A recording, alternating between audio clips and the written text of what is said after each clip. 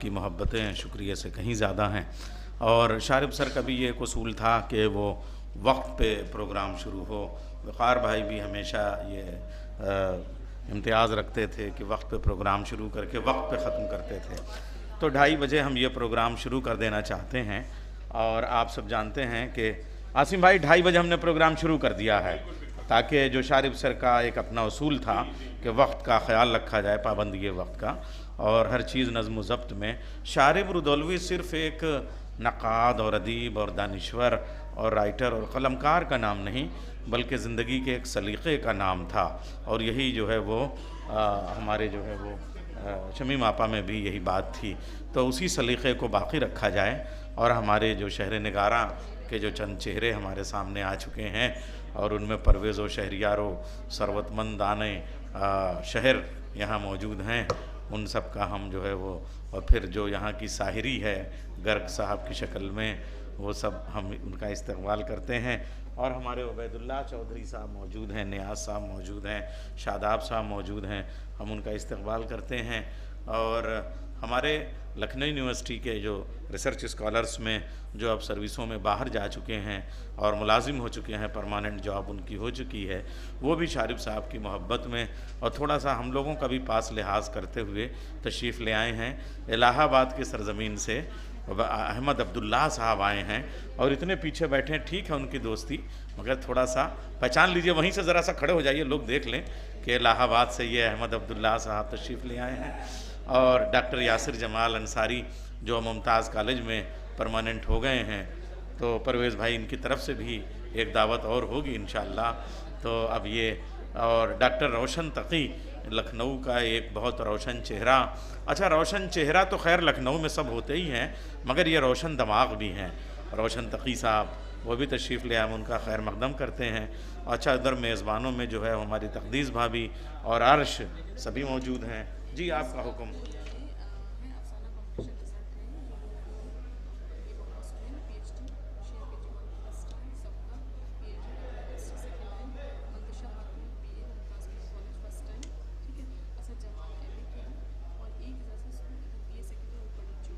कोई बात नहीं, अरे ऐसे कर दें।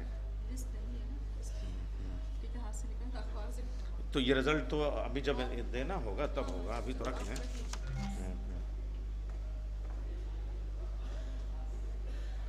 तो उन बच्चों का भी इस्तकबाल है यहाँ। पुराने चरागों को तो अवार्ड दिया ही जाता है, नए चरागों का भी। सफ़िया क़िदवई साहिबा कनाडा से तशरीफ़ ले आई हैं, हम उनका खैर मकदम करते हैं, 7 समंदर पार से और इतनी दूर का। अच्छा, हाँ, तो जो बेबी बाजी यास्मीन बाजी का कोई पैगाम, अच्छा, वहीं दुबई से कनाडा तक अभी आई थी वो, मगर उनको जाना, चूँकि तारीख़ बदली गई, वरना वो उसी एतबार से आई थी ना। तो मैं नाम लिख लेता हूँ आपका।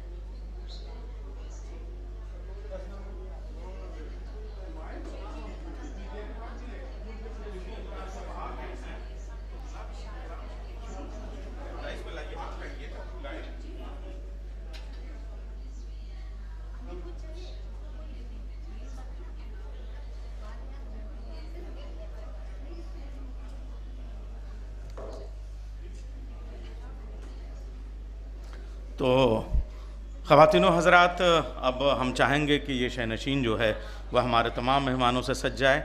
हमारे सामीन भी आ चुके हैं और हमारे डिग्निटीज़ भी, हमारे सारे मेहमान आ चुके हैं। मैं आसिम भाई से और वॉलंटियर से गुजारिश करूँगा कि जस्टिस आफ्ताब हुसैन रिजवी साहब, जो हमारे आज के अवार्ड जो है जिनके हाथों से पेश किया जाना है, उन्हें वो डाइस पे लेके आएँ। और प्रोफेसर सैयद वसीम अख्तर साहब जो आज की इस तकरीब के सदर हैं, उन्होंने बड़ा कीमती वक्त निकाला है और आज के इस अहद के हमारे लखनऊ के सर सैयद हैं। मैं उनसे गुजारिश करूंगा कि उनको भी लाएँ। और जनाब डॉक्टर तकी आब्दी साहब जो कनाडा से ख़ास तरीके से वक्त निकाल कर हमारे लिए तशरीफ़ ले आए हैं, उन्हें भी डाइस पे ले आएँ। इज़्ज़तमाब ग्रामी क़द्र अम्मार रिज़वी साहब को भी डाइस पे ले आएँ। और प्रोफेसर अनवर पाशा साहब जो आज के कलीदी ख़तीब हैं और की नोट एड्रेस करेंगे, मैं उनसे भी गुजारिश करूंगा कि वो डाइस पे आएँ। डॉक्टर सबीहा अनवर साहिबा भी डाइस पे अगर आ जाएं तो हम ये तकरीब शुरू करें। मोहसिन ख़ान साहब हमारे लखनऊ के फ़िक्शन का बड़ा मोतबर तरीन हवाला, और ये लखनऊ और जो उनका नावल है वो बड़ा मौजूए बहस है, बड़े इनामात, उनको मुबारकबाद पेश करते हैं, वो तशरीफ़ ले आएँ। और शकील भाई का भी बहुत बहुत शुक्रिया कि वो तशरीफ़ ले आएँ। तो अब हम ये तकरीब जो है वो बाज़ाब्ता तौर पर तशरीफ़ शुरू करने जा रहे हैं। मैं जनाब प्रोफेसर अनवर पाशा साहब, जनाब जस्टिस आफ्ताब हुसैन रिजवी साहब और प्रोफेसर सैयद वसीम अख्तर साहब, डॉक्टर तकी आब्दी साहब, डॉक्टर अम्मार रिजवी साहब और डॉक्टर सबीहा अनवर साहिबा से मैं गुजारिश करूँगा कि वो डाइस पे तशरीफ़ ले आएँ।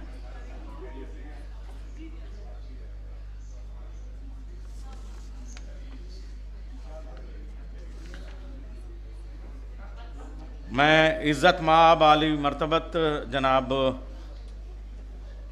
अनवर पाशा साहब को मैं बुलाऊंगा इसमें। हाँ ठीक है, बुक लिख लिया दोनों लिख लिए, नोट कर लिए।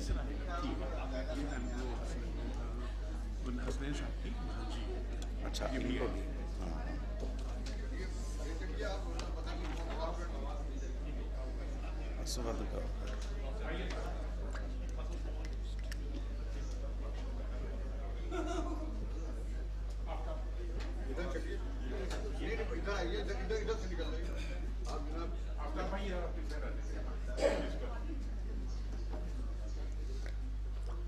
नाज़िश इल्म अदब डॉक्टर अम्मार रिजवी साहब और इस अहद के सर सैयद प्रोफेसर वसीम अख्तर साहब और तहक़ीक़ और तनक़ीद के आसमान का आफ्ताब व महताब दोनों एक शक्ल में डॉक्टर तकी आब्दी साहब, प्रोफेसर अनवर पाशा साहब का हम इस्तक़बाल करते हैं। और जस्टिस आफ्ताब हुसैन रिजवी साहब जिनके दस्ते मुबारक से आज ये अवार्ड पेश किया जाना है, और सबीहा अनवर साहिबा वो भी तशरीफ़ ला रही हैं। तो अब हम बाज़ाब्ता तौर पे इजाज़त दें जनाब सदर के ये सिलसिला शुरू किया जाए। वसीम अख्तर साहब आप इजाज़त दें, हम सिलसिला शुरू करें। अमार सर, हाँ हाँ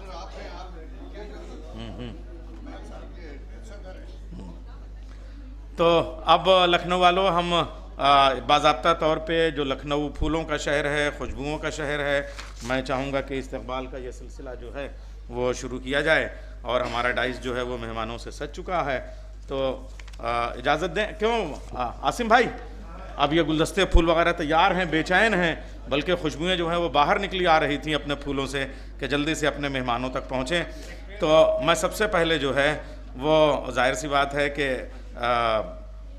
जस्टिस सैयद आफ्ताब हुसैन साहब जो आज के चीफ़ गेस्ट हैं उनसे पहले मैं नहीं, हमारी तरतीब में यही है, तो हमारे जो चीफ़ गेस्ट हैं उनकी खिदमत में जो है वो गुलदस्ता पेश करने के लिए ख़ुद आसिम भाई से गुजारिश करूंगा।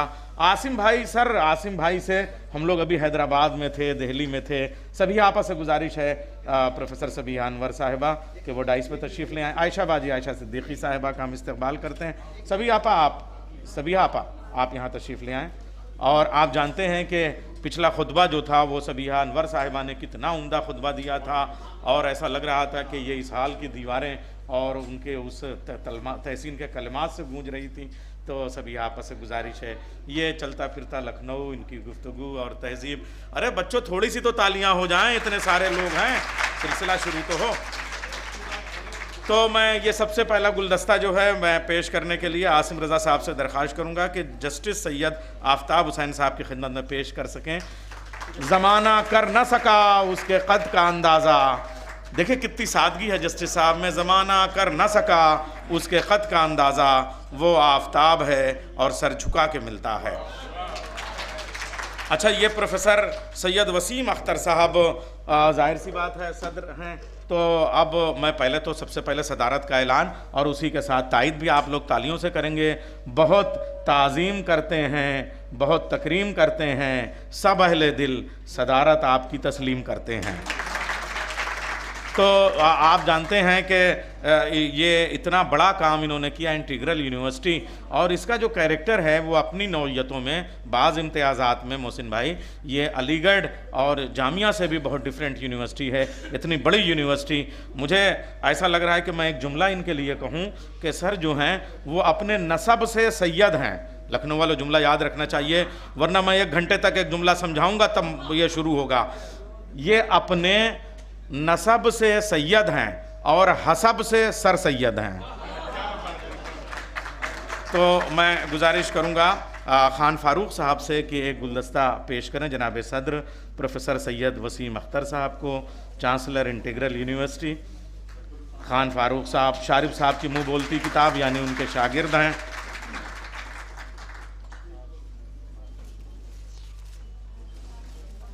अच्छा सर, एक गुलदस्ता और, वो शारिफ साहब की एक पोती यहाँ पे मौजूद हैं, तो वो पूरा सिलसिला जो हम निस्बतों के कायल हैं हम लोग, और वो आसिम साहब की भतीजी हैं कनीज़ ज़हरा। और इनकी एक खूबी ये भी है कि ये जो आपने यूनिवर्सिटी बनाई है सर, ये जो नए पौधों को और नए चरागों को जिस तरीके से पाल के चाँद सूरज बनाते हैं, वो आपकी यूनिवर्सिटी से बीटेक कर रही हैं। तो मैं एक गुलदस्ता और जो है वो गुजारिश करूँगा उनसे कि वो तशरीफ़ ले आएँ कनीज़ ज़हरा और अपने चांसलर साहब को पेश करें। ये शारिफ साहब की पोती हैं, तो ये ताकि वो आपको शारिफ साहब की निस्बतें जो हैं वो आपके पास महफूज रहें। अच्छा, डॉक्टर तकी आब्दी साहब, मैं मूसी रज़ा साहब से गुजारिश करूंगा। बच्चों, आपसे अर्ज़ करूं कि 72 किताबें, बल्कि मुझे लग रहा है जब ये चले थे तब 72 थी, लखनऊ तक आते आते वो 82 हो गई होंगी। कभी कभी ये फ्लाइट पे होते हैं और किताब प्रेस में होती है। तो जिस्म है और ख़ाक में मिल जाएगा, हम बहरहाल किताबों में मिलेंगे तुमको। तो मूसी रज़ा साहब से गुजारिश है कि ये गुलदस्ता। अच्छा, डॉक्टर प्रोफेसर काजिम साहब से, जाहिर सी बात है असिस्टेंट प्रोफेसर नहीं बल्कि प्रोफेसर मुनासिब रहेगा तकी आब्दी साहब के लिए। तो एक नाम हज़ार दास्तान, प्रोफेसर काजिम साहब जो हैं वो DU में प्रोफेसर हैं, शारिफ साहब के शागिर्द हैं और ड्रामे के बेताज बादशाह हैं, और एक तहकीक का बेताज बादशाह, एक ड्रामे का बेताज बादशाह, दोनों एक साथ यहाँ मौजूद हैं। और अम्मार सर का तो क्या कहना, हम लोग सब जो हैं जो कुछ बोलते हैं, जितना सही बोलते हैं सब इनके नाम, और अगर कुछ गलती कर जाएं तो वो अपनी कोताही, बस ये समझ लीजिए। अच्छा, आप लोग बहुत जल्दी पलट देते हैं, ये सब न करिएगा आप। तो तमाम शहर में कोई नहीं है उन जैसा, तमाम शहर में कोई नहीं है उन जैसा, ये बात उनको पता है, यही तो मुश्किल है।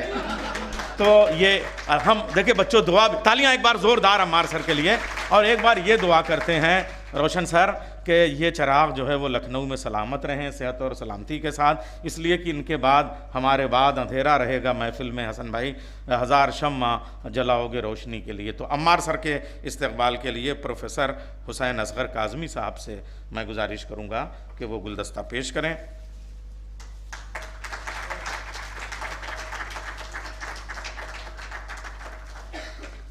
अच्छा, अब ये सबीहा आपा, ये समझ लीजिए कि लखनऊ की जो तहज़ीबी तारीख़ है, लखनऊ की अफ़साने की तारीख़ तो लिखी जा सकती है, तहज़ीबी तारीख़ भी लिखी जा सकती है, लेकिन तहज़ीबी तारीख़ को अगर किसी चेहरे में, पैकर में देखना है तो वो सबीहा अनवर साहिबा, गोया इनसे मिलिए तो लखनऊ से मुलाकात हो जाती है, उर्दू से मुलाकात हो जाती है, तहज़ीब से मुलाकात हो जाती है, उस शहर नगारा से मुलाकात हो जाती है। मगर जिस ज़िंदगी से ये गुज़र रहे हैं उसमें अफसरदगी में भी ये शारिफ सर ने भी यही किया था। तो शमीम नखत के बाद जो है वो उसको एक जश्न के तौर पे उनकी यादों को मनाया। ऐसे ही अनवर सर के बाद फिर भी कभी कभी ये वाला अजीब जश्न हो जाता है। कभी कभी जब उनके खुतबे के औराक पलटिए, सभी आपा आपने जो खुतबा लिखा था जब हम बाद में पढ़ते हैं तो फिर उनके औराक को आँखों की नमी को चुटकियों से भिगा के औराक पलटने पड़ते हैं। ये वाली कैफियत भी आ जाती है। रेगज़ारों में समंदर की कहानी सुनकर प्यास इतनी थी कि हम रो पड़े पानी सुनकर।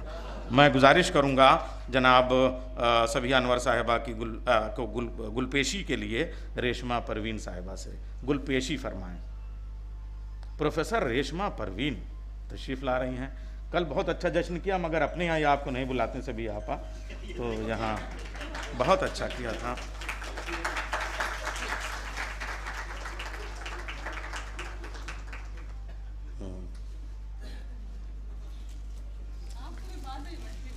अच्छा, वो डॉक्टर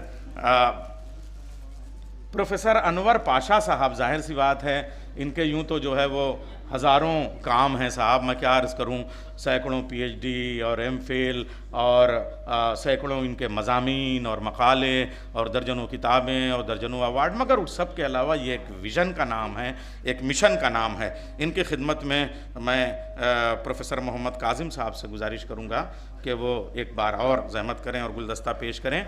कमाल आशिकी, हर शख्सियत पे एक शेर मेरा ज़रूर होता है और ये हर साल का 10 साल हो गए हैं। कमाल आशिकी हर एक को हासिल नहीं होता, हज़ारों में कोई मजनू कोई फरहाद होता है। अच्छा, इसके बाद गुलपेशी में ख़ुद एक नाम है, अरे साहब आदमी बहुत छोटा है, नाम बहुत बड़ा है, प्रोफेसर अब्बास रज़ा नैयर। शाहिद हसनैन साहब से गुजारिश करूँगा कि नैयर साहब की गुलपेशी फरमाएं और एक शेर नैयर साहब की शान में पेश करूँगा। तुमने देखा नहीं जवानी में, तुमने देखा नहीं जवानी में, हम लगाते थे आग पानी में। तो नैयर साहब की नज़र ज़रा ये शेर। तो अभी जवान हूँ, यही कहना।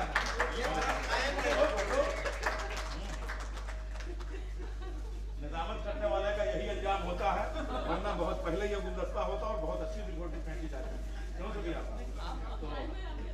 निजामत करने वाले का यही अंजाम होता है, खबर की आखिरी सत्रों में उसका नाम होता है कि और फलां साहब ने निजामत की, सब कुछ बेचारा वो कहता रहता है। तो अब इसके बाद हम ये सिलसिला और आगे बढ़ाते हैं। जनाब नूरुल हसनैन साहब जो आज के अवार्डी हैं, तो मैं अदील हसनैन साहब से गुजारिश करूँगा कि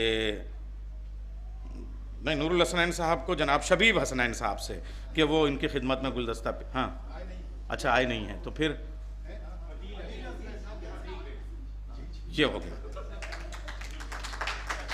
अब भी रोशन है बुजुर्गों की हवेली के चराग, शेर पेश कर रहा हूँ। अब भी रोशन है बुजुर्गों की हवेली के चराग, हम किसी नक्श को धुंधला नहीं होने देते।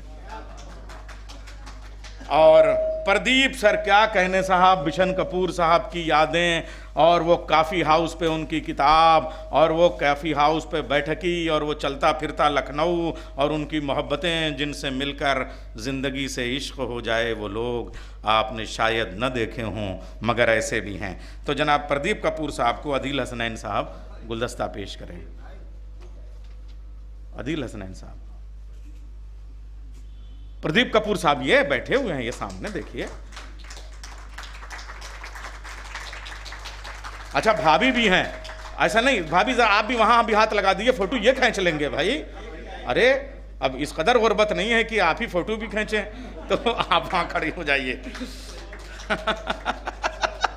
कोई ना कोई तो फोटो खींचने वाला हमारे पास कैमरामैन तो आई है। तो ये देखिए यही लखनऊ है जो कोई लफ्ज़ और कोई जुमला ज़ाया नहीं जाने देता। और इधर तकदीस भाभी बैठी हुई हैं, डॉक्टर इशरत नाहिद, नहीं ये क्या फूल पेश करने वाले, प्रोफेसर रेशमा परवीन आप ही आएँ, और तकदीस फातिमा भाभी अवधनामा के प्रोप्राइटर, और वक़ार भाई की। मैं अब वक़ार भाई की तरफ से 4 मिसरे पेश करूँगा। कुछ तकाज़े बड़े मुज़ोर हुआ करते हैं, वरना आसान है किरदार संभाले रखना। मैं कबीले की हिफाजत का वचन देता हूँ, मेरे पीछे मेरा घर बार संभाले रखना। तकदीस भाभी की ये गुलपोशी हुई। साबरा आपा भी नहीं तशरीफ़ लाई शायद। साबरा आपा बड़ा डर भी लगता है, उनके वो नहीं रहती हैं, लगता है मौजूद हैं। तो अब ये सिलसिला हम आगे बढ़ाते हैं और मुझे लग रहा है कि बग़ैर किसी ताख़ीर और तमहीद के अब ये रेशमा परवीन जो हैं वो इस सिलसिले को शुरू करें। इस्तक़बालिया कलिमात जो होते हैं, जो खैर मक़दमी कलिमात होते हैं, जो आपके वेलकम एड्रेस होता है, कैसे मेहमानों का इस्तक़बाल किया जाए, ये तहज़ीब तो जो है वो रेशमा परवीन को जो है खूब आती है। शॉल्स को अभी, हाँ तो शाल मैं पेश करा दे रहा हूँ, आइए। हाँ इसी के साथ एक शॉल भी। तो जस्टिस आफ्ताब हसनैन साहब की शाल पेश करें। जनाब आसिम रज़ा साहब, आसिम भाई आफ्ताब साहब को शाल पेश कर दीजिए। लखनऊ में इस्तकबाल इतना ज़्यादा है वाकई कि फूल से सिर्फ नहीं बल्कि शाल भी और दुशाला भी और कश्मीर से आया हुआ है। तो जनाब आफ्ताब हुसैन रिजवी साहब को आसिम भाई शाल पेश करेंगे। नरेश ला रहे हैं, ये सब शारिब साहब के किरदार हैं उनकी ज़िंदगी के। नरेश ला रहे हैं ये शॉल। जस्टिस आफ्ताब हुसैन रिजवी, आप देखिए कि आफ्ताब भी शाल ओढ़ता है, हालांकि अब दिसंबर और जनवरी आने वाला है तो वो कोहरे की शाल जो होती है वो सफ़ेद, तो अब ये आफ्ताब साहब शाल में है ना ये वाली। तो मौसम इसका मतलब अब बदल रहा है। जब आफ्ताब शाल में आने लगे तो समझ लिए अब सर्दियों की तरफ हम बढ़ रहे हैं। तो लखनऊ का मौसम जो है वो बड़ा खुशगवार हो रहा है। प्रोफेसर सैयद वसीम अख्तर साहब की शाल पोशी के लिए खान फारूक साहब से मैं गुजारिश करूँगा कि शाल पोशी फरमाएँ। अच्छा, वो फूल तो पेश किया जाता था, शाल बाकायदा शाल पोशी हो, ज़रा उड़ा के, ज़रा ढंग से, मोहब्बत से, प्यार से। खान फारूक साहब बेहतरीन नाम और बेहतरीन अदीब और दानिश्वर, कानपुर से, और शारिब सर का कोई भी प्रोग्राम उनकी ज़िंदगी में और उनके बाद भी इन्होंने मिस नहीं किया। इतनी सी शाल पोशी, अरे ये सादगी। चलिए, डॉक्टर तकी आबदी साहब की खिदमत में, मूसी रज़ा तो शायद अभी नहीं आए हैं, तो मैं वसीम, अरे वो नहीं, यासिर तुम उठो। यासिर जमाल PhD किया इन्होंने हमारे अंडर में, और उन्होंने इफ्तिखार आरिफ पर और मुमताज़ में परमानेंट डिग्री कॉलेज में ये लेक्चरर हुए। तो एक शॉल पेश करें जनाब तकी आबदी साहब को।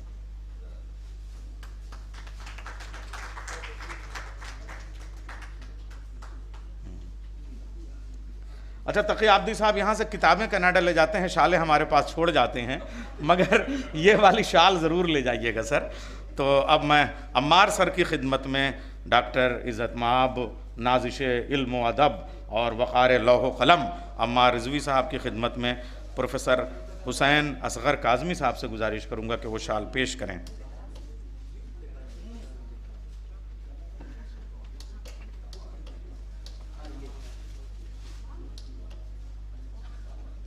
ये हुई बात, देखिए ऐसे, हाँ।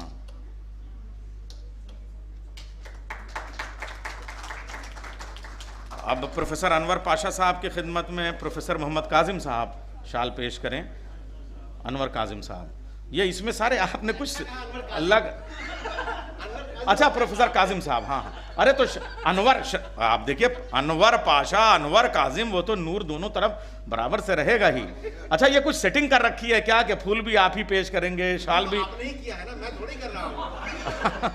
अच्छा, तो नहीं, मगर ये नाम डिक्टेट, जो कहेगा काजिम बिल्कुल, अरे बहुत उम्दा, क्या कहने भाई। तो सबिहा आपा की खिदमत में रेशमा परवीन, हाँ हाँ, दो शाल, हाँ ठीक है, बिल्कुल बिल्कुल,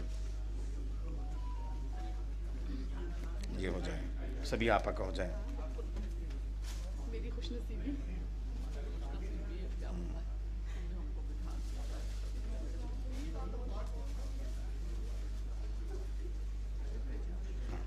सबिहा आपा को शाल। बच्चों तालियां। करामत का आज भी कम से कम सिलसिला तुम लोग वहाँ से फारिग होगी। हाँ, सबिहा आपा की खिदमत में शाल पेश की गई। ये दो प्रोफेसर्स हमारे जो हैं वो औरंगाबाद से तशरीफ़ ले आए हैं, और ये हमारे वक़ार में करार सर का हम इस्तकबाल करते हैं। अभी मेरी नज़र पड़ी, आप तशरीफ़ ले आए, और ये हमारे शारिब सर का गोया बाजू, और वो मौजूद हैं यहाँ पे। और मगर अभी मुझे लग रहा है थोड़ा सा सांस ले लें, तब हम उनको कोई जहमत देंगे। अभी तशरीफ़ ले आए हैं असवद गौहर साहब, वो MGM यूनिवर्सिटी औरंगाबाद से। आज की तकरीब में ये प्रोफेसर असवद गौहर साहब तशरीफ़ ले आए हैं। आज की तकरीब में शिरकत के लिए उनकी खिदमत में एक गुलदस्ता और शाल। मूसी रज़ा, आपको कई बार नाम लिया, आप असवद गौहर साहब को एक शाल और मोमेंटो पेश करें। साहिबा असवद नहीं, एक दो हैं, एक असवद प्रोफेसर, अरे बहुत जल्दी एसोसिएट प्रोफेसर, तभी मैं सोच रहा था।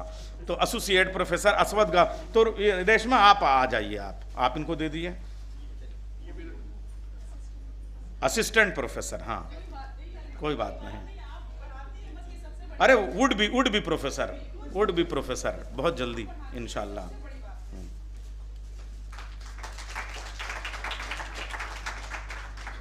इर्तिकाज़ प्रोफेसर इर्तिकाज़ अफजल साहब बाबा साहब अम्बेडकर यूनिवर्सिटी औरंगाबाद से तशरीफ़ ले आए हैं। मूसी रज़ा, डॉक्टर मूसी रज़ा साहब से गुजारिश है कि उनको इर्तिकाज़ अफजल साहब, प्रोफेसर इर्तिकाज़ अफजल साहब शाल, और सुल्तान शाकिर हाशमी साहब भी तशरीफ़ ले आए, हम उनका खैर मकदम करते हैं।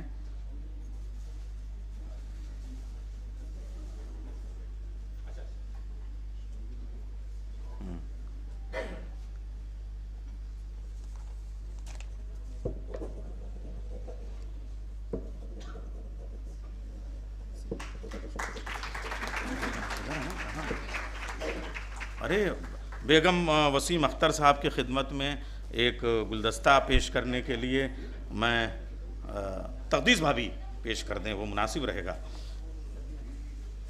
शाल और गुलदस्ता Begum Wasim Akhtar Begum Syed Wasim Akhtar, chancellor Integral University. और जाहिर सी बात है, हर मर्द की कामयाबी के पीछे औरत, वो तो यहाँ भी उसूल है, आप ही के दम से यूनिवर्सिटी है।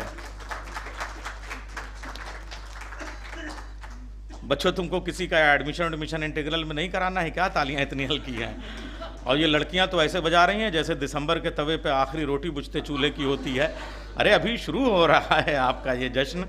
तो ये इस्तकबाल हुआ। एक नाम अब्बास रज़ा नैयर साहब को शाल पेश करने के लिए शाहिद हसनैन साहब का है। खाली दे दीजिए, मैं यहाँ रख लूँ। अच्छा कोई बात नहीं, जाने दीजिए। तो ये नाम ऐसे हैं। अब आइए हम शुरू करते हैं। नहीं, वो असल में ये वहां से डिक्टेट होके आता है। ये यही करती हैं जो चाहे इनका शाल। मेरे नाम जो शाल थी वो कहाँ गई? ये लिख के वहां बिल में दिखाती हैं वहां पे। हाँ, वो आ रहे हैं सर, आ रहे हैं। और कौन रह गया?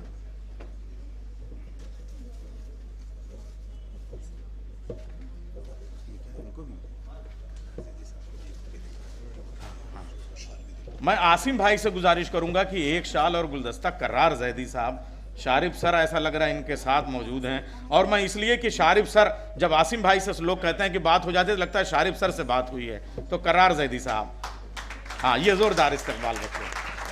और क्या?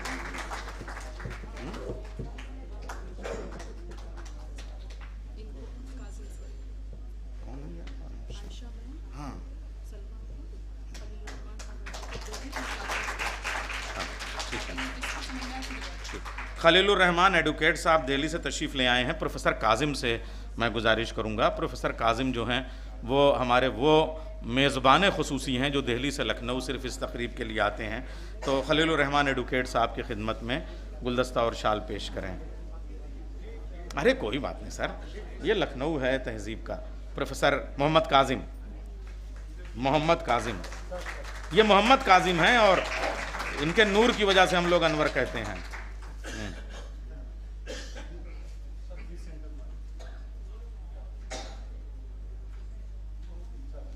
आयशा सिद्दीकी आपा, आयशा बाजी की खिदमत में। प्रोफेसर रेशमा, आप आयशा बाजी को शाल और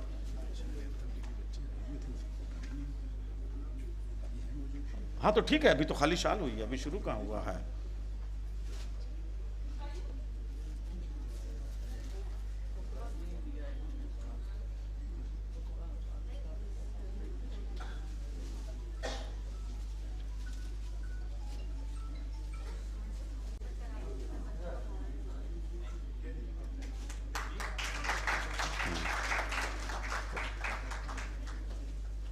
सलमा आपा को भी एक शाल। परवीन शजाद बाजी आपके हाथों से हो जाए एक शाल और गुलदस्ता सलमा आपा को। सलमा हिजाब साहिबा,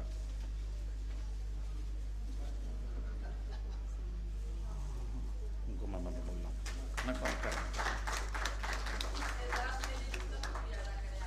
अच्छा सफिया, अरे सबका सब आप ही का है मामला। अच्छा, कनाडा की सरजमीन से ख़ास तरीके से इस तकरीब में शिरकत करने के लिए सफ़िया क़िदवई साहिबा तशरीफ़ ले आई हैं।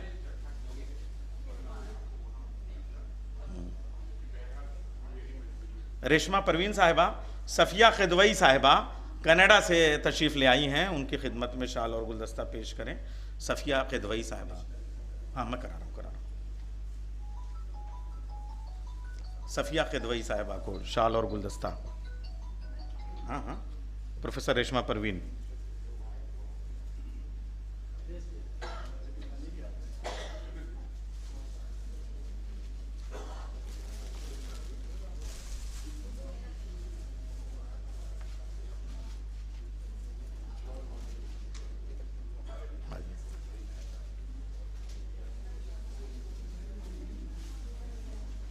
सफ़िया क़िदवई साहिबा कनाडा से तशरीफ़ लाई हैं।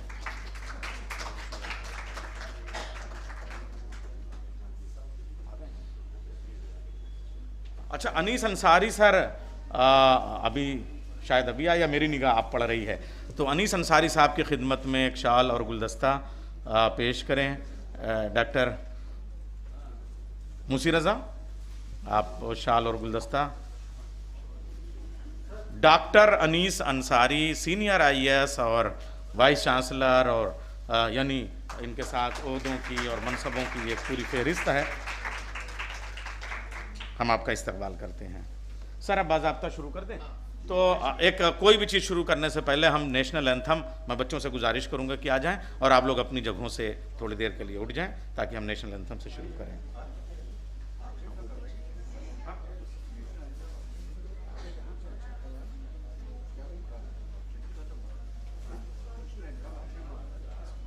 तो ये कह रहे हैं नेशनल एंथम,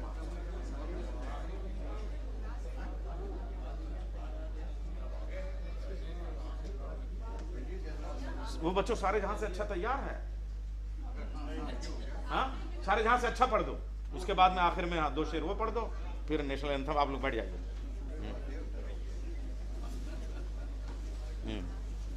चलिए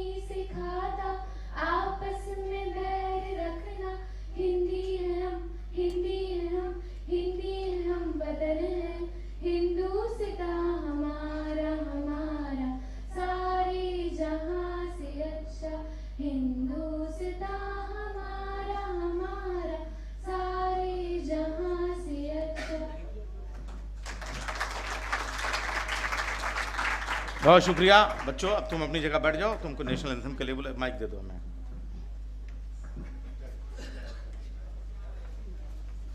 हमारा साइंटिस्ट जब चांद पे पहुंचता है तो वहाँ से भी जब यहाँ के प्राइम मिनिस्टर पूछते हैं कि तुम्हें वहाँ से कैसा लग रहा है हिंदुस्तान, तो वो कहता है सारे जहाँ से अच्छा हिंदुस्तान हमारा। तो इकबाल के ये मिसरे आसमान की ऊंचाइयों तक और चाँद के माथे तक पहुँच गए।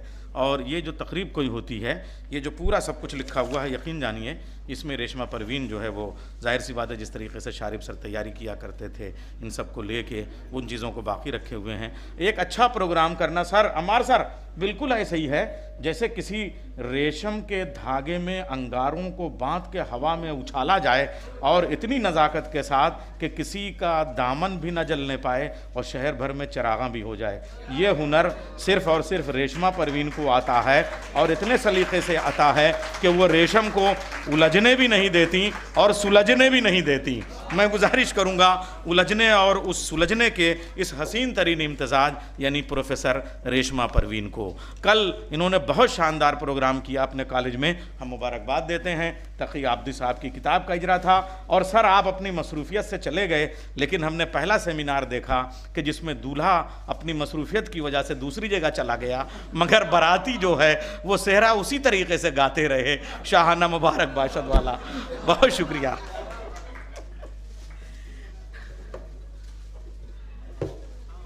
जनाबे सदर की इजाज़त से मुअज़्ज़ज़ ख़वातीन व हज़रात, आदाब। आज एक और बरस बीत गया उनके बग़ैर, आज एक और बरस बीत गया उनके बग़ैर, जिनके होते हुए होते थे ज़माने मेरे। मेरी मुराद है प्रोफेसर शारिब रुदौलवी साहब और प्रोफेसर शमीम निखत साहिबा। आपा यानी प्रोफेसर शमीम निखत साहिबा को इस दुनिया से गए हुए 28 सितंबर 2024 को पूरे 8 बरस हो गए। आपा के जाने के बाद हम सबको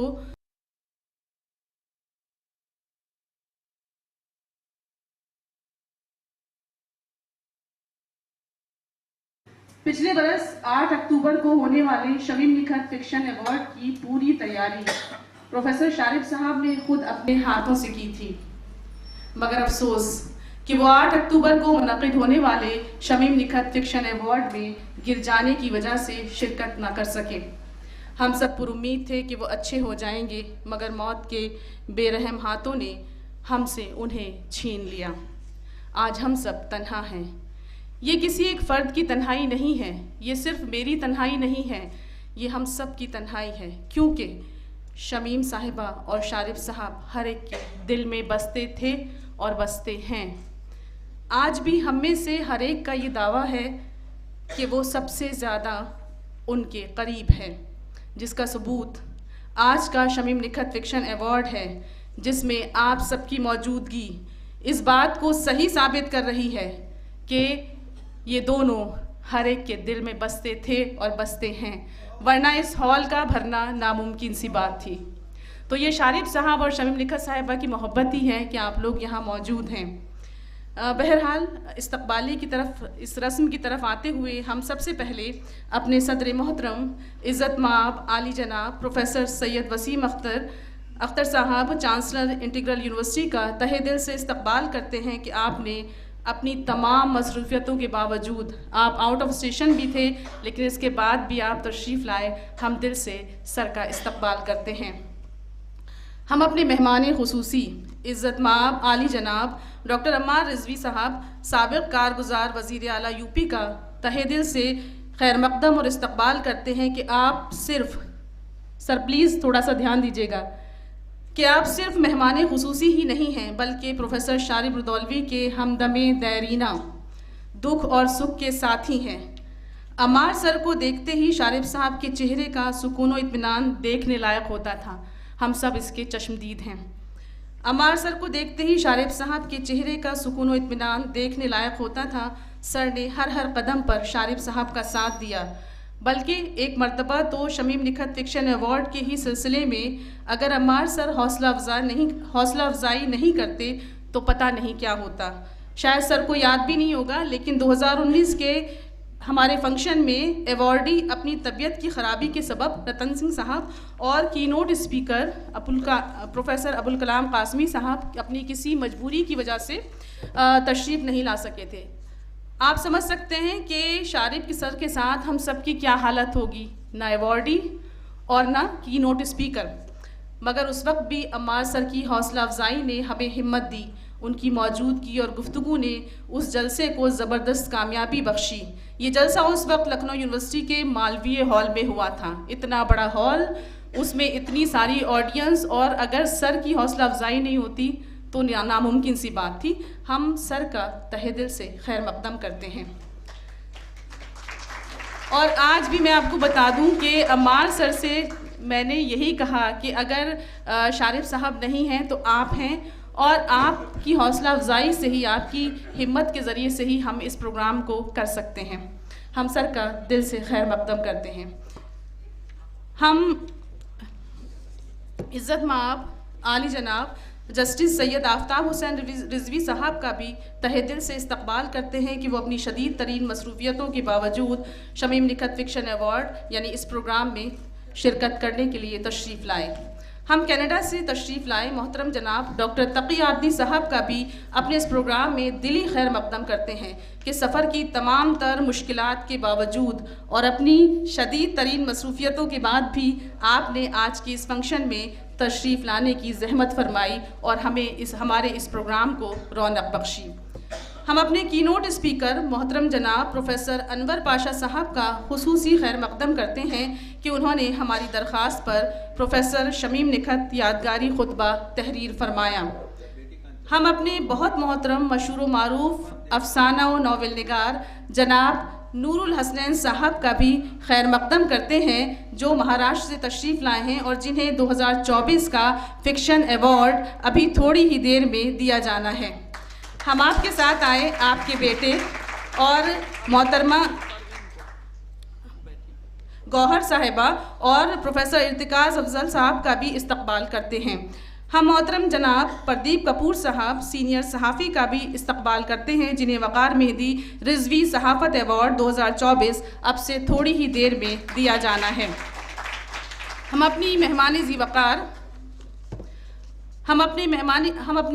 ज़ीवकार हरदिल अज़ीज़ मशहूर मारूफ अफसाना निगार डॉक्टर सबिया अनवर साहिबा का भी खैर मकदम करते हैं कि हमारी गुजारिश पर वो इस जलसे में अपनी तमाम मसरूफ़ियतों और मसाइल के बावजूद तशरीफ़ लाई। हमने बहुत इमरजेंसी में सबिया आपा से ये गुजारिश की थी, इसका शुक्रिया या इसके लिए मेरे पास कोई लफ्ज़ ही नहीं है। हम आपका दिल की गहराइयों से इस्तकबाल करते हैं।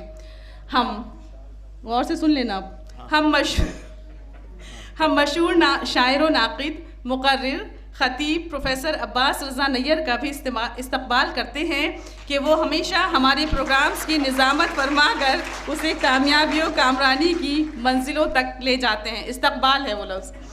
हम प्रोफेसर शारिब रुदौलवी के अज़ीज़ शागिर्दों खुसूसन प्रोफेसर मोहम्मद काजिम डॉक्टर खान फारूक का भी खैर मकदम करते हैं कि वो इस महफ़िल में मेहमान की तरह नहीं बल्कि मेज़बान की हैसियत से शरीक रहते हैं।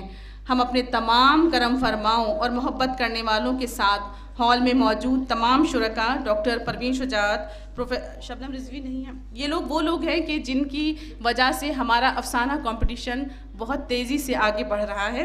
तो हम हॉल में मौजूद तमाम लोगों का खैर मकदम करते हैं जो हमेशा हमारी दरख्वास्त पर इस फंक्शन में तशरीफ़ लाए और इस महफ़िल के वक़ार में इजाफ़ा किया। कौन आया है कि महफ़िल में महकते हैं गुलाब, कौन आया है कि महफ़िल में महकते हैं गुलाब, दिल के नज़दीक ये कदमों की सदा कैसी है। आप सबका बहुत बहुत इस्तकबाल है, खैर मकदम है। बहुत शुक्रिया। बहुत शुक्रिया प्रोफेसर रेशमा। तुम मेरी तरफ देखना छोड़ो तो बताऊं, तुम मेरी तरफ देख अमार सर तवज्जो इधर, तकी साहब तुम इधर कह रहा हूँ मैं, तुम मेरी तरफ देखना छोड़ो तो बताऊं, सब लोग तुम्हारी तरफ देख रहे हैं। तो खैर मैंने खुशबू के बंद खोल दिए, अब हवाओं की जिम्मेदारी है। तो इस्तकबालिया कलिमात हो गए। आप सब वाकिफ़ हैं कि ये 10वां शमीम निखत फ़िक्शन अवार्ड है। इससे पहले ये अवार्ड जनाब इकबाल मजीद, जनाब सैयद मोहम्मद अशरफ, डॉक्टर तरन्नुम रियाज़, मोहतरमा ज़किया मशदी, जनाब रतन सिंह, जनाब हुसैनुल हक़, जनाब अब्दुस्समद, जनाब सदीक़ आलम, प्रोफेसर गज़नफ़र अली को दिया जा चुका है। और इस बार ये अवार्ड जाने के लिए उनके हाथों में बेचैन है वो नामे नामी इसमें ग्रामी है इज़्ज़त माब नूरुल हसनैन साहब। ज़ोरदार तालियां बच्चों। वक़ार मेहदी रिजवी सहाफ़त अवार्ड वक़ार भाई के नाम से 2024 का जो अब जाएगा, इससे पहले ये 2021 में कुलसूम तलहा साहिबा को, 22 में जिलानी ख़ान को और 23 में अहमद इब्राहिम अलवी साहब को पेश किया जा चुका है। अब वक़ार मेहदी रिजवी सहाफ़त अवार्ड प्रदीप कपूर साहब की खिदमत में पेश किया जाएगा। और ये 8वां खुतबा है, शमीम निखत यादगारी खुतबा। क्या क्या नाम हैं जिन्होंने ये खुतबे दिए हैं? Professor Atiqullah, professor Abul Kalam Qasmi, professor Sagheer Afraheem, professor Tariq Chhatari, professor Ibne Kamal और ग्रामी क़द्र आली क़द्र हम सब की करम फरमा और मुरब्बिया डॉक्टर सबीहा अनवर। और अब अनवर पे ये खुतबा ख़त्म हुआ था तो अनवर से ये खुतबा शुरू हो रहा है। प्रोफेसर अनवर पाशा। मैं आपसे अर्ज़ कर चुका हूं कि इनके ऊपर ख़ुद सेमिनार किए जाएं और होते रहते हैं मगर सेमिनार कम हैं, ख़ुद किताबें लिखी जाएं और लिखी जाती रहती हैं मगर वो सब कम हैं, ख़ुद मकाले लिखे जाएं और लिखे जाते रहते हैं मगर वो सब कम हैं। ये अपने आप में ही अपना तारुफ़ हैं, इसलिए कि अनवर पाशा अनवर जलालपुरी साहब के बेटे ये इनके शागिर्द हैं। क्यों भाई, गलत तो नहीं कहा मैंने? देखिए ये सब जिंदा सबूत हैं। पीएचडी इन्होंने इनके साथ की है और मुझे लग रहा है कि किताब लिखने से बड़ा काम होता है एक ऐसा स्कॉलर पैदा कर देना जो किताबें लिखता रहे। तो तालियां ज़ोरदार। अब मैं आपकी खिदमत में चलता हूं, इसलिए कि तारुफ का हक़ तो नहीं अदा हो सकता। शमशेर रहमान फारूकी साहब ने पहला खुतबा दिया था। अच्छा हाँ, उनका नाम। तो पहला खुतबा जो है वो शमशेर रहमान फारूकी साहब ने। और ये देखिए कितनी बड़ी बात है कि फारूकी साहब का नज़रिया और मकतब फ़िक्र बिल्कुल अलग, शारिफ साहब का मकतब फ़िक्र बिल्कुल अलग, मगर उन सब नज़रियों को किस तरीक़े से अदबी तनक़ीद कबूल करती है और एक साथ सारे धारे चलते हैं। गंगा यमुना सरस्वती किस तरीक़े से गोमती के किनारे जमा होती है, उसकी ज़िंदा मिसाल हमारा ये फंक्शन है। मैं अनवर साहब के पास चलता हूँ, अनवर पाशा साहब के पास। क्यों, यही तो रहेगा। अंशु केडिया जी जो हमारी जो हैं वो जनरल सेक्रेटरी हैं लुआक्टा की, और एक कहिए कि चलता फिरता आंदोलन है सर। तो मैं उनसे गुजारिश करूंगा कि वो तशरीफ़ ले आएँ और या तो वहीं मगर दूर है वो एक शाल और एक गुलदस्ता पेश करें। डॉक्टर अंशु केडिया जी सर, ये लखनऊ में जेएनयू है ये पूरा। अंशु केडिया जी कल इनके कॉलेज में ये प्रिंसिपल हैं कुनकुन जी की, कितना उम्दा इन्होंने जो है वो प्रोग्राम किया, बहुत बधाई हो। आपका स्वागत है, हार्दिक अभिनंदन है। प्रोफेसर रेशमा आपको ये पुष्प गुच्छ जो हैं वो प्रस्तुत कर रही हैं। अंतरात्मा की गहराइयों से आपका अभिनंदन कर रही हैं अंशु केडिया जी। आपके अध्यक्ष कहाँ हैं? आपकी तो नुमाइंदगी हो गई, अध्यक्ष डॉक्टर मनोज कुमार जी भी होने चाहिए, शायद वो आ रहे हों। तो अब आइए हम खुतबे की तरफ चलते हैं। जाहिर सी बात है खुतबा तो हम सब पढ़ते रहेंगे, उस पर जो गुफ्तगू होगी वो भी हमारे लिए बहुत यादगार होगी। खुदा के वास्ते, देखिए बहुत दिनों से हम अनवर पाशा साहब को सुनने के लिए शहर बेचैन था। खुदा के वास्ते मोहरे सुकूत तोड़ भी दे, तमाम शहर तेरी गुफ्तगू का प्यासा है। प्रोफेसर अनवर पाशा तशरीफ।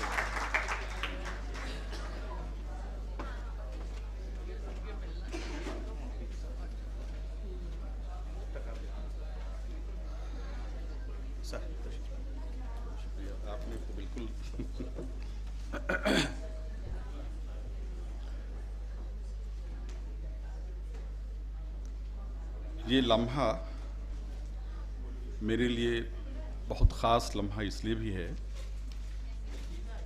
कि प्रोफेसर शारिब रदुल्वी साहब और प्रोफेसर शमीम निखत साहबा जो गरचे लखनऊ से ताल्लुक़ रखते थे, लेकिन उनकी ज़िंदगी का एक बड़ा हिस्सा दिल्ली में गुजरा था। और जिस यूनिवर्सिटी में मैंने तालीम हासिल की और जहाँ तदरीस के पेशे से मुंसलिक हुआ, उस यूनिवर्सिटी से भी प्रोफेसर शारिब रदुल्वी साहब का बड़ा गहरा ताल्लुक़ था। वो वहाँ बतौर सीनियर फैकल्टी मेंबर, बतौर प्रोफेसर आए थे और जाहिर है कि उनकी रहबरी में हम सब ने बहुत कुछ सीखा। हम जेएनयू वालों ने, जेएनयू का सेंटर ऑफ इंडियन लैंग्वेजेस जो है, हिंदुस्तानी ज़बानों का मरकज़, भारतीय भाषा केंद्र, जाहिर है कि वो उस केंद्र की एक शान थे प्रोफेसर शारिब रदुल्वी साहब। प्रोफेसर शमीम निखत साहबा का ताल्लुक़ दिल्ली यूनिवर्सिटी से था, लेकिन जाहिर है कि इल्म के मैदान में कोई सरहद नहीं खींची जा सकती, न यूनिवर्सिटीज़ के हवाले से, न सूबाओं या रियासतों के हवाले से, न ममालिक के हवाले से। मुझे बेहद खुशी हुई और मैं इस लम्हे को अपने लिए एक तरह से अपने एजाज़ का एक लम्हा तस्वूर करता हूँ कि इस खुतबे के लिए मुझे हुक्म दिया गया। यहाँ स्टेज पे जो शख्सियात मौजूद हैं, मैं थोड़ी सी उस रिवायत को सही करते हुए मैं नाम जो लूँगा, जो तरतीब है उसमें लेडीज़ फर्स्ट का जो तस्वूर हमारे यहाँ है, जाहिर है कि हम उसकी पैरवी करते हुए हमारे दरमियान जितनी शख्सियात इस वक्त मौजूद हैं, जाहिर है कि वो एक से एक, जिसे कहते हैं चंदा आफ्ताब चंद महताब, तो जाहिर है कि वो ये सब शख्सियात हैं हमारे सामने। सबसे पहला नाम मैं डॉक्टर सबिहा अनवर साहिबा का लूँगा, जिन्होंने इससे पहले खुतबा पेश किया था। और सिर्फ खुतबा ही नहीं, जब भी ज़िक्र लखनऊ का आता है और ख़ास तौर से इल्म अदब के हवाले से और फिक्शन के हवाले से, तो जाहिर है कि आपके नाम के बग़ैर लखनऊ का कोई हवाला मुकम्मल नहीं होता, कोई तारुफ मुकम्मल नहीं होता। आली जनाब हमारे इस जलसे के जो सदर हैं इस वक्त, प्रोफेसर वसीम अख्तर साहब, जो यूनिवर्सिटी इंटीग्रल यूनिवर्सिटी के वाइस चांसलर भी हैं, इनकी शख्सियत भी इस शहर में एक चिराग की तरह है। और इस चिराग से न जाने कितने चिराग वाबस्ता हैं यहाँ, जिनकी रोशनी मुस्तक़बिल के लिए बहुत ज़रूरी है। आली जनाब प्रोफेसर वसीम अख्तर साहब अदल व इंसाफ के हवाले से एक अपनी अलग शनाख्त रखने वाली भी एक बहुत ही मोहतरम शख्सियत हमारे दरमियान मौजूद है, ऑनरेबल जस्टिस आफ्ताब हुसैन साहब की। और यकीनन इस जलसे के वक़ार में आपकी मौजूदगी एक अहम इजाफ़ा उसमें करती है। जहाँ तक आली जनाब अम्मार रिजवी साहब का सवाल है, इस शहर का अभी इस वक्त अगर हम इस शहर की शनाख्त के हवाले से जब बात करते हैं, तो आप दो तहजीबों की तर्जुमानी करने वाले, उसकी नुमाइंदगी करने वाले हमारे दरमियान मौजूद हैं, जनाब आली जनाब अम्मार रिजवी साहब। और सिर्फ दो तहजीबें ही नहीं, सियासी नुक्ते नज़र से भी आपकी जो अहमियत रही है इस शहर में ही नहीं, इस मुल्क में आपकी शख्सियत एक रोशन चिराग की तरह है। जनाब डॉक्टर तकी आबदी साहब आलमी शोहरत के मालिक हैं, किन किन हवालों से उनका तारुफ कराया जाए। अब जाहिर है कि वो सब तारुफ का सिलसिला हो चुका है। आपकी जो शख्सियत है, आपकी मौजूदगी इस प्रोग्राम के वक़ार में इजाफा करती है। प्रोफेसर अब्बास रज़ा नैयर आपके शहर के लिए ही नहीं, उर्दू वालों के लिए ही नहीं, बल्कि इल्म अदब से ताल्लुक़ रखने वाले तमाम लोगों के लिए जाहिर है कि आपकी जो किताबत की जो ताकत, जो क़ुव्वत है, जो शान है, उसके हम सभी कायल हैं। और लास्ट बट नॉट लीस्ट यहाँ मौजूद जो मुअज़्ज़ज़ शख्सियात हैं, मैं अगर नाम लूँगा तो शायद जो वक्त मुझे असाइन किया गया है वो आधा हिस्सा उसका निकल जाएगा इसमें। और तमाम मुअज़्ज़ज़ ख़वातीन हज़रात और हमारी ये जो तलबा व तालिबात यहाँ मौजूद हैं, जिनकी वजह से इस जलसे की रौनक है, अगर ये ना हो तो जाहिर है कि ये जलसा बेरौनक हो। हम सब कुछ नहीं कर सकते, यहाँ बैठ कर के एक दूसरे को सिर्फ अपनी कहानी सुनाते रहेंगे। मुझे जब हुक्म दिया गया कि इस साल का खुतबा मुझे पेश करना है, तो मैं ये तय नहीं कर पा रहा था कि किस मौजू पे। फिक्शन तो है, एक ब्रॉडर टॉपिक फिक्शन है, चूँकि जिनके नाम से ये खुतबा मुअन्वन है, जाहिर है कि उनका ताल्लुक़ फ़िक्शन से रहा है। वो एक मारूफ फ़िक्शन राइटर भी रही हैं, अफसाना निगार रही हैं। तो मुअज़्ज़ज़ ख़वातीन हज़रात, डॉक्टर शमीम नकहत यादगारी खुतबे के लिए जब मुझे दावत दी गई, तो उनके अहद और मासरीन के हवाले से मेरे जहन में यकलख जो तस्वुरात उभरे, वो फ़िक्री एतबार से तरक्की पसंदी से वाबस्ता तस्वुरात थे। ये शहर अदब के हवाले से, तरक्की पसंदी के हवाले से, सजाद ज़हीर के हवाले से, प्रेमचंद के उस खुतबे के हवाले से, और ख़ुद ये जो हॉल है, ये जो एकेडमी है कैफ़ी आज़मी के हवाले से, आबिद सुहेल साहब का, इतनी शख्सियात हैं, किन किन का नाम। लखनऊ तो लखनऊ शहर ने तो एक ऐसी नस्ल की आबियारी की है जो नाबग़े रोज़गार, उस नस्ल का हर फर्द एक नाबग़े रोज़गार की हैसियत रखने वाला था। तो मेरे जहन में जो तस्वुरात उभरे, और उन तस्वुरात के जो उभरे वो फ़िक्री एतबार से तरक्की पसंदी से वाबस्ता तस्वुरात थे, बहुत फितरी तौर पर। ज़ाहिर है कि अगर आइडियोलॉजी या फ़िक्र के हवाले से, नज़रिए के हवाले से बात करें तो तरक्की पसंदी के बग़ैर इस शहर का तारुफ मुकम्मल नहीं होता। और उन तस्वुरात के तनाजुर में डॉक्टर शमीम नकहत तरक्की पसंदी और उर्दू अफसाना, ये एक तसलीस सी तश्कील पाती है। वाह। शहर लखनऊ, अगर आप उसे ज़ाहिर है कि ये तो शमीम नखत तरक्की पसंदी और उर्दू अफसाना के हवाले से जिस तसलीस की तश्कील हुई, उसने खुतबे के मौजू के तयन में मेरी रहनुमाई की। डॉक्टर शमीम नखत की शख्सियत और उनकी फ़िक्री तश्कील में उनके अहद और उसाहत का बहुत अहम रोल रहा है। मैंने मौजू जो इख्तियार किया, उस मौजू की बात करूं पहले कि उर्दू अफसाना फ़िक्री ताबीरात के चंद पहलू, फ़िक्री जो थॉट्स, जो आइडियाज़ हैं उर्दू अफसाने में, सिर्फ उनके हवाले से मैं बात करूंगा, नज़रिए के हवाले से बात करूंगा कि इसको तो मैंने बात की है। क्योंकि अदब में मेरी नज़र में जो सबसे अहम चीज़ है वो है फ़िक्र, आइडियाज़, नज़रिया। हर अदीब एक नज़रिया रखता है दुनिया के हवाले से, कायनात के हवाले से उसका एक विजन होता है और जाहिर है कि उसी की पेशकश करता है अपनी तख्लीक़ात में। तो मैं नज़रिए के हवाले से बात नहीं करूँगा। डॉक्टर शमीम नखत की शख्सियत और उनकी फ़िक्री तश्कील में उनके अहद उसाहत के पस मंज़र का अहम रोल रहा है। वो पस मंज़र जिसका ताल्लुक़ हिंदुस्तान की तारीख़ के उस अहद से था, जिसका ताल्लुक़ हिंदुस्तान की तारीख़ उस अहद से था, हिंदुस्तान की तारीख़ के उस अहद से था जब एक तवील जद्दोजहद के बाद हमारा मुल्क आज़ादी और जमहूरियत के परचम तले मुस्तक़बिल के ख्वाब बुनने में मसरूफ़ था। आज़ादी से कबल का एक अलग एक फ़ेज़ था जो ओवर हो चुका था तरक्की पसंदी के हवाले से, लेकिन आज़ादी के बाद का जो फ़ेज़ था वही भी कम अहम फ़ेज़ नहीं था। उस बाद की जो नस्ल थी उसने ज़ाहिर है कि अपनी सतह पर जिस तरह की खिदमत अंजाम दी, उन हवालों से मैं ये गुफ्तगू कर रहा हूँ कि जिसका ताल्लुक़ हिंदुस्तान की तारीख़ के उस अहद से था जब एक तवील जद्दोजहद के बाद हमारा मुल्क आज़ादी और जमहूरियत के परचम तले मुस्तक़बिल के ख्वाब बुनने में मसरूफ़ था।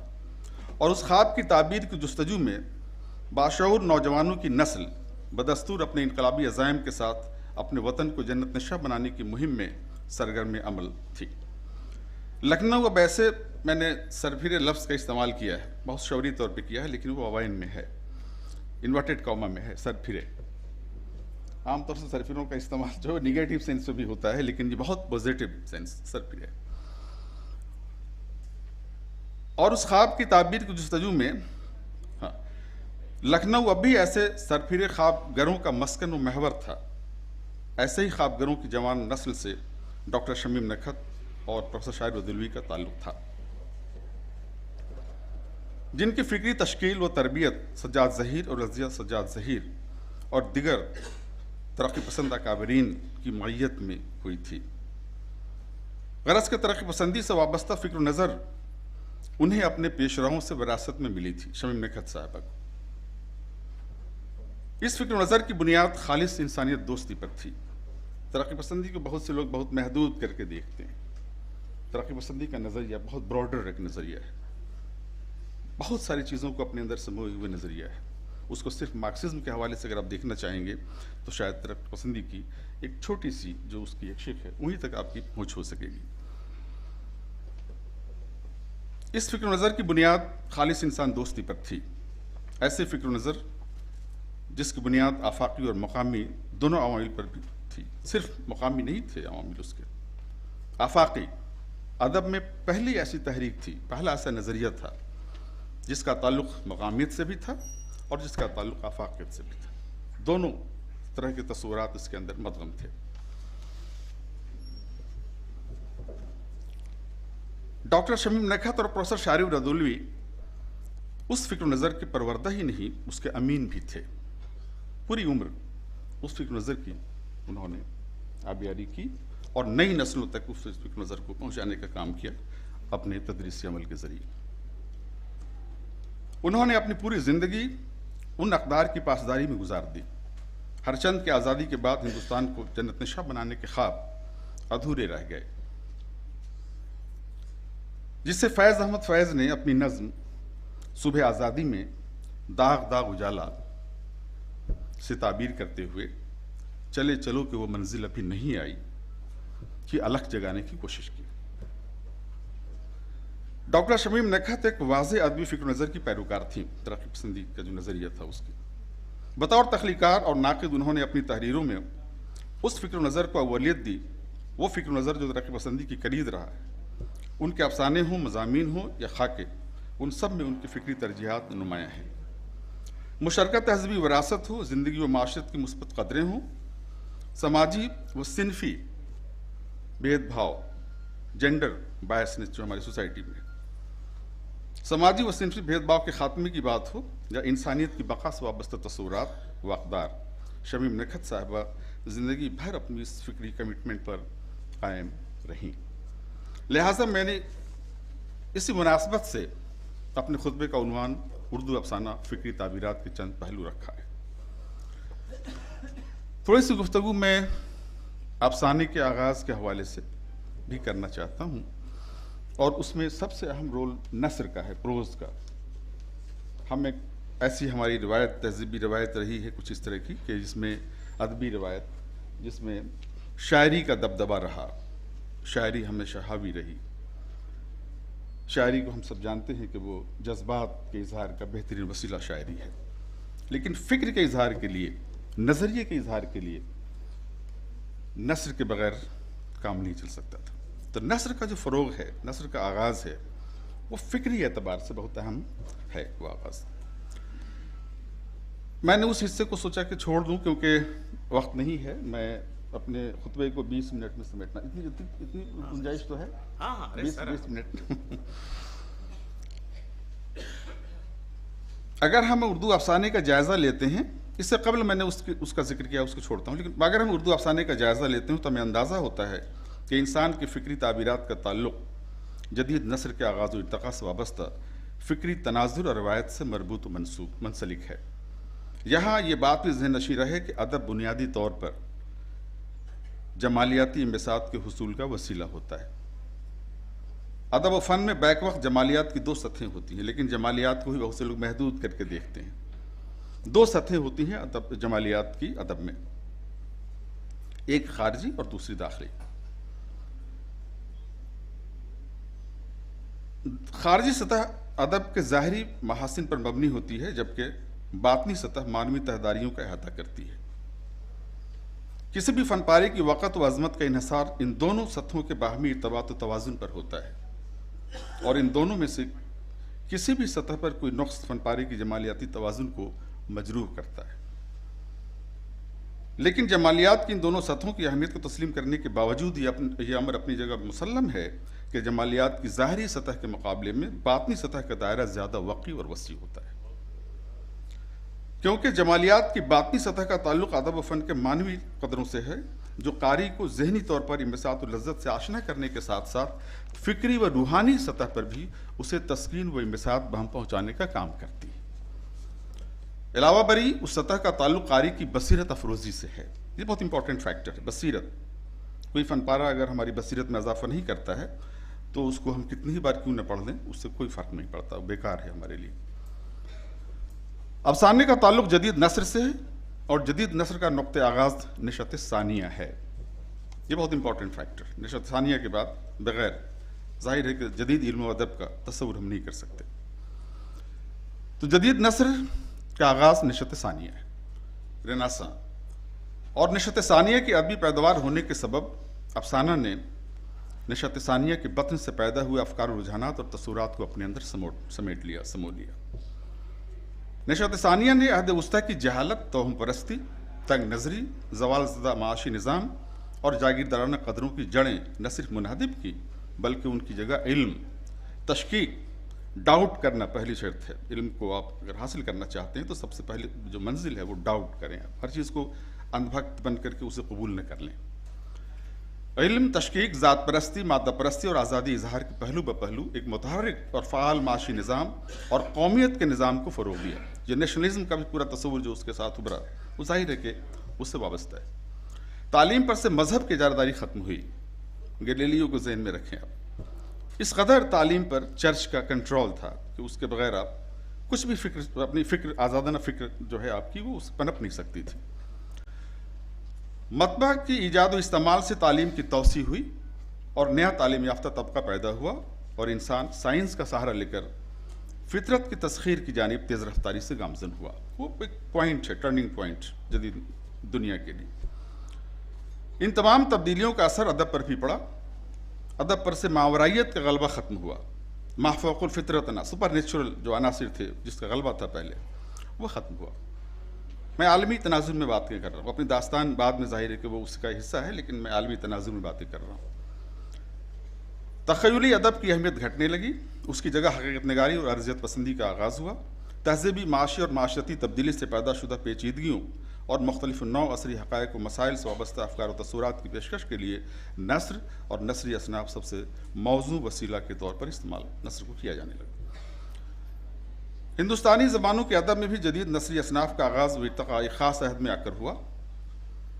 चूँकि हिंदुस्तान में मखसूस सियासी, समाजी और तहज़ीबी सूरत हाल 19वीं सदी में पैदा हुई, जो मगरिब में तकरीबन 3, साढ़े 3, 4 सदी कबल पैदा हो चुकी थी, रूनुमा हो चुकी थी। इसलिए हिंदुस्तानी ज़बानों में जदीद नसरी असनाफ़ का आगाज़ भी 19वीं सदी में और बिलखुसूस निस्फ़ आखिर में आकर हुआ। उर्दू में भी 19वीं सदी का दौर बिलखुसूस जदीद नस्र के फ़रोग़ के हवाले से काफ़ी अहम साबित हुआ। जदीद अफ़सानवी अदब में बिलखुसूस नावल ने एक ही जस्त में कई मंजिलें तय कर ली। पहले हमारे यहाँ नावल का आगाज़ होता है, फिर उसके बाद अफ़साने का आगाज़ होता है। 20वीं सदी में उर्दू अफ़साने ने फ़िक्री ताबीरात से बहस करते हुए जो 20वीं सदी में उर्दू अफ़सानी की फ़िक्री ताबीरात से बहस करते हुए जो बात ज़हननशी रखनी चाहिए वो ये है कि जदीद नस्र अहद जदीद की ज़ायदा होने के सबब फ़िक्री लिहाज से उस अहद के मुतग़य्यर व इनक़लाबी आहंग को अपने समेटने और उसे मुनज़्ज़म शक्ल में पेश करने के लिए शायरी के मुकाबले ज़्यादा मौज़ू वसीला ठहरी। नस्र जदीद तरफ़कार नज़रियात की पेशकश और उनकी ताबीरात में नस्र ने शायरी के मुकाबले में ज़्यादा अहम किरदार अदा किया। सरसे तहरीक पर अगर आप गौर करें तो जो गज़ल की रवायत थी, बहुत सारी असनाफ़ तो हमारी ख़त्म हो गई, कसीदा नगारी वगैरह और इस तरह की असनाफ़ ख़त्म हो गई या दूसरे पैकर में वो सब ढल गई। लेकिन नस्र का जिस तरह से फ़रोग़ हुआ, उस तहरीक ने सबसे ज़्यादा नस्र को फ़रोग़ दिया, क्योंकि नस्र फ़िक्र को बराह रास्त कारी तक पहुँचाने का सबसे वाज़े और आसान वसीला है। वहाँ से नस्र अचानक आप देखेंगे कि वो नस्र जो दास्तानों के तिलस्म में उलझी हुई थी उससे कबल, उससे बाहर कदम नहीं निकाल सकती थी, उस नस्र को एक ऐसी सतह तक पहुँचा दिया कि जहाँ हर तरह के ख़यालात, हर तरह के अफ़कार, हर तरह के उलूम को नस्र में पेश करने के लायक हम बन गए। एक बहुत बड़ा इनकलाबी कदम था सरसियत दौर का, सरसियत तहरीक का। यह हकीकत है कि जदीद अफ़सानवी अदब का आगाज़ ज़िंदगी के उन बुनियादी कदरों की पासदारी व आबियारी के तस्वुरात के तहत हुआ जो नए अहद के तकाज़ों के साथ हम आहंग ही नहीं बल्कि उसके फ़रोग़ में मुआविन थी। जदीद अफ़सानवी अदब में नावल ने दास्तान की तिलस्माती फ़िज़ा से कारी को आज़ाद करके असरी हक़ाइक़ और अक़लियत पसंदी की रोशनी से आँखें मिलाने का हौसला अता किया। कहाँ हम माफ़ौक़ुल फ़ितरत नासिर की दुनिया में खोए हुए थे, उससे लबरेज़ दुनिया में। मौलवी नज़ीर अहमद जो नावल लिखे, वो जो उसमें असगरी और अकबरी का किरदार डॉक्टर साहब हम सब पढ़ाते हैं कि उनके पास लोग आते थे डिप्टी नज़ीर अहमद के पास कि हुजूर असगरी और अकबरी का घर कहाँ है, उसका पता क्या है, ज़रा हमें दे दीजिए, हम अपनी बच्चियों को तरबियत के लिए भेजना चाहते हैं। ये हकीकत की नई सतह, कहाँ हम तिलस्माती दुनिया में उलझे हुए थे, मावराई दुनिया में उलझे हुए थे, वहाँ से हकीकत के एक ऐसी सतह पर हमको पहुँचा दिया मौलवी नज़ीर अहमद ने, डिप्टी नज़ीर अहमद। मौलवी नज़ीर अहमद भी कहते हैं बुनियादी तौर पर मौलवी थे, वो पेशे से डिप्टी बन गए थे, लेकिन फिक्री एतबार से मौलवी रहे पूरी ज़िंदगी। जो लोग जानते हैं नज़ीर अहमद को जानते हैं, मौलवी वाला था, मौलाना आज़ाद, मौलाना शिबली, मौलाना हाली। तो एक ऐसी शौरी तौर पर कारी को ऐसी बसीरत से आशना करने की काविशें हुई उस दौर में जो बदलते माहौल में उसे बेदार कर सके, नींद में न सुलाए उसे, मज़ीद ख्वाब आवर न बने उसको। जाहिर है कि लिहाजा तफरीह तबाह के बरखिलाफ शऊर व बसीरत की नमूद व आबियारी अब अदबी तख्लीक़ी अमल की फ़िक्री बुनियाद बनी। इस फ़िक्री रवैये ने असरी अलमनाकी को रजाई जमाल में तब्दील करने का काम किया। उस अलमिये की जो ट्रेजडी थी हमारे सामने, एक माशरा, एक बड़ी तहजीब, बहुत एक पुरशको तहजीब का ख़ात्मा हो चुका था, हो रहा था, और हम उस तहजीब के तिलस्म में अब तक उलझे हुए थे और अपने आप को बिल्कुल बेदस्तुपा हमने बना लिया था। तब्दीलियाँ जिस तेज़ी के साथ हो रही थी, हम बेदस्तुपा होकर रह गए थे। उन तब्दीलियों उनमें एक नई उम्मीद की किरण के जगाना, उस ट्रेजिडी से एक नए एस्थेटिक शऊर को बेदार करना, ये बहुत बड़ा काम था और उस तहरीक ने किया था उसमें। असरी आलम नाकी को रजाई जमाल में तब्दील करने में जिन बुनियाद गुजारों ने नुमाया किरदार अदा किया, उनमें मौलवी नज़ीर अहमद, सरशार, शरर और रुस्वा के नाम इम्तियाजी तौर पर नुमाया हैं। और ये महज इत्तफाक नहीं है कि 3 अकाबरीन के नाम जो उस अहद के हैं, शरर, रुस्वा और सरशार, उनका ताल्लुक इसी शहर लखनऊ से है। उन अकाबरीन अदब व दानिश ने माजी और हाल के तनाजुर में असरी बसीरत की तश्कील की और फिक्री दरीचों को वाह करके जदीद अफसानवी अदब की नई फिक्री समत की राहें रोशन की।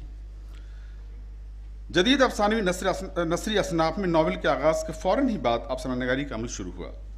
अगरचे अफसानानिगारी की बुनियाद प्रेमचंद से पहले पड़ चुकी थी, लेकिन प्रेमचंद ने जदीद अफसानवी अदब की राह को यकसर बदल कर उसे नई समत अता की।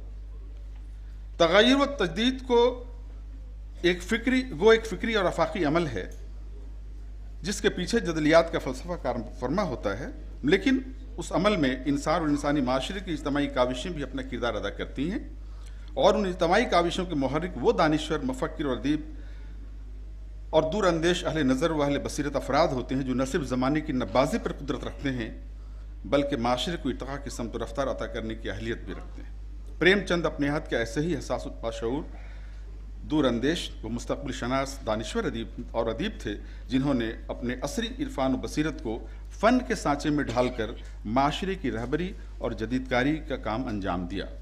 हमारे यहाँ जो मॉडर्निटी का जो सिलसिला शुरू होता है फिक्शन में, वो उसके बुनियाद गुजारों में प्रेमचंद ही हैं। मैं कुछ इक़्तिबासात पढ़ूंगा उनके, जो आप अंदाज़ा लगाइए कि वो अपने अहद से कितने आगे थे और हम आज भी शायद उस मंजिल तक नहीं पहुँच पाए जिस मंजिल पर प्रेमचंद हमसे 1 सदी से कबल पहुँच चुके थे फ़िक्री एतबार से।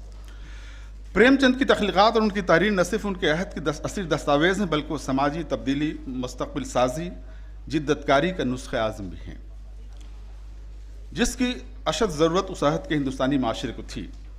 हमारे अदब में समाजी तब्दीली और जदीदकारी की बुनियाद गर्चे सरसे तहरीक ज़ेर असर बहुत पहले पड़ चुकी थी, लेकिन उसकी रसाई तबक़े आला और किसी हद तक मुतवस्सित तबक़े की महदूद थी। वो मदनी मरकज़ियत वाले ख़ित्तों तक ही थी। दबिस्तानों में अभी तक हम मुक़य्यद थे, दिल्ली दबिस्तान, लखनऊ दबिस्तान। मदनी मरकज़ियत वाले ख़ित्तों तक ही महदूद थी, जबकि प्रेमचंद की समाजी तब्दीली व जदीदकारी का विज़न कहीं ज़्यादा वसी और अमीर था। उनके नज़रिए में हमगीरियत थी। वो एक पुख्ता जमहूरी शऊर के मालिक थे। वो जानते थे कि हिंदुस्तानी माशरे की रूह देहात में बसती है, लिहाजा हिंदुस्तानी माशरे में बेदारी और उसकी जदीदकारी का ख्वाब उस वक्त तक शर्मिंदा ताबीर नहीं हो सकता जब तक दलितों के मसाइल, हम आज 20वीं सदी के आखिरी अशरे में आकर के हमारे सामने दलित लिटरेचर का एक तस्वूर सामने आया। ब्लैक लिटरेचर का तस्वूर अमेरिका में पहले आ चुका था, हमारे यहाँ दलित लिटरेचर का तस्वूर सामने आया। प्रेमचंद ने इसकी शनाख्त बहुत पहले कर ली थी, इस ज़रूरत की शनाख्त कि हमारे अदब में दलित जो विज़न है, दलित अदब जिसे हम कहते हैं, उसकी पेशकश किस कदर ज़रूरी है। दलितों के मसाइल और उनके साथ रवा इम्तियाजी वगैर इंसानी रवैये को लेकर आज भी हमारा माशरा मुतसादिम व मुतफक्किर है। प्रेमचंद की दूर अंदेश निगाहें इस मसले की संगीनी को उसी वक्त भांप चुकी थीं। उनका समाजी शऊर इतना बालिदा था कि आज से 1 सदी कबल उन्होंने ये महसूस कर लिया था कि अगर समाज से ये लानत ख़त्म नहीं हुई तो माशरे के इंतशार व इन्हितात को उससे बाहर निकालना और समाजी मसावत व इंसाफ पर मबनी जदीद समाजी निज़ाम का तस्वूर करना नामुमकिन होगा। उन्होंने ज़ात पात के निज़ाम और दलितों के साथ नारवा सलूक और उनके इस्तेसाल के ख़िलाफ़ समाज में बेदारी पैदा करने और असली निज़ाम माशरत में तब्दीली लाने के लिए अपने अफसानों और नावलों के ज़रिए अनथक कोशिशें की। उन्होंने माशरे को बरमला ये पैगाम दिया। एक कोटेशन है, बहुत मुख्तसर कोटेशन। जिन लोगों के साये से हम परहेज़ करते आए हैं, दलित तबका, शूद्र जिसे हम कहते आए हैं, जिन लोगों के साये से हम परहेज़ करते आए हैं, जिन्हें हमने हैवानों से भी जलील समझ रखा है। आज ये बातें कहना बहुत आसान है, 1 सदी कबल प्रेमचंद ये बातें कह रहे थे। आज जो ये बातें कहता है उसको हम बड़ा इनकलाबी तस्वूर करते हैं, बागी तस्वूर करते हैं। ये माशरा आज भी उनको बागी तस्वूर करता है। प्रेमचंद ये बगावत का जो बिगुल हम जिसे कहते हैं वो उस वक्त बता चुके थे। जिन लोगों के साये से हम परहेज करते हैं, जिन्हें हमने हैवानों से भी जलील समझ रखा है, उनसे गले मिलने में हमको ईसार, हिम्मत और बेनफ्सी से काम लेना पड़ेगा। हम मजबूत दिल से अहद करें कि आज से हम अछूतों के साथ बरादराना सलूक करेंगे, उनकी तकरीबों में शरीक होंगे और अपनी तकरीबों में उन्हें बुलाएंगे। ये नसीहत प्रेमचंद उस वक्त कर रहे हैं, लेकिन बहुत गार्डेड नसीहत है ये। प्रेमचंद उस वक्त के हालात ऐसे नहीं थे कि आप परचम बुलंद करके मैदान में उतर जाएं, लेकिन प्रेमचंद हमारे जज्बात की तथहीर करना चाहते हैं, हमारे नफ्स की तथहीर करना चाहते हैं, हमें सेंसिटाइज करना चाहते हैं अपने माशरती जिम्मेदारियों के तई। गैर इंसानी जो रवैया हमारे माशरे में था उसके तई हमें सेंसिटाइज करना चाहते हैं। इसलिए ये बड़ा सबड्यूड अप्रोच है एक तरह से। वो ये मशवरा दे रहे हैं, ये मशवरा देने का ही ज़माना था और प्रेमचंद ही वो मशवरा दे सकते थे। उस ज़माने का भी कोई दूसरा आदमी ये काम नहीं कर सकता था। तहरीक आज़ादी निस्वां, फेमिनिज्म की बात हम करते हैं, वुमेन राइट्स की बात हम करते हैं। आज 20वीं सदी के अशर में हाथ में आके अब हम बातें करने लगे हैं। तहरीक आज़ादी निस्वां हो, ये तानीसियत की तहरीक, ये मौजूदा दौर की एक अहम तहरीक तस्वूर की जाती है और आज आलमी सतह पर सियासत, मईशत और माशरत को हर शोबे में इसकी अहमियत और ज़रूरत को तस्लीम किया जा रहा है। ये एक तरह से जाहिर है कि हर शोबे का एक अहम एजेंडा है इस वक्त हमारे सामने। वो माशरा बेहतर माशरा तस्वूर नहीं किया जा सकता जिसकी निस्फ आबादी महज जिनसी इम्तियाज़ की बुनियाद पर मजलूम व पसमानदा हो। जेंडर बायसनेस जो हमारे हैं। प्रेमचंद का जदीद जहन इस मसले की अहमियत को गुज़श्ता सदी के अवाइल में ही महसूस कर चुका था। 20वीं सदी के अवाइल वो जानते थे कि औरतों की हालत ज़ार में जब तक तब्दीली नहीं आएगी और उनके साथ जिन्स की बुनियाद पर कायम नारवा सलूक का सिलसिला ख़त्म नहीं होगा, माशरे में तब्दील और इर्तक़ा और उसकी जदीदकारी का अमल अधूरा ही रह जाएगा। इसीलिए वो अपनी तख्लीक़ात में बड़े खुलूस के साथ औरतों के मसाइल को उजागर करते हैं। खा वो बेवाओं की अज़ियतनाक ज़िंदगी का मसला हो, या जहेज़ की लानत, या फिर उनकी तालीम का मसला हो, या कमसिनी और बेमेल शादी का मसला, जायदाद में उनके हिस्से का मसला हो, या समाज में मर्दों के मुकाबले में उन्हें कमतर और पस्त तस्वूर करने का रवैया। प्रेमचंद ने इस रवैये पर ज़बरदस्त तनकीद की और अपनी तख्लीक़ात के ज़रिए जहाँ मर्दों की बालादस्ती वाले माशरती निज़ाम पर लान तान की, वहीं औरतों के किरदार को अक्सर औक़ात मजबूत, जानदार और तवाना किरदार के तौर पर उन्होंने पेश किया। बहुत स्ट्रॉन्ग कैरेक्टर के तौर पर उनके ख़वातीन किरदार भी सामने आते हैं और उनकी सलाहियतों को आश्कारा किया और औरतों को अपने हुकूक की बाज़ियाफ्त के लिए बेदार होने की तरगीब व तहरीक भी दिलाई। एक छोटा सा कोटेशन और देखें आप और गौर करें कि क्या प्रेमचंद क्या कह रहे हैं। और आज भी ये बात कहने की हिम्मत हमें से बहुत से लोगों में नहीं पैदा हो पाई।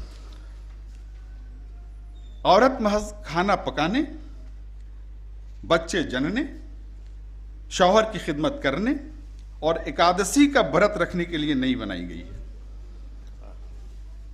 करवा चौथ का व्रत रखने के लिए नहीं बनाई गई है। उसकी जिंदगी का मकसद इससे बहुत आला है। वह इंसान की तमाम मजलिसी, जहनी, अमली तरक्कियों में बराबर का हिस्सा लेने की मुस्तहक है। इक्वलिटी का ये तस्वुर प्रेमचंद हमें एक सदी कबल दे रहे हैं। हम में से बेशतर 90% लोग, मेरा दावा है कि आज भी उस फिक्री बुलंदी तक नहीं पहुंच पाया जिस फिक्री बुलंदी पर, जिस जहनी वसत से प्रेमचंद पहुंच चुके थे। एक और उसके साथ आप देखें कोटेशन, मर्द समझता है कि शादी ने एक औरत को गुलाम बना दिया है। वो उसके साथ जीना चाहे, जितना चाहे जुल्म करे। यह हक है मर्द का, शौहर का हक है कि जितना जुल्म चाहे वो करे। कोई उससे बाज़पुर्स नहीं कर सकता। He has got the certificate, निकाह नामी की शक्ल में या उस शादी के उस फेरे की शक्ल में उसको सर्टिफिकेट मिल गया है कि जैसे चाहे ट्रीट करे औरतों को। वो जानता है कि औरत पाबंदियों में जकड़ी हुई है, उसे रो रो कर मर जाने के सिवा कोई चारा नहीं। अगर उसे खौफ होता कि औरत भी उसकी ईंट का जवाब पत्थर से नहीं। बहुत गौर कीजिए, एक एक जुमले, एक एक लफ्ज़ पे गौर कीजिए प्रेमचंद क्या कह रहे हैं। मगर इधर हमारी कुछ ख़वातीन बेटियां हमारी जो कुछ मुस्कुरा रही हैं, लेकिन अमल मत कीजिएगा उस पर, क्योंकि प्रेमचंद आगे बहुत सख्त जुमला इस्तेमाल कर रहे हैं। वरना ये जो मर्द असास माशरा है वो शायद उसको बर्दाश्त नहीं कर पाएगा। प्रेमचंद कह रहे हैं उसे रो रो कर मर जाने के सिवा कोई चारा नहीं। अगर उसे खौफ होता कि औरत भी उसकी ईंट, मर्द को अगर उसे खौफ होता कि औरत भी उसकी ईंट का जवाब पत्थर से नहीं, ईंट का जवाब ईंट से भी नहीं, महज थप्पड़ से दे सकती है, तो उसे कभी इस बदमिजाजी की जरूरत न होती। प्रेमचंद कह रहे चप्पल जी। तो प्रेमचंद कह रहे हैं कि उसका जवाब अगर थप्पड़ से भी देने पर औरत उतर आए तो शायद मर्द कभी इस बदमिजाजी की जरूरत न कर सकता। प्रेमचंद के ये ख्यालात आज भी इंसानी आज़ादी और औरतों के मसावी हकूक़ के हुसूल के सिलसिले में जारी जद्दोजहद के लिए 100% कारआमद, ताज़ा तर और जहन के दरीचे खोलने वाले हैं। साथ ही मर्दों की बालादस्ती वाले माशरे के लिए सबक आमोज भी हैं। प्रेमचंद के ये अफकार और ख्यालात माशरती तब्दीली व जदीदकारी की उनकी ख्वाहिशों और आरजुओं के गम्मास हैं। प्रेमचंद का अहद हकीकत निगारी से मुतल्लिक फ़िक्री इत्तक़ा का अहद था। प्रेमचंद ने अपनी तख्लीक़ात के ज़रिए उस हकीकत को आशकारा किया कि हुस्न की तर्जुमानी एक संजीदा मामला है, सिर्फ दिलबस्तगी का मामला नहीं है। हुस्न की तर्जुमा, एस्थेटिक्स, ये सिर्फ दिलबस्तगी का सामान नहीं। अदब में उन्होंने नज़रिए हुस्न को फ़िक्री एतबार से एक नई मानवियत अता की। उन्होंने हुस्न को मावरायत और जागीदाराना मेयार के हिसार से निकालकर उससे अर्ज़ी पैकर अता किया। लखनऊ में तरक़-पसंद मुसन्निफ़ीन की कॉन्फ्रेंस को खिताब करते हुए उन्होंने जब ये कहा था कि हमें हुस्न का मयार बदलना होगा, जाहिर है कि वो एक बहुत अहम एक नुक्ता था वो जो पेश कर रहे थे, जिससे अदब में हुस्न जमाल की पेशकश के सिलसिले में एक नया तस्वुर सामने आया, जिसने तरक्की पसंद अदीबों को के तस्वुर जमाल को एक नई समत अता की। प्रेमचंद के ही अहद में हकीकत और रज़ियत से वाबस्ता अफकार और तसव्वुरात की मतवाज़ी एक और रुझान उर्दू फिक्शन को मावरायत की लताफत से आशना करने का काम कर रही थी, जिसे रूमानी रुझान से मौसूम किया जाता है। रोमांटिक जो है अप्रोच है उससे ताबीर किया जाता है। ये प्रेमचंद के दौर में पैरेलल एक रुझान चल रही थी। अगरचे रूमानियत या रूमानी फ़िक्र व एहसास अदब के लाजमी जुज़्व हैं, अदब में इसकी हैसियत एक मुस्तकिल कद्र की है। आप उसको यकसर नहीं इनकार कर सकते। रोमांटिसिज्म लाजमी जुज़ है, उसके बगैर तो बड़ा खुश्क और सपाट सा अदब हो जाएगा। लेकिन रूमानवी एहसास व फ़िक्र की अपनी हदें होती हैं। अगर अदब व फ़न का मकसद ही रूमानवी एहसास व अफकार की तर्जुमानी महज़ होकर रह जाए, सिर्फ वही होकर रह जाए अगर मकसद, और असरी हक़ाइक़ से अपना रिश्ता मुनक़ता कर ले अदीब, तो उसकी समाजी मानवियत, उस अदब की समाजी मानवियत मजरूह होती है। और वो अदब पारा महज जज्बाती व तख़यलाती वादियों की सैर का वसीला बनकर रह जाता है, जबकि रूमानी एहसास व फ़िक्र की हस्ब ज़रूरत चाशनी अदब के जमालियती कद्र में इजाफे का सबब बनती है। हमारे अदब में रूमानियत, रूमानी तर्ज़ एहसास व फ़िक्र रोज़ अव्वल से मौजूद रही, लेकिन उसे मुनज़्ज़म रुझान की सूरत हासिल हुई आकर बाद में, उस वक्त 20वीं सदी में आकर हुई। ये सूरत 20वीं सदी में आकर हासिल हुई। बिलखुसूस 20वीं सदी के अवाइल से लेकर कम व बेश चौथे अशरे तक हमारी शायरी और अफसानवी अदब दोनों में रूमानियत एक वाज़ेह रुझान की शक्ल में मिलती है। एक गालिब रुझान के तौर पर रूमानियत उस अहद में परवान चढ़ी जब प्रेमचंद उर्दू अफसाने को फ़िक्री एतबार से अर्जियत और अर्जी हकीकत की एक नई रोशनी से आशना कर रहे थे। ये दौर वो था जब क्लासिकियत की बंदिशों से इनहराफ करते हुए असरी हालात की ज़ायदा जिद्दत पसंदी पर मबनी अफकार नज़रियात की आबियारी के 20वीं सदी के अवाइल तक आते आते एक मखसूस इस्लाही तर्ज फ़िक्र की तकलीदी हिसार में हमारी सरसैयद तहरीक से जो उठी हुई एक जो फ़िक्री जो एक उबाल जाहिर है कि वो एक तरह से रफ्ता रफ्ता वो सब सबसाइड होकर के वो एक तरह की रिवायत पसंदी में बदलती चली जा रही थी। ऐसे में प्रेमचंद के ज़रिए रोशन की गई नई फ़िक्री जोत के मतवाज़ी रूमानी फ़िक्र ख्याल के झोंके ने तल्ख़ हकीकतों से दूर ख्याल आराई के सहारे एक मावराई आज़ाद फ़िज़ा की तख्लीक की, जो कारी के दिल को वक्ती तौर पर मुसख्खर तो कर सकती थी, लेकिन उसे बसीरत और शऊर अता करने से कासिर थी। उसके पस मंज़र में मशरक़ियत और मगरबियत के बाहमी आँख मचूली भी थी। बेशतर रूमानवी जो हमारे अदीब थे वो एक जागीरदाराना जो उनका उस निज़ाम का हिस्सा थे, वो उन्हीं रिवायतों की एक तरह से वो पासदार थे। किसी का नाम आप ले लें, चाहता तो यलराम से लेकर के और न्याज फतेहपुरी तक, ये सब उसी तरह की रिवायत के पैरोकार थे। मेरे लिए पर्चा तो नहीं आ गया है?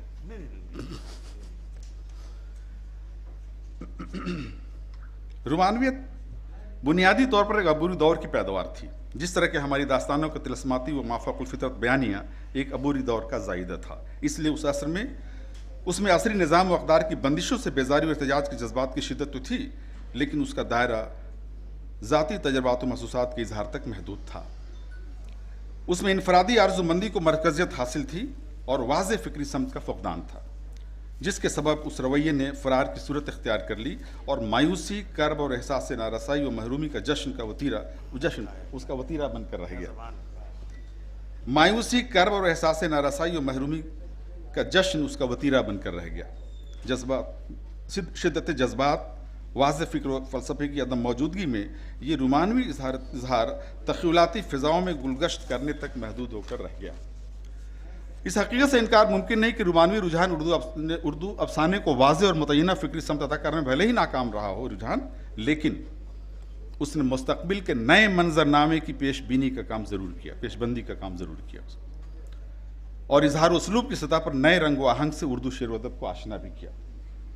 वो एक तरह से दरीचे से आने वाली एक जो ठंडी हवा होती है गर्मी के दिनों में, घर के दरीचे से जो ठंडी हवा आती है, वो उस प्रेमचंद जिस हकीकत से हमें आशना करा रहे थे, तल्ख हकीकतों से, उसमें एक ठंडे झोंके की तरह रोमानवियत का भी एक दौर था और उसने भी अपना एक काम अंजाम दिया। उसको यकसर खारिज नहीं कर सकते, जाहिर है कि उसकी अपनी बुनियादें रही हैं। रोमानवी फ़िक्र एहसास के ज़ेर असर जिन अफसरनगारों ने नए मंजरनामे की तख्लीक व तश्कील में न सिर्फ पेशरवी की बल्कि अपनी नुमाया छाप भी छोड़ी, उनमें सज्जाद हैदर यल्दरम, नियाज़ फतेहपुरी, लाम अहमद और हिजाब इम्तियाज़ अली के नाम काबिल ज़िक्र हैं। उन अदीबों के अफसाने तख़य्युर और जज्बात की शिद्दत के लिहाज से कारी को मुसख्खर करते हैं। उनमें मगरबी तर्ज़ आहंग की आमेज़िश भी है। उनकी तख्लीक़ात में तख़य्युली लताफ़तों की एक मावराई हवसनाकी पोशीदा है। समाजी पस मंज़र से फ़रार और मावराई हुस्न की तलाश उनका इम्तियाज़ी वस्फ़ है। उनके अफसानों में फ़िक्री बसीरत के बजाय ख्वाब आवर जमालियाती खुद फरामशी की फ़िज़ा तारी है। 20वीं सदी की दूसरी, तीसरी और चौथी दहाइयों में दुनिया ऐसे तग़य्युरात से दुचार हुई जिसने दुनिया की सूरत बदल कर रख दी और जहां ने अफ़कार व तसव्वुरात में हलचल बपा कर दिया। उन तग़य्युरात ने सियासी व सक़ाफ़ती मंजरनामे को यकसर तब्दील नहीं किया बल्कि नए इदराक और नए शऊर को भी परवान चढ़ाया। इस बेदारी ने तरक्की पसंदी की शक्ल में आलमी सतह पर एक नए निज़ाम फ़िक्र के लिए फ़िज़ा हमवार की। अब प्रेमचंद के बाद का ये सिलसिला, लिहाजा उस दौर में जब तरक्की पसंद शुरू हुई तो लाजमी तौर पर फ़िक्री जिहाद के लिहाज से उर्दू का अफसानवी अदब बिल्कुल नए आफाक से आशना हुआ। तरक्की पसंद तहरीक उर्दू की पहली ऐसी तवाना और बाकायदा अदबी तहरीक थी जिसकी बुनियाद अपने अहद के जदीद तरीन साइंसी फ़लसफ़ा हयात व कायनात पर थी और जिसने शौरी तौर पर अदब का रिश्ता अवाम से जोड़ने की कोशिश की। इस तहरीक ने हमारे अदब को न सिर्फ हम असर बैनुल-अक़वामी अफ़कार व नज़रियात से करीब तर किया बल्कि मौज़ूआत व मसाइल और फ़न व जमाल की सतह पर उर्दू अदब की रवायती व फ़िक्री तंगनाए को वुसअत और तनव्वु से हमकिनार किया। इसने उर्दू अदब में फ़िक्री व नज़रियाती मबाहिस की राहें हमवार की और उर्दू के तख्लीक़ी व तनक़ीदी सरमाए में कई एतबार से बेशबहा इज़ाफ़े भी किए। प्रेमचंद ने उर्दू अफसाने को जिस मुकाम तक पहुँचा दिया था, तरक्की पसंद अफसानानगारों ने वहाँ से अपना सफ़र शुरू किया और उर्दू अफसाना नगारी को समाजी, सियासी, माशी, जिनसी और नफ्सियाती हक़ाइक़ व हालात व अक़दार की पेशकश और उन अक़दार में वक़ू हो रहे तग़य्युर और तसादुम की अक्कासी का मुतहम्मिल बनाते हुए उसे मौज़ूआत, मवाद, तकनीक हर सतह पर नए इम्कानात से हमकिनार किया। रशीद जहाँ, कृष्णचंद्र इसमें चुग़ताई, राजेंद्र सिंह बेदी और मंटू से लेकर ग़ुलाम अब्बास, अहमद नदीम कासमी, अहमद अली, अख्तर हुसैन रायपुरी, ख्वाजा अहमद अब्बास, हयातुल्लाह अंसारी, क़ुर्रतुल हैदर तक तरक्की अफसानगारों की एक ऐसी खेप आई जो बला की तख्लीक़ियत और फ़िक्री तनव्वु से आरास्ता थी। क्रिएटिविटी का ऐसा लगता है कि पूरी एक नस्ल क्रिएटिविटी से लबरेज भरपूर। तरक्की पसंद तहरीक के बाज़ाब्ता आगाज़ से कबल अंगारे की अशात में जो उर्दू अफसाने का जिक्र हो, फ़िक्र का जिक्र हो और जाहिर है कि अंगारे का जिक्र ना हो, ये नामुमकिन है। तरक्की पसंद तहरीक के बाज़ाब्ता आगाज़ से कबल अंगारे की अशात ने जो पेशरवी की थी उस पर फ़िक्र की वो जहतें पोशीदा थीं जो उससे कबल के अफसाने में मफकूद थीं। उसमें वो धार थी जिसने प्रेमचंद की इस्लाही व मिसालियत पसंदाना हकीकत नगारी और सज्जाद हैदर यल्दरम और नियाज़ फतेहपुरी की रोमानियत की मावराई तख़य्युली फ़िज़ा से इनहराफ किया। अंगारे के मुसन्नफ़ीन ने एक ऐसी अफसानवी तख्लीक़ी रवायत की बुनियाद डाली जिसमें फ़िक्री सतह पर बाक़ियाने तेवर के साथ शऊर की आँच इस कदर तेज़ थी कि उस अहद के रजत पसंदाना और तग नज़र अदबी व फ़िक्री हल्क़े में एक हलचल, एक ज़लज़ला सा पैदा हो गया। अगरचे उस अफसानवी मजमूए की अशात पर रजत पसंदों ने काफ़ी वावाला मचाया, लेकिन इसके बावजूद अंगारे से फूटने वाली फ़िक्री शुआओं को मुक़य्यद कर पाना मुमकिन नहीं था। पाबंदी वगैरह की बातें भी, ये सारी चीज़ें अपनी जगह, लेकिन उसको रोक पाना मुमकिन नहीं था। अंगारे ने उस अहद के नौजवान जहनों को न सिर्फ मुतासिर किया बल्कि अफसानवी तख्लीक़ की डगर बदल कर रख दी। इस नई डगर के राही इस कदर जुर्रत व अज़्म से भरपूर थे कि बिलाखिर उनकी डगर ही ज़माने की डगर करार पाई। अंगारे की मशल से फूटने वाली शुआओं ने नज़्ज़म और बाज़ाब्ता तरक्की पसंदी को तक़वियत बहम पहुँचाने का काम किया। वो तरक्की पसंदी जिसमें फ़िक्र के कई धारे बैक वक्त मदगम थे और जिसके डांडे कौमी के साथ बैनुल-अक़वामी व अदबी सक़ाफ़ती धारों से मिलते थे। तरक्की पसंद तहरीक ने इंसानियत पसंद उसूलों को बुनियाद बनाकर अपना फ़िक्री सफ़र शुरू किया और रोशन ख्याली, आज़ादी ख्वाही, मसावात और इंसाफ पर मबनी एक ऐसा फ़िक्री हालत तैयार किया जिसकी रोशनी में ऐसी कशिश थी कि नौजवान और आला तालीम से आरास्ता अदीबों के साथ साथ बुज़ुर्ग और पुख्ता फ़िक्र नज़र रखने वाले शायर व अदीब भी उस तहरीक का हिस्सा बन गए। तरक्की पसंदी के इस फ़िक्री हाले ने अफसाने के तख्लीक़ी आफाक को कौस क़ुज़ा की मानंद मुतनव्वि बनाया और एक वाज़ेह फ़िक्री रोशनी से उर्दू अफसाने के दामन को मनव्वर करने के साथ साथ उसत, बालिदगी और गहराई अता की। तरक्की पसंद रसनगारों की पहली खेप में क्रिश चंदर, इसमेत चुग़ताई, बेदी और मंटू सरखिल की हैसियत रखते हैं। इन चारों रसनगारों ने तरक्की पसंद फ़िक्र की मुख्तलिफ जहतों को अपने अफसाने में कुछ इस तरह समेटा कि उनके अफसाने एक ऐसे कोलाश की शक्ल इख्तियार कर गए जिसमें ज़िंदगी के अलग अलग रुख, अलग अलग गोशे और अलग अलग ज़ाविये उभरते दिखाई देते हैं। इन अफसर निगारों ने आज़ादी से कबल बरतानी साम्राज्यत के हद में अपना तख्लीक़ी सफ़र शुरू किया और आज़ादी के बाद भी बरसग़ीर की सियासत, मईशत और अखलाक़ियात और नफ्सियात की गुत्थियों को नुमाया करते रहे। उनके अफसाने कॉलोनियल और पोस्ट कॉलोनियल निज़ाम माशरे की नाहमवारियों से जहरनाकियों की तस्वीरकशी उनके तख्लीक़ व फ़िक्री सरोकार का पता देते हैं। उन अफसर निगारों की बदौलत उर्दू अफसाने का दामन फ़िक्री ज़ावियों से ऐसा सदरंग हुआ कि जिसकी मिसाल शायद ही किसी और अहद में मिले। उस अहद को अगर उर्दू अफसाने का अहद ज़र्री कहा जाए तो शायद बेजा न होगा। क्रिश चंदर का जहान फ़िक्र समाजी व माशी, सियासी व अखलाक़ी मसाइल व मौज़ूआत की नारंगियों का मरक़्क़ा है जिसमें इंसानियत की कसमसाती रूह की अज़ियतों को वो इस तरह आश्कारा करते हैं कि क़ारी के एहसास व शऊर की तारें झंझना उठती हैं। उन्होंने अपने फ़िक्री कमिटमेंट का दामन कभी हाथ से जाने नहीं दिया। क्रिश चंदर उन करी चेहरों को बेनकाब करने की कोशिश करते हैं जो समाज और निज़ाम माशरत को दीमक की तरह चाट कर खोखला करने के दर पे थे। क्रिश चंदर ने अपनी फ़िक्री कमिटमेंट की मशल की लौ को जलाकर माशरे और निज़ाम की तारीकियों को ललकारने का काम भी किया। उनकी ये ललकार क़ारी की बसीरत में इजाफ़ा करती है। इस सब में दूसरा अहम नाम इसमेत चुग़ताई का आता है। अंगारे में शाये अफसाने में बिलखुसूस रशीद जहाँ के बाग़ियाना तेवर ने इसमत की जहन साजी में कलीदी किरदार अदा किया। वो उस वक्त अलीगढ़ में खुद तालिब इल्म थी, ज़ाहिर है कि वो तालिबा थी वहाँ। खुद इसमत ने बचपन से जिस माहौल में परवरिश पाई थी उसने भी इसमत के फ़िक्र शऊर में बगावत को उनसुर को परवान चढ़ाने में नुमाया किरदार अदा किया। दूसरे ये कि अफसरनगारों की ये वो नस्ल थी जो आला तालीम से आरास्ता थी और जिसने मगरबी अदब के मुताले से अपने फ़िक्र शऊर को साकल करने में भी उससे मदद ली थी। इसमत का दौर मार्क्सिज्म के अलावा फ्रायड के नज़रियात से भी कफ़ फैज़ का दौर था। ये दो पैरेलल साथ साथ ही चलते हैं, दोनों नज़रियात, मार्क्सिज्म और फ्रायडियन जो फ़िलासफ़ी है। मार्क्सिज्म के नज़रिए ने इस खेप के अदीबों को अगर खारजी हक़ाइक़ से आगाही का शऊर अता किया तो फ्रायड के नफ्सियाती नज़रिए ने इंसान के अंदरूनी दुनिया की गुत्थियों को समझने और उसकी तहों में उतर कर इंसानी ज़िंदगी की उन रमूज़ व कैफियत को गिरफ्त में लेने का फ़न भी बख्शा। इस खेप के अफसरनगारों में इसमत, बेदी और मंटू ने मार्क्स और फ्रायड के नज़रियात की आमेजिश से एक ऐसी फ़िज़ा तैयार की जिसमें अफसाने की बुनियादी साख्त को नए आदाब सिखाने और नई समत अता करने का काम किया। अगरचे अंगारे में इन दोनों नज़रियात की रमक मौजूद थी पहले भी, लेकिन वो मुबहम और ख़ाम शक्ल में थी। इसमत, बेदी और मंटू ने अपने तख्लीक़ी जौहर को बरूएकार लाते हुए उस ख़ाम शक्ल को पुख्ता सांचा अता करने में नुमाया किरदार अदा किया। इसलिए इसमत, बेदी और मंटू के अफसाने खारजी व दाखिली दोनों सतहों पर फ़िक्र व एहसास के चिराग रोशन करते हैं। इसमत ने मुतवस्सित घराने की रवायती पस मंज़र और असरी तनाजुर के हवाले से ऐसे मौज़ूआत व मसाइल को और अफसाने में मरकज़ियत अता की जो अब तक निगाहों से ओझल थे, यानी अफसानवी अदब के दायरे से बाहर थे। खुसूसन ख़वातीन से मुतल्लिक़ मसाइल और बिलखुसूस घर के अंदरूनी माहौल व फ़िज़ा में पनपने वाले मसाइल उनके पसंदीदा मौज़ूआत थे। इन मौज़ूआत को इसमत ने तरक्की पसंदी की फ़िक्र शऊर की आँच में तपा कर वो तासीर पैदा की उनमें कि उनके अफसाने क़ारी की बसीरत अफ़रोज़ी का वसीला बन गए। इस खेप के अहम कड़ी सादत मंटू हैं जिनको गैर ज़रूरी तौर पर कमसवाद असर ने जिनसियत की सलीब पर चढ़ा कर रुस्वा करने का काम किया। जिनको गैर ज़रूरी तौर पर कमसवाद,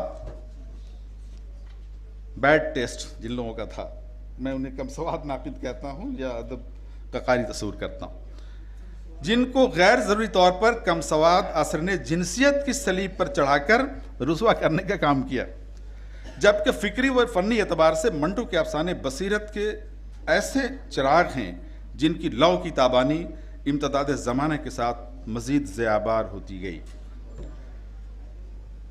मंटू के फ़िक्र के सोते भी तरक्की पसंद नज़रिए से फूटते हैं। जिन्होंने मंटू का मुताला किया होगा वसी तर तनाजुर में वाकिफ़ हैं कि मंटू का बहुत बड़ा दायरा है। मंटू जैसा एक वसी तर तजर्बा और मुशाहदा रखने वाला शायद ही कोई दूसरा फनकार होगा। मंटू के फिक्र के सोते भी तरफ से नजरिए से फूटते हैं, लेकिन बांदाज़े दिगर। आम रविश के पैरोकार मंटू नहीं हो सकते थे, उन्होंने अपने लिए खास रविश बनाई जो उनकी शनाख्त बन गई। मंटू की नज़र में इंसान का वजूद खारिज से ज़्यादा दाखिल में पोशीदा होता है। हम में से हर आदमी देखने में जैसा नज़र आता है, जिस लिबास में, जिस पोशाक में, कोई चश्मा लगाए हुए, कोई बगैर चश्मे के, वो उसकी असल शनाख्त नहीं है। उसकी असल शनाख्त उसके बातिन की जो दुनिया है उससे उसकी असल शनाख्त होती है। इसलिए उसकी दाखिली दुनिया की सैर किए बगैर न तो इंसान को परखा जा सकता है और न ही माशरे से उसके ताल्लुक़ की ताबीर ही बयान की जा सकती है। मंटू की नज़र में इंसान की बुनियादी शनाख्त उसकी बातनी तहों में मौजूद इंसानियत के वो पहलू हैं जो आम निगाहों से ओझल होते हैं, लेकिन उस वक्त ज़ाहिर होते हैं जब उसकी अशद ज़रूरत होती है। इसीलिए वो नफ्सियात के हवाले से इंसान के अंदरूनी जौहर को अपनी गिरफ्त में लाकर ऐसे उछाल देता है मंटू, जैसे एक माहिर गवास समंदर की तारीक तहों में से मोती लाकर किनारे पर उछाल कर रख देता है, जिसे देखकर लोगों की निगाहें खिरा हो जाती हैं। मंटू अपने कारी को अपनी फिक्र की चकाचौंध से ऐसी बसीरत अता करता है कि कारी अक्सर औकात शस्त्र रह जाता है और इंसानियत पर मबनी एक चिंगारी उसके जहन में कौंध उठती है। मंटू की अक्सर कहानियाँ उस मोड़ पर ख़त्म होती हैं जहाँ कारी के जहन में कहानी के आगे का सफ़र शुरू होता है। यही फ़िक्र व फ़नी कमाल मंटू का इम्तियाज़ है। पर्चा आ चुका है मेरे पास, 3-4 सफ़ात हैं, लेकिन मैं इसे कट शॉर्ट करता हूँ जो कि बहुत ज़्यादा लंबा। जी इजाज़त हो तो मैं बात तो अब आएगी सामने, जो हम तो ये सब तो एक रिवायत का हिस्सा था। असल तो जिस दौर पे बात करनी,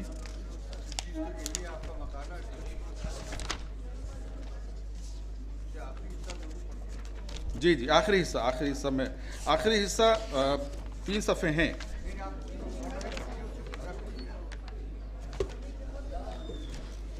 हाँ जी,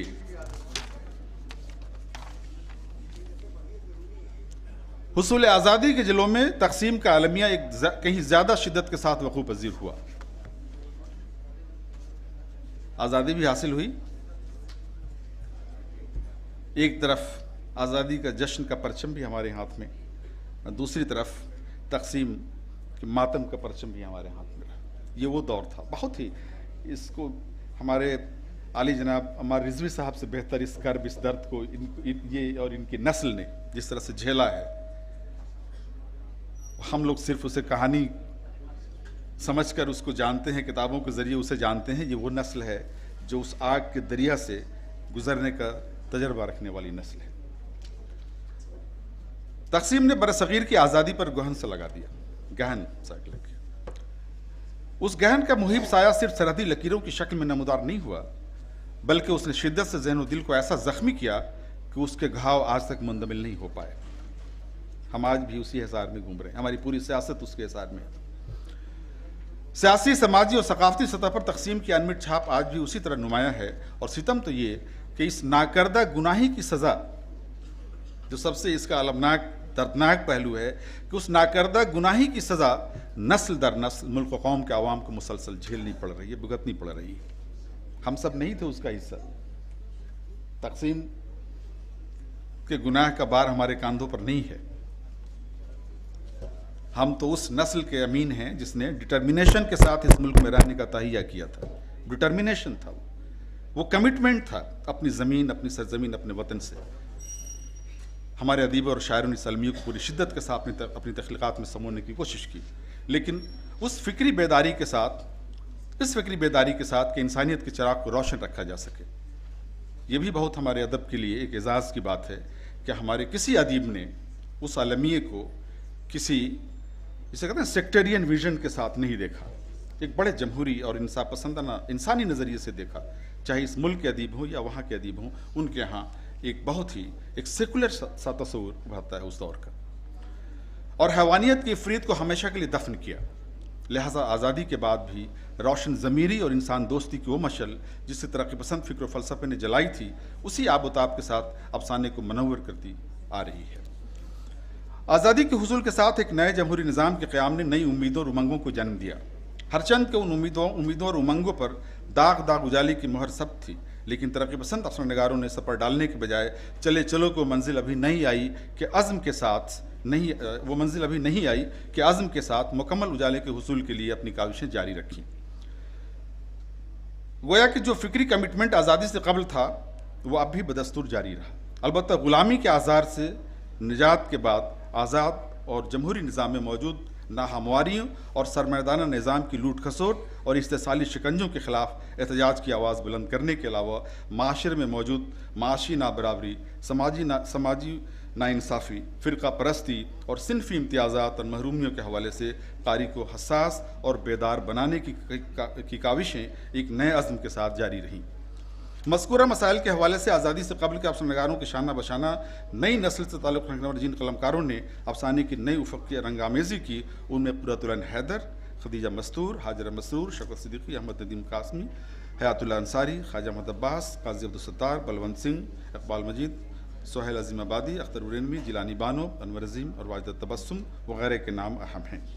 आज़ादी के बाद तरक्की पसंद फ़िक्र नज़र के मुतवाज़ी एक और रुझान ने उर्दू अदब के मुसन्नफ़ीन और कारी को मुतवज्जह किया, जिससे जदीदियत के रुझान से मौसूम किया जाता है। हमारे अदब के बेहद ही संजीदा कारी ही नहीं बल्कि फ़िक्री एतबार से उस पर गौर व फ़िक्र करने वाली एक नस्ल से ताल्लुक़ रखने वाले हमारे एडवोकेट खलीलुर रहमान साहब यहाँ मौजूद हैं। जदीदियत पर गुफ्तगू करते वक्त हमारी नज़र में शमसन फ़ारूक़ी साहब ज़ाहिर है कि वो उभरते हैं, और आपसे माज़रत चाहूँगा कि अगर कहीं इसमें जदीदियत के हवाले से कुछ ऐसी बात आ जाए तो मुझे माफ़ कर दीजिएगा क्योंकि आपका जो ताल्लुक़ रहा है शमसन फ़ारूक़ी साहब से तो मैं उससे आगाह हूँ। जी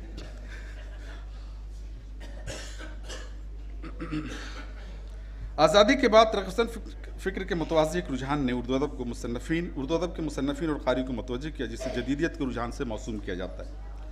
इस रुझान ने अदब में फ़िक्र फ़लसफ़े की नफ़ी को अपना वतीरा बनाया। अदब में फ़िक्र फ़लसफ़े की नफ़ी को अपना वतीरा बनाया और कहा कि अदब जो है वो ख़ुद मक्तफ़ी होता है, सफिशिएंट है अदब, उसको किसी बाहरी टूल्स की ज़रूरत नहीं है, बाहरी फ़िक्र और नज़रिए की ज़रूरत नहीं।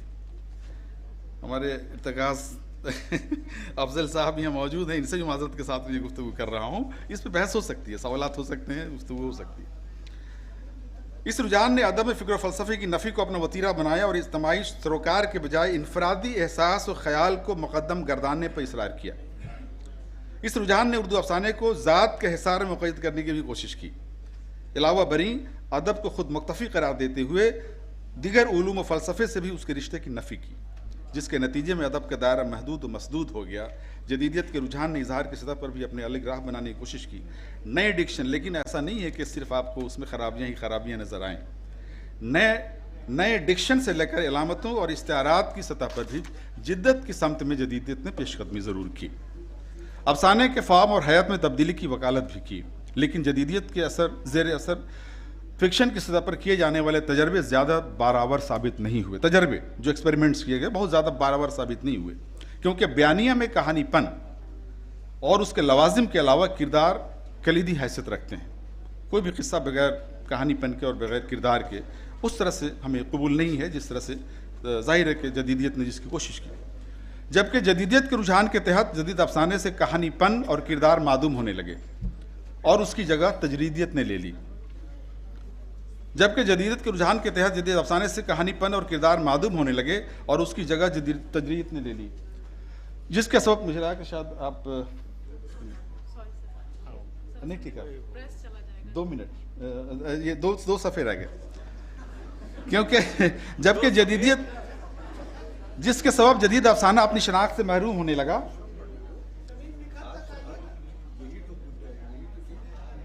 शमीम नखत तो वो हैं जिनके नाम से ये खुतबा शुरू हुआ है और जिनके नाम पर ये खुतबा ख़त्म होगा। आप उस लम्हे का इंतज़ार कीजिए, मैं आ रहा हूँ।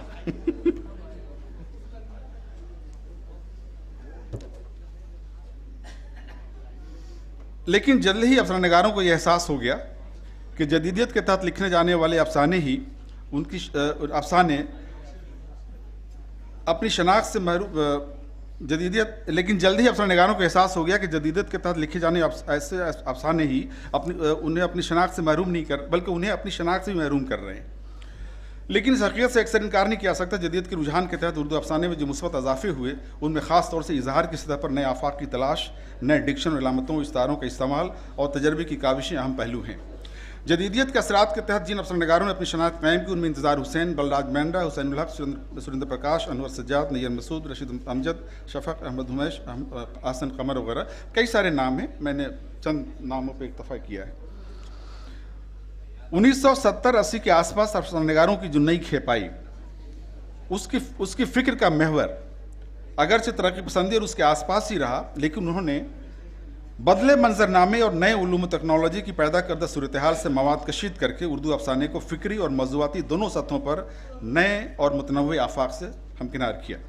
ये नई खेप तरक्की पसंदी, जदीदियत और माबाद जदीदियत के बाहमी तसादुम और खाना बंदी यानी जो कंपार्टमेंटलाइजेशन थी उससे पहले से आज़ाद जिस फ़िक्री रविश पर गामजन रही, वो सिक्काबंद तरक्की पसंदी के बजाय एक लचकदार तरक्की पसंदी से इबारत है।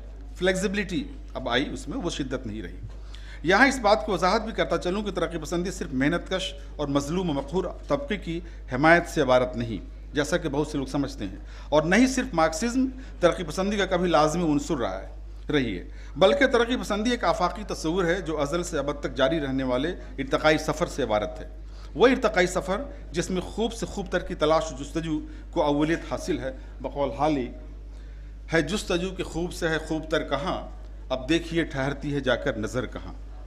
बहर कैफी कहा जा सकता है कि 70-80 के आसपास अफसाननिगारों की नस्ल ने अफसाने के आफाक को गुज़श्ता नस्लों के तख्लीकी आफाक से ज़्यादा मुतनव्वे बनाया। कुछ और एडिशंस हुए, कुछ और रंग उसमें नए रंग भरे गए। उनके यहाँ ऐसे पहलू भी नुमाया होकर आते हैं जो अब तक हमारी नज़रों से ओझल थे। मसलन दलित फ़िक्र का असर्शन। प्रेमचंद ने जो लिटरेचर लिखा है वो दलित लिटरेचर नहीं है। दलित लिटरेचर बाद में सामने आया है। तो तस्वुर दलित बिल्कुल मुख्तलिफ है। दलितों के मसाइल के हवाले से बातें करना अलग चीज़ है, लेकिन असर्शन जो है दलित फ़िक्र का असर्शन वो नहीं है उससे कबल। अब वो सिलसिला शुरू हुआ। तानीसी शनाख्त इजहार, औरतों के हुकूक के बारे में बातें पहले भी की जाती रही हैं, लेकिन अब इस दौर में आकर के तानीसी जो शनाख्त है, वुमेन आइडेंटिटी का जो मसला है, जिसको हिंदी में नारी विमर्श कहते हैं, उसका एक सिलसिला शुरू हुआ। इलाकाई सकाफत की तर्जुमानी पर भी इसरार किया जाने लगा। वो सिर्फ मरकज़ों में जो दबिस्तानों तक महदूद रखने वाले जो तस्वीरात थे वो नहीं, बल्कि इलाकाई। इन अफसाननिगारों में सलाम बिन रज़ाक, ये हमारे दरमियान नूरुल हसनैन साहब मौजूद हैं, जिनको आज अवार्ड से नवाजा गया है। ज़ाहिर एक बहुत अहम नाम इस दौर के अफसाननिगारों में इनका है। अब्दुल समद, नूरुल हसनैन साहब, अब्दुल समद, शमीम नखत, उनका भी ताल्लुक़ इसी दौर के अफसाननिगारों से है। शौकत हयात, मुशर्रफ आलम ज़ौक़ी, गज़नफ़र, बेग एहसास, सग़ीर अहमद, अनवर खां, अली इमाम नकवी, तरन्नुम रियाज, सादिक़ा नवाब सहर, खालिद जावेद, खुर्शीद अकरम, सिद्दीक़ आलम वगैरह अहम हैं। बहुत से नाम और हैं। ये चंद नाम जो मेरे जहन में लिखते वक्त जो आए उनके नाम मैंने डाल दिए। इन अफसाननिगारों ने फ़िक्र की सतह पर एक मुस्बत रोशन ख्याली पर मबनी रवैया अख्तियार किया। प्रोग्रेसिव विजन है इन सब के यहाँ। आप उसको तरक्की पसंदी उस सेंस में न कहें, लेकिन एक प्रोग्रेसिव अप्रोच सोसाइटी के तई, मसाइल के तई है। इन अफसाननिगारों ने फ़िक्र की सतह पर एक मुस्बत रोशन ख्याली पर मबनी रवैया अख्तियार किया। ख़ास इस रवैये को तरक्की पसंदी का नाम दें या किसी और नाम से मौसूम करें, उसका बुनियादी महवर नए असरी चैलेंजेस से चश्मपोशी के बजाय उनसे दूबदू होने का अज़्म है। और यही फ़िक्र शऊर आज की अफसाननिगारी को असली मानवियत से हमकिनार करता है। इस तनाजुर में अपने खुतबे का अख्ताम डॉक्टर शमीम नखत साहबा के एक तनकीदी इक़्तिबास से करना बेमहल न होगा हमारे लिए, जिसमें उन्होंने जदीद तर अफसाननिगारी के फ़िक्री सरोकार के हवाले से अपनी तनकीदी फ़िक्र का इजहार करते हुए बजा तौर पर फरमाया है। ये शमीम नखत साहबा के अल्फाज हैं। वो ख़ुद एक राइटर थी, खुद फिक्शन राइटर थी, नाक़िद भी थी, ड्रामे भी लिखे हुए। आज उर्दू कहानी माजी की, ये कोटेशन है, शमीम नखत साहबा के अल्फाज हैं। आज उर्दू कहानी माजी की कहानी से बिल्कुल मुख्तलिफ है। आज न वो प्रेमचंद की हकीकत नगारी है, न इनकलाब का बयानिया, न इलामत नगारी, न इबहाम की ऐसी तस्वीर जिसके मानी की तलाश में कारी खुद गुम हो जाता था। ऐसा नहीं है कि आज की कहानी ने माजी से अपने रिश्ते मुनक़ता कर लिए। हर नया अहद अपने माजी की बुनियादों पर ही खड़ा होता है और उस पर अपनी नई और अजीम इमारतों की तश्कील करता है। उर्दू की नई कहानी ने उन तजर्बों को अपनाया नहीं, बल्कि उनकी खूबियों और कोताहियों से फ़ायदा उठाकर अपनी नई राहों का तयन किया, माजी से इस्तेफादा भी किया और अपनी नई राहें भी तामीर की तश्कील दी। इस कहानी को आप जदीद कहें, माबाद जदीद कहें या नई तरक्की पसंदी से ताबीर करें, मेरा ख्याल है कि नामों और इस्तिलाहों में कुछ नहीं रखा है, उसमें कुछ नहीं होता। नामों और इस्तिलाहों से कुछ नहीं होता। असल चीज़ तख्लीक है और तख्लीक खुद अपने बारे में बता देती है। आज की कहानी जिस समाज और तहजीबी सरोकार को पेश करती है वो बहुत अहम है। यहाँ कोटेशन ख़त्म होता है और ये खुतबा भी ख़त्म होता है। बहुत शुक्रिया। ज़रा तालियों से शुक्रिया का ज़रा इजाफा कर दीजिए आप लोग। और नूरुल हसनैन सर, वो एक शेर के आप तक पहुंचने में देर हो गई हमको, आप तक पहुंचने में देर हो गई हमको, मिल गई थी रास्ते में गर्दिशें ज़माने की। तो अब हमारे डॉक्टर मनोज पांडे, मैं जो अर्ज़ कर रहा था कि लुआक्टा हमारा इतना एक्टिव है सर कि उसके प्रेसिडेंट जो हैं वो हमारे अध्यक्ष डॉक्टर मनोज पांडे जी तशरीफ़ ले आए। अच्छा, ये लोग इतना यानी अपने मिशन पे और अपने इश्यूज़ पे कम से कम 450 तो यूपी में इन्होंने जो है वो प्रोफेसर्स बनाए। हम लोग एक दिन में 12-12 फाइलें साइन करते थे, तो ये इनका कारनामा है। अच्छा, ये मालूम है जैसे ही आए अंशु केडिया जी उधर से गई, इसका मतलब ये जो यूनियन का काम है वो उधर से करती रहती हैं। तो इसका मतलब ये भी हुआ कि अध्यक्ष का आना हुआ और सेक्रेटरी का जाना हुआ, ताकि वो दूसरे काम पे कि मैं ये काम देखती हूँ, अब तुम ये काम देखो। तो मनोज पांडे जी को मैं चाहूँगा कि गुलदस्ते से जो है उनका इस्तकबाल किया जाए। सैयद असगर हुसैन काज़मी साहब उनको एक बुके पेश कर दें। और जल्दी जल्दी मैं चंद नाम, डॉक्टर अतहर रिजवी साहब वहाँ मौजूद हैं, काजिम साहब मौजूद हैं, मुसीर रज़ा मौजूद हैं, मुनव्वर साहब मौजूद हैं, अनवर जैदी साहब मौजूद हैं, डॉक्टर एहतशाम साहब मौजूद हैं, और उधर जो है वो मुजाहिदुल इस्लाम साहब मौजूद हैं, और उधर मुश्तबा सिद्दीकी हैं, हसन काज़मी साहब हैं, प्रोफेसर जमाल नुसरत हैं, और इधर जो है वो अब्दुल कुद्दूस हैं। मैं किसका नाम लूँ, डॉक्टर सरदार मेहदी अपनी छोटी छोटी बेटियों के साथ मौजूद हैं, शाहना सलमान अब्बासी हैं, सब लोग मौजूद हैं। अच्छा, ये मैं अब एक बात जल्दी से मैं अर्ज़ कर दूँ यहाँ से, बच्चों, ये जो पर्चे वाली कहानी, कसम खुदा की बहुत तकलीफ़ हुई हमें। 10 साल तो हम बहुत झेले हैं कि जब हमारे साथ के लड़कों के पास कोई चिट्ठी आती थी, कोई पर्चा आता था और हमारे पास कुछ नहीं आता था, वो पढ़ाते थे। मगर वो आज जो है वो कहीं नहीं मिलते वो बच्चे जिनको चिट्ठी और पर्चे मिलते थे। और हर सेमिनार में रेशमा परवीन जैसा कोई ना कोई किरदार मौजूद होता है मोहसिन भाई कि 10 मिनट में वो 5 चिट्ठियाँ हमारे पास आ जाती हैं। तो बच्चों, चिट्ठी और पर्चेबाजी सब करो, लेकिन टाइम समझ लो कि किस टाइम पे कौन सी चिट्ठी काम आती है और कौन सी चिट्ठी आपको ख़राब कर देती है। ज़रा ज़ोरदार तालियां और उसके बाद में हम आगे बढ़ते हैं। तो ये भी पहले जो है जो पर्चे देती थी वो दूसरे थे, अब हमें पर्चे देती हैं, यानी डाइस वालों को।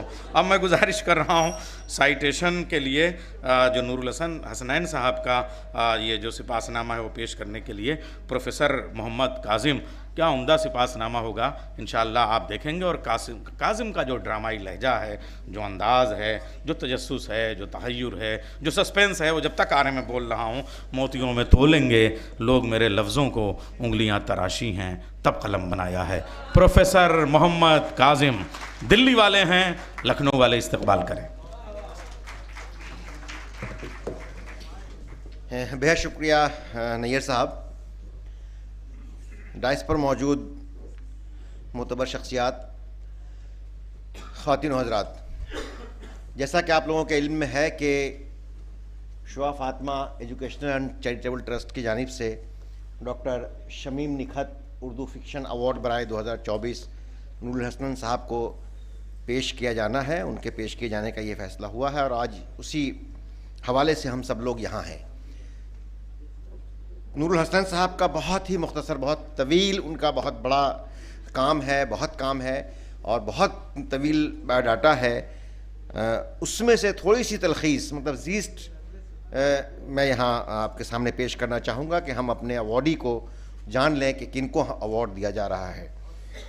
नूरुल हसनैन अहद हाजिर के मशहूर व मारूफ फ़िक्शन निगार जनाब नूरुल हसनैन का पूरा नाम नक्शबंदी सैयद नूरुल हसनैन है। आप 19 मार्च 1950 को औरंगाबाद दक्कन में पैदा हुए। अफसाना निगार, नॉवेल निगार, ड्रामा निगार, खाका निगार, सहाफ़ी और ब्रॉडकास्टर जनाब नूरुल हसनैन की इब्तदाई तालीम औरंगाबाद में हुई।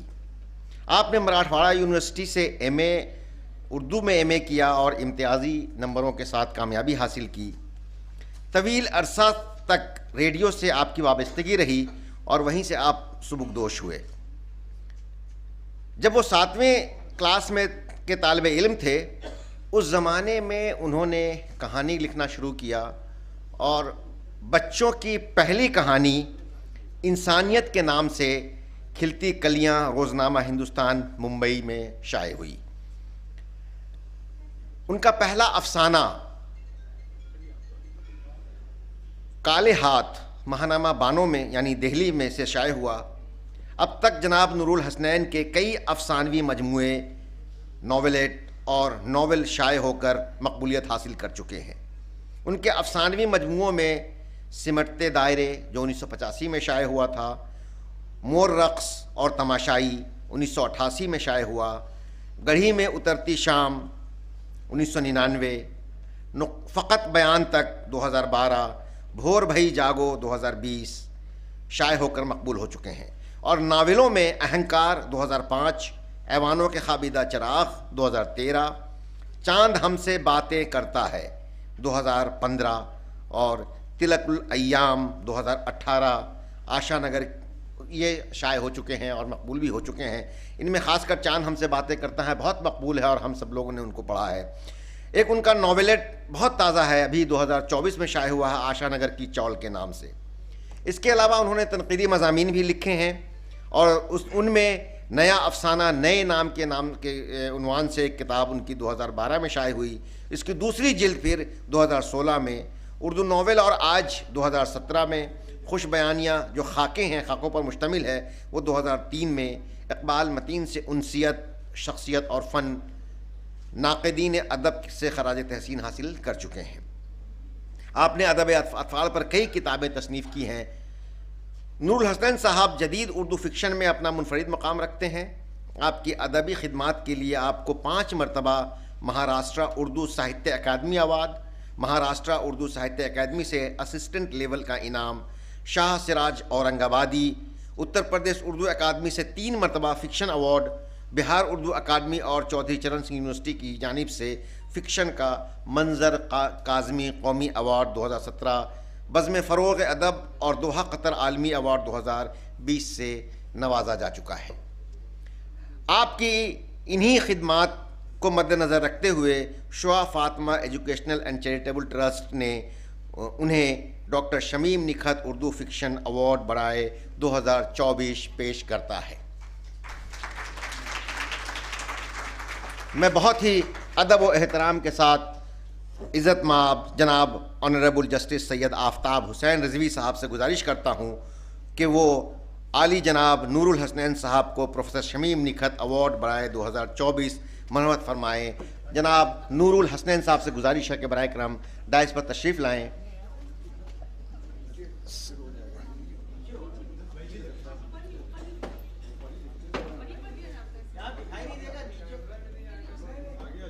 आ जाइए यहाँ।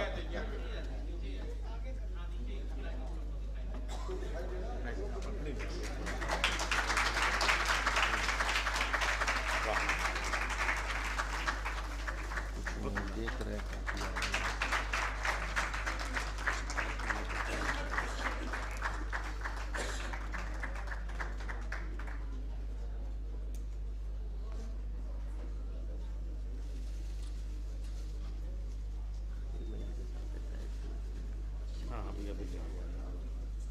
दोनों के साथ, जब दोनों अवार्ड दिया जाएंगे तो उनके साथ भी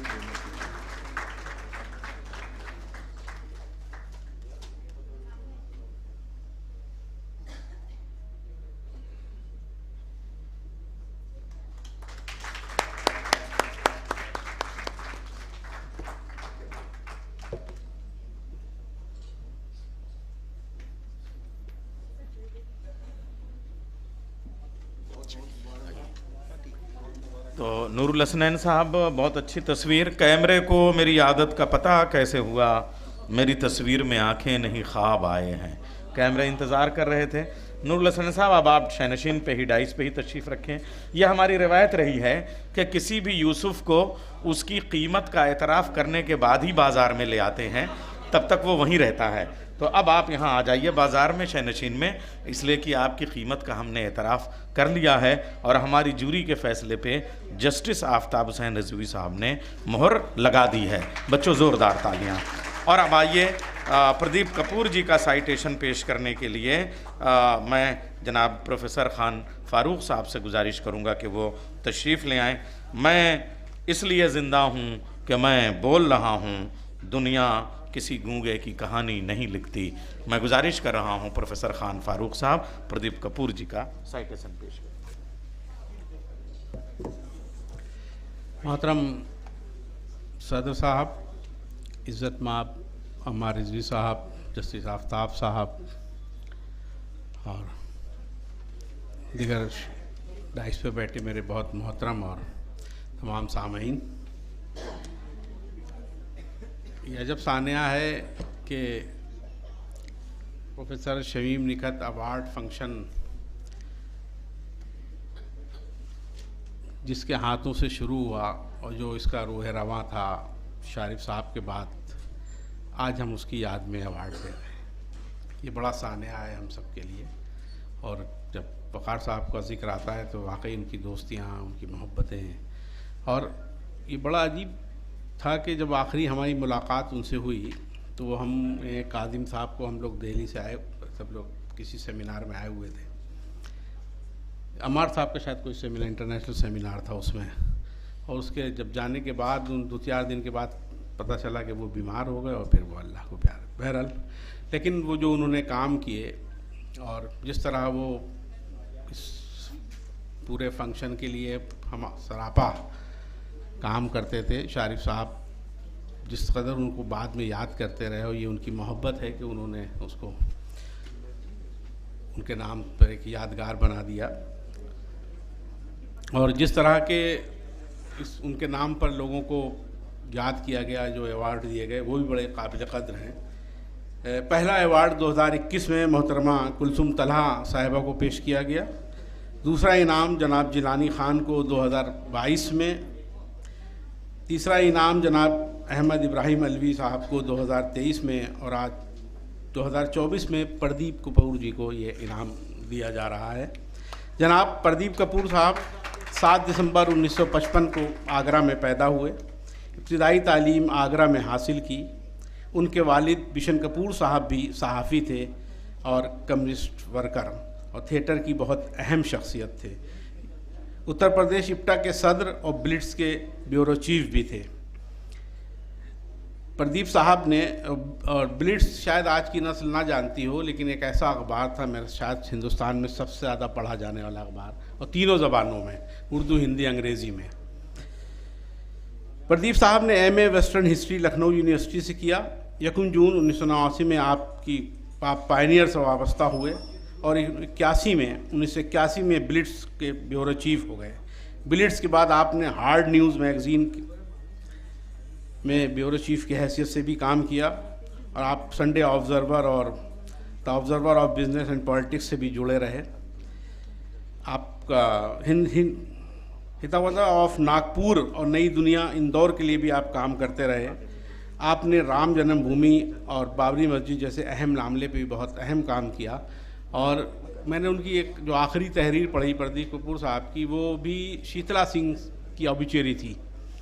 और शीतला सिंह वो नाम है जिसने राम जन्मभूमि और बाबरी मस्जिद का सच के नाम से जो डॉक्यूमेंटेशन, मैं किताब नहीं कहता हूँ उसको, डॉक्यूमेंटेशन, जितना शानदार डॉक्यूमेंटेशन किया है वो सब लोगों को पढ़ना चाहिए कम से कम।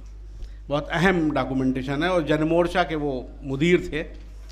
बहुत छोटा सा अखबार था, अयोध्या से निकलता था, लेकिन वो हमेशा एक जो जिस तरह से सेकुलर और जर्नलिज्म की मिशन पर काम करते रहे, प्रदीप जी उनसे वाबस्ता हैं, तो जाहिर सी बात वही खूबियाँ उन प्रदीप जी का एक काम ये भी है कि उन्होंने चंबल के डकैतों पे बड़ा अच्छा काम किया है, वो काफ़ी लिखा है, काफ़ी काम किया है। फ़िलवक्त आप इंडियन प्रेस एजेंसी के लिए काम कर रहे हैं। आपने इंडिया कॉफ़ी हाउस पर भी किताब लिखी है। आप कई दहाइयों से कॉफ़ी हाउस बैठकी का इनेकाद करते रहे हैं। आप समाजी और सहाफ़ती खिदमात के पेश नज़र मुख्तलिफ़ एज़ाज़ात और इनामात से नवाजा जा चुका है। हम इज़्ज़त माब जनाब ऑनरेबल जस्टिस सैयद आफ्ताब हुसैन रिजवी साहब से गुजारिश करते हैं कि वो आली जनाब प्रदीप कपूर साहब को वक़ार रिजवी सहाफ़त अवार्ड 2024 मरहमत फरमाने की ज़हमत फरमाएँ। जनाब प्रदीप कपूर साहब।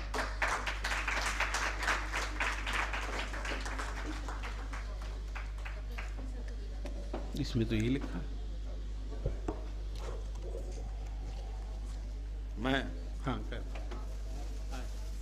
मैं तकी आबदी साहब से भी गुजारिश कर रहा हूँ कि वो आ जाएं वहाँ।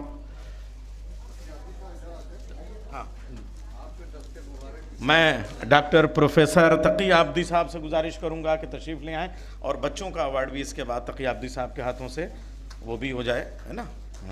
इसी लगे हाथ। अच्छा, एक शेर मैं नैयर जलालपुरी साहब का आपके खिदमत में पेश करूं, चूँकि वो प्रोग्रेसिव आदमी हैं, कि मैं फ़ाक़ों में बसर करता हूं अपनी ज़िंदगी, लेकिन मैं फ़ाक़ों में बसर करता हूं अपनी ज़िंदगी, लेकिन बहुत महंगी मेरी तस्वीर बिकती है दुकानों में। तो प्रदीप कपूर जी को हम इस्तकबाल करते हैं इस शेर के साथ। और अब मैं इसी लगे हाथ मैं गुजारिश करूंगा कि सर, ये तकी आबदी सर, आपको ज़हमत होगी कि आपकी नज़रों में सूरज की है जितनी अज़मत, हम चरागों का भी उतना ही अदब करते हैं।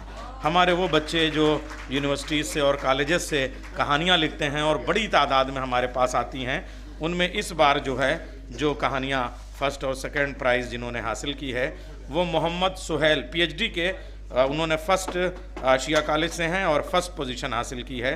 मोहम्मद सुहेल, तकी आबदी सर से वो अपना सर्टिफिकेट और चेक हासिल करें। यहाँ आ जाएँ तकी सर, आप यहाँ आ जाएँ तो ज़्यादा अच्छा हो जाएगा कि ये बच्चे नीचे आ जाएँ। ज़्यादा बच्चे हैं ना, 6-7 बच्चे हैं, आ जाएँ। अच्छा, ये ग्रुप हो जाए। अच्छा, एक ग्रुप अभी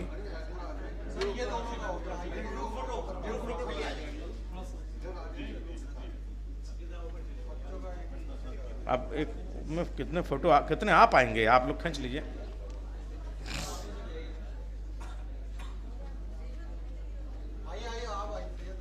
हाँ, आ जाए। हाँ, अरे तो आप सब यहाँ पर चलिए, तो चलिए।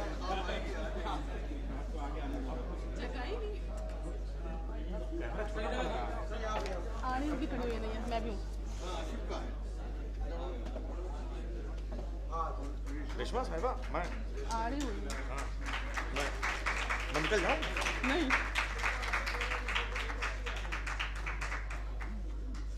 अच्छा, रेशमा नहीं कटनी चाहिए वरना हम भी कट जाएंगे जी।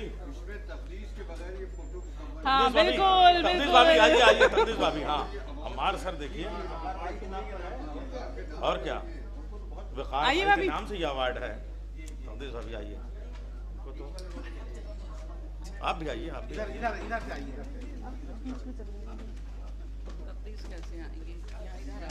आपके पहलू में आ जाएंगे। ये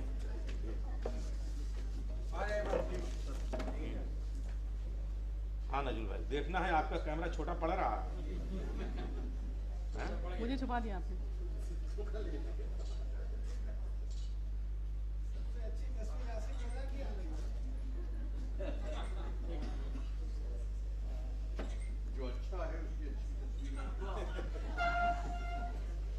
अब वो बच्चों वाला। हाँ, मेरे हाथ में ये सिर्फ हाथ क्या आप ही को देती हैं। अब तकी सर, आप ज़रा सा जहमत होगी, यहाँ बच्चों को दे दें कुछ। हाँ हाँ, 5-6 बच्चे हैं।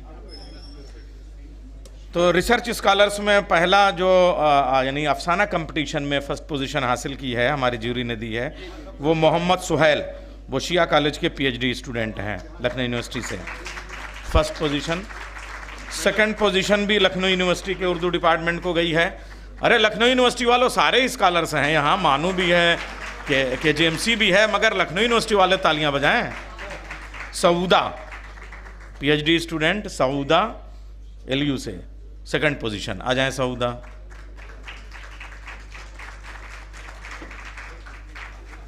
सेकंड पोजीशन कहानी में।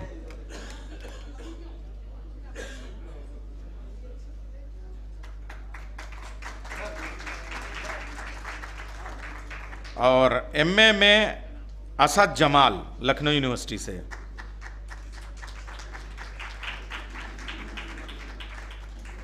लखनऊ यूनिवर्सिटी से असद जमाल। हम आपसे अर्ज़ करें कि इन्हीं कहानियों से 8-10 साल से हम लोग ये कर रहे हैं। हमारी स्टूडेंट है और इब्न सफ़ी पे उसकी पीएचडी सबमिट हो चुकी है। हुमैरा आलिया उसके नावल और उसकी कहानियाँ खूब पढ़ी जा रही हैं, तो यहीं से नए चिराग रोशन होते हैं। असद जमाल एमए से। और बीए में फ़र्स्ट पोजीशन हासिल की है। यासिर तुम्हारा स्टूडेंट कोई आ गया, ये तो मुमताज़ पीजी कॉलेज से मंतशा खातून। मंतशा खातून, आ जाओ बेटे, आ जाओ आ जाओ।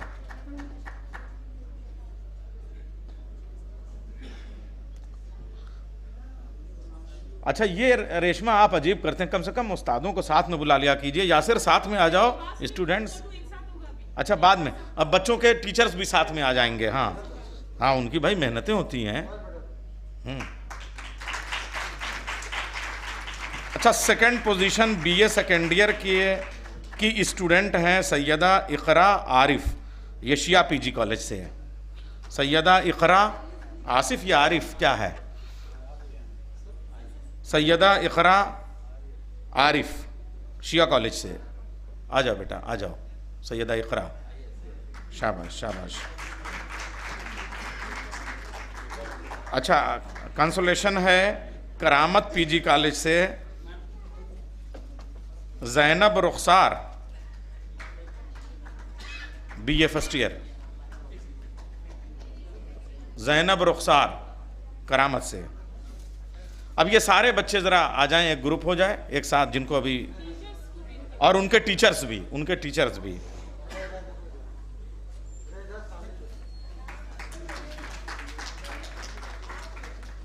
हाँ मेरे भी स्टूडेंट हैं।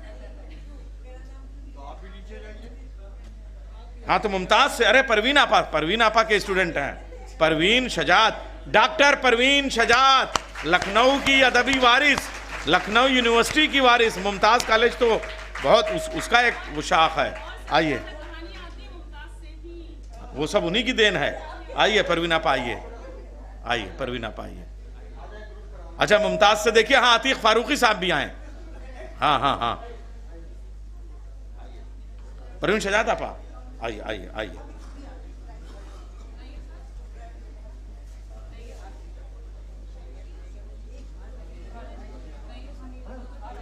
हाँ हाँ बिल्कुल बिल्कुल बिल्कुल। ये भाई हमारे भी स्टूडेंट हैं, यहाँ खड़े हो जाएं।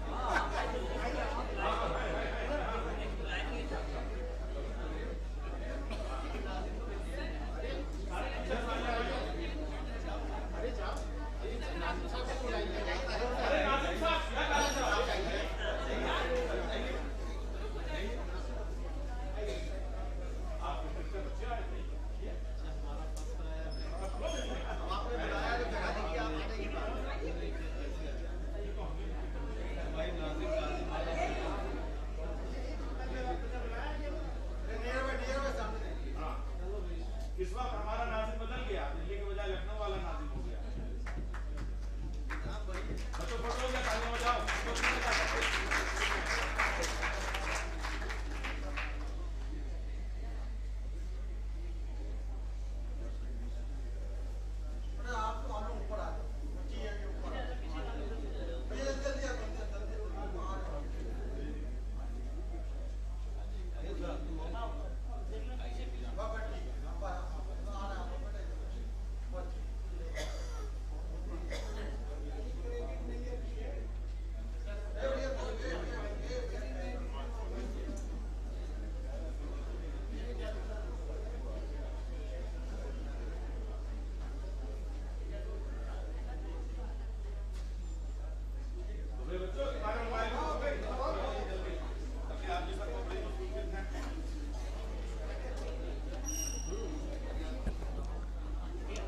हमारे मुंतज़िर कायमी साहब, मैं उनका भी इस्तकबाल करता हूँ जिस पे निगाह पड़ रही है। और प्रोफेसर डॉक्टर तकी आबदी साहब जो किताबें लिखते लिखते खुद किताब हो गए हैं, कसम खुदा की इतनी किताबें इन्होंने लिखी हैं और इतनी लिख रहे हैं। और मालूम है कोई किताब अब 1000 सफ़े से कम पे नहीं आती, और साहब 2 किलो से कम की कोई किताब नहीं होती है। तो डॉक्टर तकी आब्दी साहब की 72 किताबें जो हैं वो छप चुकी हैं। सेंचुरी जो है जब होगी वो हम लोग मनाएंगे इंशाअल्लाह लखनऊ में। तो डॉक्टर तकी आब्दी साहब जो है वो शख्सियत तेरी समेटे है महसिन इतने, किसका मैं ज़िक्र करूं और किसे तशना छोड़ूं। जनाब प्रोफेसर डॉक्टर तकी आब्दी साहब से गुजारिश है कि वो अपने ख़यालात का इजहार करें यहाँ पे, और शमीम नक्का साहिबा के लिए, शारिब साहब के लिए, बच्चों के लिए मैं उनसे गुजारिश कर रहा हूँ। और बच्चों, ये फ़ख्र की बात है, मैं आपसे अर्ज़ करूँ जब तक तशरीफ़ ला रहे हैं, कि तुम जिनकी किताबें पढ़ते हो उन्हें तुम देख रहे हो। अच्छा, ये भी मैं गुजारिश कर रहा हूँ तशरीफ़ ले आएँ जनाब प्रोफेसर डॉक्टर तकी आब्दी साहब कनाडा से। सदर महफिल, चांसलर साहब, आपने देखा ये जो बहुत कम ऐसे शहनशीन मिलेंगे जिसमें अदालत भी है, जिसमें इल्मियत भी है और दानिशगाह और यूनिवर्सिटीज़ की खुदरत भी है।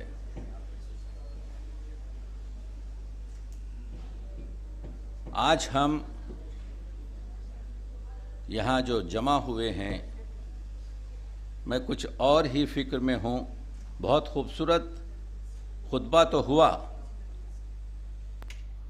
लेकिन प्रोफेसर साहिबा से एक बार हमारी मुलाकात हुई थी, जहाँ तक कि प्रोफेसर शारिब रुदलवी साहब का ताल्लुक़ है। मैं स्कॉलर से कह रहा हूँ, वेस्टर्न वर्ल्ड में जहाँ पर मैं 41 साल से ज़िंदगी कर रहा हूँ, जिस मेमोरियल शख्सियत का खुतबा होता है, सबसे पहले उस पर काम किया जाता है।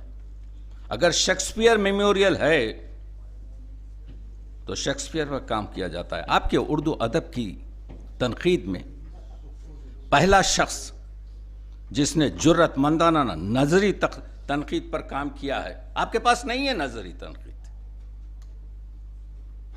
वो है शारिब रुदलवी।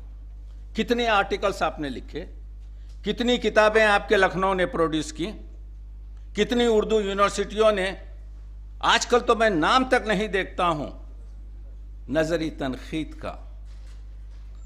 खूबसूरत खुतबा हुआ, लेकिन जो पायोनियर्स हैं, जो बुनियाद गुजार हैं, जिन्होंने आपके तनकीद की रगों में नया खून भरा है, 70 साल से ज़्यादा नजरी तनकीद नहीं है, बहुत कम उस पर लोगों ने अथॉरिटी हासिल की है। तो ज़रूरत इस चीज़ की भी है दोस्तों कि सिर्फ उनके नाम के मेमोरियल ना किए जाएं, बल्कि उन पर काम किया जाए और दुनिया को यह बताया जाए, वो शख्स फिरता है फलक बरसों, आप देख रहे हैं, तब खाक के पर्दों से इंसान निकलते हैं। वो शख्सियत के लखनऊ की तहजीब, ये जो कपल था, तो कहने का मतलब ये है कि जिन लोगों को अवार्ड दिए गए और जो लोगों ने पेश किया गया, उम्दा तरीन काम हुआ है, लेकिन इस काम के साथ कुछ एसोसिएशन हैं। वक़ार रज़वी एक दिल पे मेरे असर है, एक दोस्त। तो कहने का मतलब ये है कि हम क्योंकि इंस्टीट्यूशन में हैं और स्कॉलर्स मेरे सामने हैं, उन लोगों को याद कीजिए, उन लोगों पर काम कीजिए। ये जलसे, ये आवाज़ें, ये महफिलें आर्जी हैं। किताब में जो चीज़ आ जाएगी, आप मुसलसिल प्रोफेसर अब्बास को सुन रहे थे नंबर ऑफ बुक्स की कोई जरूरत नहीं है।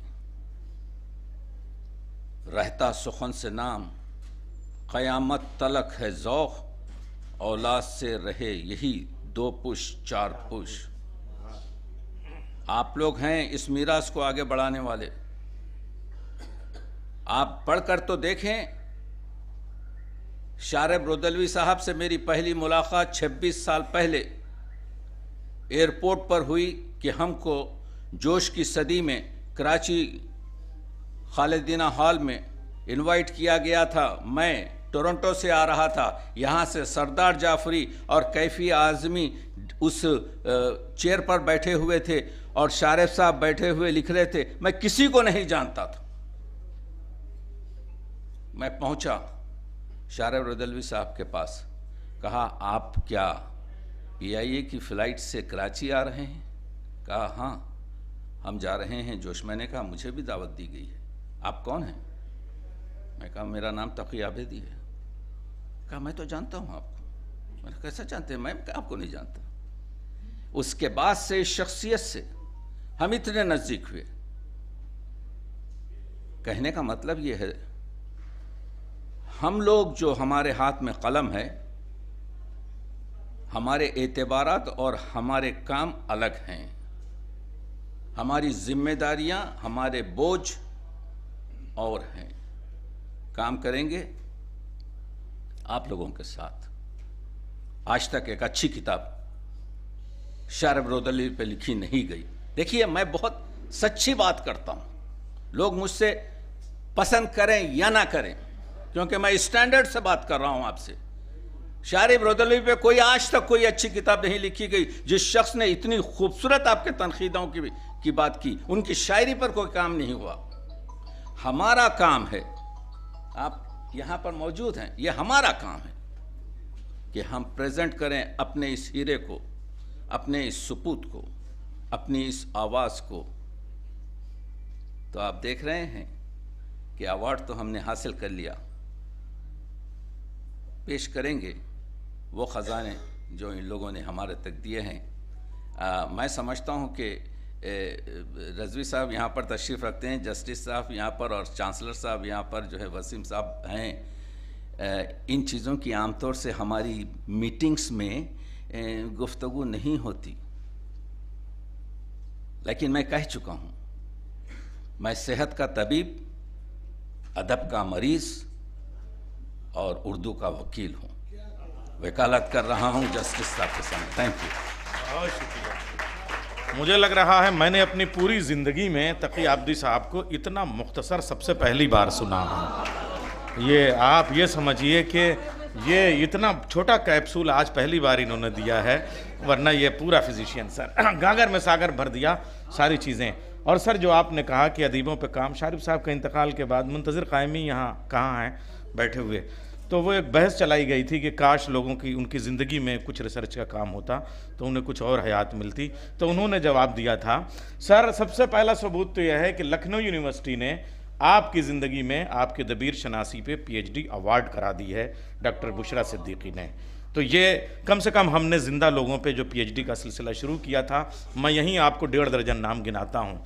ये यासिर जमाल अंसारी बैठे हुए हैं, इफ्तिखार आरिफ की ज़िंदगी में सबसे पहला PhD लखनऊ यूनिवर्सिटी में इन्होंने किया है। पूरी दुनिया में सबसे पहला PhD उनके ऊपर ये है। बशीशर प्रदीप पे सबसे पहला PhD लखनऊ यूनिवर्सिटी में नूरी फातिमा ने किया हमारी निगरानी में।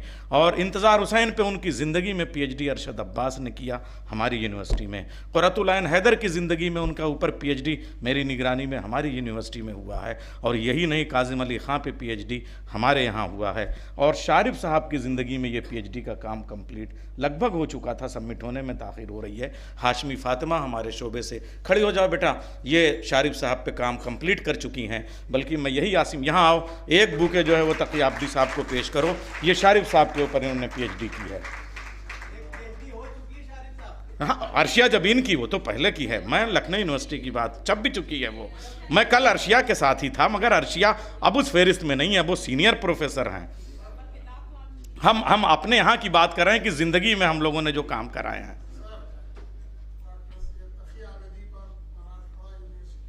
अरे वो 1 दर्जन हुई हैं सब, लेकिन हमने ये कहा कि जिंदा लोगों पे पीएचडी कराने की रवायत में हम सबसे पहले हैं। हमने खुद जो है वो डॉक्टर तकी आब्दी के ऊपर पीएचडी गाइड की है और कंप्लीट हो चुकी है, अवार्ड हो चुकी है।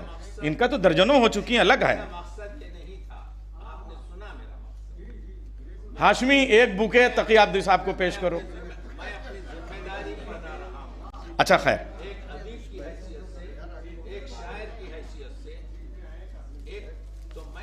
जिम्मेदारी बता रहा हूं अपने स्कॉलर्स के साथ, इस वजह से कि हम वो काम करें जिससे आप देखिए यहाँ पे बड़े बड़े लोग बैठे हुए हैं, आपके पास नजरी तनकीद पर क्या है, उर्दू अदब में क्या है बताइए।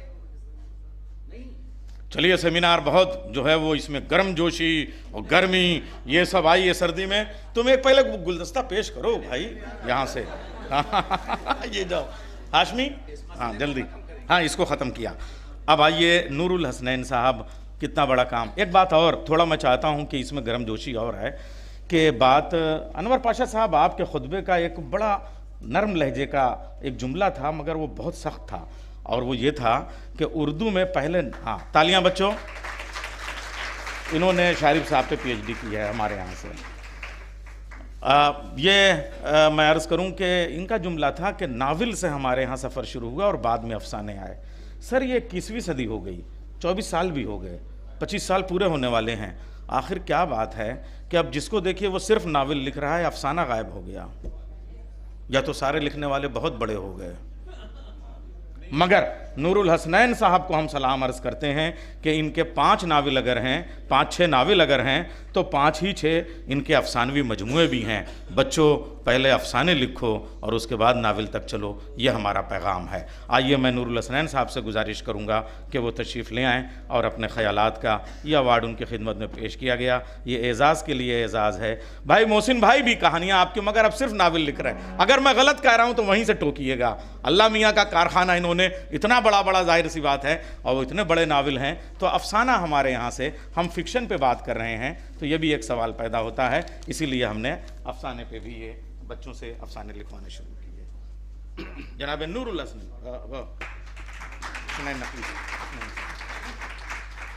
अस्सलामु अलैकुम। डाइस पर मौजूद तमाम अकाबिरान अदब, मेरे सामने बैठे हुए दानिश्वर हजरात, तलबा और तालिबात, ख़वातीन व हज़रात, आपने शुरू ही में मेरे अवार्ड्स के बारे में सुन लिया था कि मुझे कितने अवार्ड्स मिले हैं, लेकिन ये जो अवार्ड मुझे मिला है इसकी इज़्ज़त और इसकी मसरत मेरे दिल में सबसे ज़्यादा है, क्योंकि ये अवार्ड मुझे एक बहुत बड़े इल्मी खानवादे की तरफ से मिला है, जो मेरे लिए बहुत बड़े एजाज़ की बात है। एकेडमीज़ वगैरह से तो अवार्ड कैसे मिलते हैं और कैसे बढ़ते हैं सब आप लोग जानते हैं, लेकिन किसी इल्मी खानवादे से जब कोई अवार्ड मिलता है तो ना उसमें किसी की सिफारिश होती है, ना उसमें किसी का दबाव होता है, ना उसका वो तमाम उसका काम दिखा जाता है जिसके तहत उसका नॉमिनेशन होता है। तो मैं इस अवार्ड को अपने लिए बड़ा एजाज़ समझता हूँ, और यकीनन आज मुझे ये कहते हुए फ़ख्र हो रहा है कि मैं अदीब हूँ, वरना इससे पहले मैंने अपना तारुफ किसी भी मुकाम पर कभी ये कहकर नहीं करवाया कि मैं अदीब हूँ या मैं अफसाना निगार हूँ। पहली मर्तबा मैं आप लोगों के सामने कह रहा हूँ कि आज मैं एक अदीब हूँ।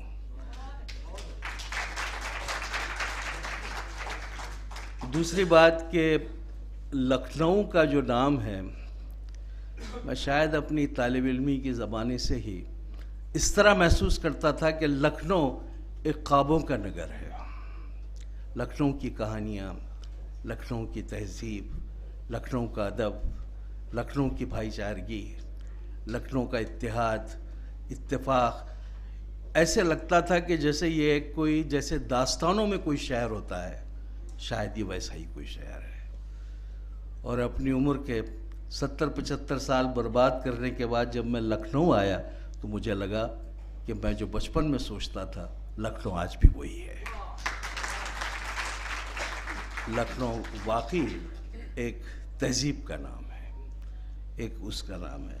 अब देखिए, थोड़ी सी बातें मैं अपने बारे में भी कर लूँ कि एक अदीब जब लिखना शुरू करता है या उसका जो सफ़र होता है वो किस तरह से होता है और किन किन मुश्किलात का उसको सामना करना पड़ता है। जिस वक्त मेरी पहली कहानी छोटे से अखबार, हिंदुस्तान अखबार में बच्चों के सफ़े में छपी थी, और जब मैंने उस अखबार में अपना नाम काली स्याही में, पक्की स्याही में देखा, तो मुझे जो मसरत हुई थी उसके बाद मुझे फिर वैसी मसरत नहीं मिली। लेकिन उसके बाद जहाँ मेरे असातिज़ा ने मेरी तारीफ़ की, मेरे साथियों ने मुझे मुबारकबाद दी, मेरे ख़ानदान ने भी मुझे पसंद किया, लेकिन जब मेरी 2-4 कहानियाँ अखबारों में आई तो मेरे फूफा सैयद तुराब अली, जो हिमायत अली शायर के वालिद थे, उन्होंने मुझे बुलाया, पढ़ने लिखने में दिल लगाओ, आइंदा से तुम्हारी कहानी कोई अखबार में छपी तो मैं तुम्हारी टांगें तोड़ दूँगा। अब उसके बाद मैं लिखना तो बंद नहीं कर सका, लेकिन जिस अखबार में मेरी कहानी छपती थी मैंने फिर उसको घर पे कभी नहीं लाया कि मुझे बहरहाल टांगें भी अपनी सलामत रखनी थी। इस तरह से जब मेरा पहला अफसाना बानों में छपा तो उस वक्त मैं एक स्कूल में काम करता था, टीचर था। सिल्क मिल्स औरंगाबाद का एक बड़ी इंडस्ट्रियल एरिया है, वहाँ का बहुत बड़ी इंडस्ट्री है, तो उन्हीं का वो क़ायम करदा स्कूल था, वहाँ मैं मुदर्रिस था। और मेरे पास के कुछ मतलब हमारे स्कूल के कुछ असातिज़ा पार्ट टाइम और जो है वो कारखानों में भी काम करते थे।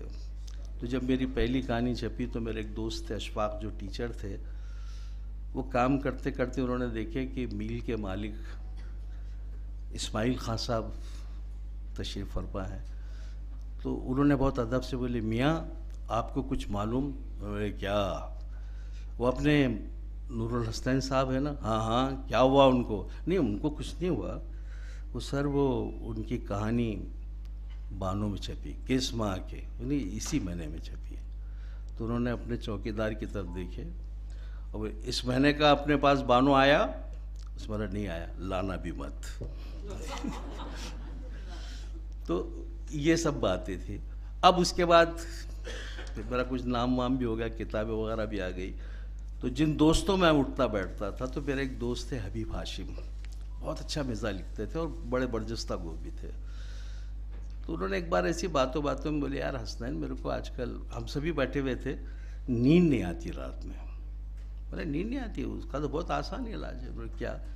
बोला कोई ऐसी किताब लीजिए जो आपको पसंद नहीं है, और उसके आप एक 2-3 वर्क पढ़ेंगे तो आपको नींद आ जाएगी। तो उन्होंने बहुत मोहब्बत से मेरी तरफ देखे और बोले, फिर आपकी कोई किताब मुझे देंगे? तो ये सारी चीज़ें एक अदीब के साथ रहती हैं, वाबस्ता रहती हैं। और जिस वक्त मुझे 1985 में मेरे अफसानी मजमे पर अवार्ड मिला, तो इत्तेफाक से मेरे फूफीज़ाद भाई हिमायत अली शायर उस वक्त हिंदुस्तान में थे, तो उन्होंने मुझे एक नसीहत की थी, तुम लिख रहे हो, बहुत अच्छी बात है, लिखो, मुताला भी खूब करो, और एक बात याद रखो, एक अदीब को बहुत फैल कर लिखना चाहिए और उसका मुताला भी उतना वसी होना चाहिए। आप खाली मुसलमान हैं तो इस्लामियात को पढ़ेंगे तो बात नहीं बनेगी, आपको पैथोलॉजी पढ़ना पड़ेगी, आपको क्रिश्चियनिटी का वो सारा इल्म होना चाहिए, ताकि आप जिस किस्म की जब भी कोई कहानी लिखें और उसके हस्ब ज़रूरत जो चीज़ आपको चाहिए वो आपके पास होना चाहिए। और एक बात देखो बाबा, तारीफ़ें बहुत अच्छी लगती है और तुम्हारी तारीफ़ें होंगी, लेकिन एक बात मेरी याद रखो, तारीफ़ें अक्सर आदमी को गुमराह करती है। तारीफ़ आपको बता देगी कि आप बहुत बड़े अफसाना निगार हो गए, बहुत अच्छा लिख रहे हैं, इसके बाद नतीजा क्या होगा? आपको लिखते हुए शर्म आएगी कि मैं और मज़ीद अच्छा क्या लिखूं। तो इसलिए तारीफ से पढ़ना, थोड़ी देर खुश होना और भूल जाना। हाँ, तनकीद को समझ के पढ़ो। तुम पर अगर कोई तनकीद भी आती है तो बहुत गौर से उसको देखो कि तुम्हारी किन खामियों की तरफ नाक़िदीन अदब ने इशारा किया है, और कोशिश करो कि आइंदा जब तुम लिखो तो उससे अपना दामन बचा सको और वो इम्प्रूवमेंट करो अपने आप में, मुताला खूब करो। तो ये सारी चीज़ें थी। बहरहाल उसके बाद मैं अफसाने लिखता रहा, और मेरी एक कमज़ोरी थी कि मैं जिन जिन शहरों में गया मैं वहाँ ज़रूर घूमता हूँ ताकि मोहल्ले ये सारी चीज़ें मैं देखूँ, उसका जोग्राफिया देखूँ। उसके बाद जब कोई मेरे पास कहानी का थीम कोई मेरे जहन में आता है तो मैं ये सोचता हूँ कि इस कहानी को मैं किस शहर के जोग्राफिया से मैं इसका वो कर सकता हूँ, उसके मौजू क्या होंगे, उसके किरदार क्या होंगे, और उन किरदारों का मज़हब क्या होगा, उनकी फ़िक्र क्या होगी। ये सारी चीज़ों को समेट कर फिर मैंने कहानियाँ लिखी। तो अभी जो मेरा 20 में जो मेरा अफसानी मजमू आया था, भोर भई जागो, ये एक ठुमरी का टुकड़ा है। और इसमें जितनी कहानियाँ हैं, जैसे मैं केरल गया था तो मैंने वहाँ के बैकग्राउंड में एक कहानी लिखा, हैदराबाद जाते रहा वहाँ के बैकग्राउंड में कहानी है, मेरे शहर के पर है, कश्मीर गया था तो वहाँ के बैकग्राउंड में एक कहानी है। अलबत्ता मैंने लखनऊ पे अभी तक नहीं लिखा और मैं हवा में कहानी नहीं लिखना चाहता था। अब मैं लखनऊ आया हूँ तो ये वादा करता हूँ कि बाद जब भी मेरे पास कहानी की कोई अच्छी थीम आएगी तो मैं उसका पस मंज़र लखनऊ ही बनाऊँगा। और नावल जब मैंने शुरू किया तो पहला नावल था मेरा अहंकार, जो एक देही पस मंज़र में था। मैं कोशिश ये कर रहा था कि मैं एक ऐसा नावल लूँ जिससे मेरा इलाक़ा रोशन हो, लोग मेरे इलाक़े के बारे में जान सके कि इसके जो मुज़ाफ़ात है, जो देहात है, वहाँ पर किस तरह बोली जाती है, वहाँ का माहौल क्या है, किसान वहाँ कैसी बातें करते हैं, या किसान जिन औज़ार को अपनी खेतियों में इस्तेमाल करते हैं उसको वो क्या बोलते हैं। अब जैसे थोड़ी मिसाल के तौर पर यूपी और इधर इस पे हल चलाना बोलते हैं, लेकिन हमारे तरफ उसको बोलते हैं नांगर। तो मैंने वो कोशिश ये की कि मैं वो देहातों को गया, मैंने वहाँ किसानों से बातें की, उनसे वो सारे आलात औज़ार, उनकी सारी तफसील ली, किस माह में कौन सी फसल की बुआई होती है, कब उसकी कटिंग होती है, ये सारी चीज़ें मैं जमा करते रहा। हद ये कि मुझे एक सीन था जिसमें लोहार की भट्टी का एक वाक़या था उसमें, तो उसके लिए मैं लोहार की भट्टी पर घंटा भर बैठा कि मैं उससे पूछूं कि ये भाता क्या है, ये लोहा कैसे गर्म होता, इसको शेप कैसा देते, घन किस तरह चलाया जाता, ये सारी चीज़ों की जब तक मैं मालूमात ना लूँ मैंने नावल नहीं लिखी। और चूँकि मैं रेडियो पे काम करता था और आपने अक्सर देखा होगा कि रेडियो के ड्रामों में, फीचर्स में इको का इस्तेमाल किया जाता है, इको सिस्टम जिसको बोलते हैं कि आवाज़ जर्स, आवाज़ पलट पलट के बार बार आना। तो मैंने वो तजर्बा अहंकार में किया कि जैसे उसके अंदर जो किरदार है, जो बहुत मुसीबत से आता और वापस आके दोबारा गांव में बस्ती में आबाद होता, और अब उसका बेटा डॉक्टर है तो पैसा वैसा आता, तो वो सारी अराजियात जो वो बेच चुका था अब वो सारी चीज़ें दोबारा ख़रीदता है। तो उसको जब भी कोई बात आती है उसके जहन में, तो उसके जहन में एक जुमला गर्दिश करता है, शक्ति है तुम्हारे पास, शक्ति है तुम्हारे पास, शक्ति है तुम्हारे पास। तो उस चीज़ को मैंने वो किया। और मैं एक नए देहात को लिखना चाह रहा था, जो पुराने देहात है उन पे तो बहुत सारी कहानियाँ आ जाती, इसलिए मेरी कहानी का मौजू था मादियत और रिश्ता, इंसानी रिश्ते, उन पर वो मेरा नावल था। दूसरा नावल जब मैंने लिखा तो वो ऐवानों के खाबिदा चिराग है, जो 1857 की जंग आज़ादी पर जो हिंदुस्तान गिर का पूरा जो तरीक़ा है, वैसे 1857 की जंग आज़ादी पर कई नावलें लिखी गई, लेकिन उनके कैनवस महदूद थे। किसी ने झांसी की रानी पे लिखा, किसी ने बहादुर शाह जफ़र पे लिखा, किसी ने तो तात्या टोपे और उस तरह झांसी की रानी वगैरह उन पे लिखा, लेकिन एक पूरा मरबूत करता हुआ उस पूरे वाक़े को किसी ने नहीं लिखा। तो मेरे जहन में आया कि मैं इसके लिए काम करूं, और ये नावल का फ़न मैंने असल में खुर्रतुल हैदर से सीखा था इस तरह से कि मैंने जब उनकी नावलें पढ़ी तो मुझे अंदाज़ा हुआ कि वो अपनी मालूमात को किस तरह से फिक्शन में डालती हैं, कि वो ये भी नहीं लगता कि आपको मालूमात दे रही हैं, और बल्कि ऐसा लगता कि ये सारी चीज़ें जो है नावल ही का हिस्सा है। तो मैंने वो किया। उसके लिए मैं दिल्ली गया 2 बार, ताकि लाल किला और वो सारी चीज़ें देखूं। मैंने नक्शे निकाले पुराने कि दिल्ली के रास्तों के उस ज़माने में क्या थे, किरदारों के नाम निकाले, जो अंग्रेज़ जर्नल थे, जो मतलब जिनके मारे जाने का या जिनको कत्ल जिसने किया उसका नाम नहीं था।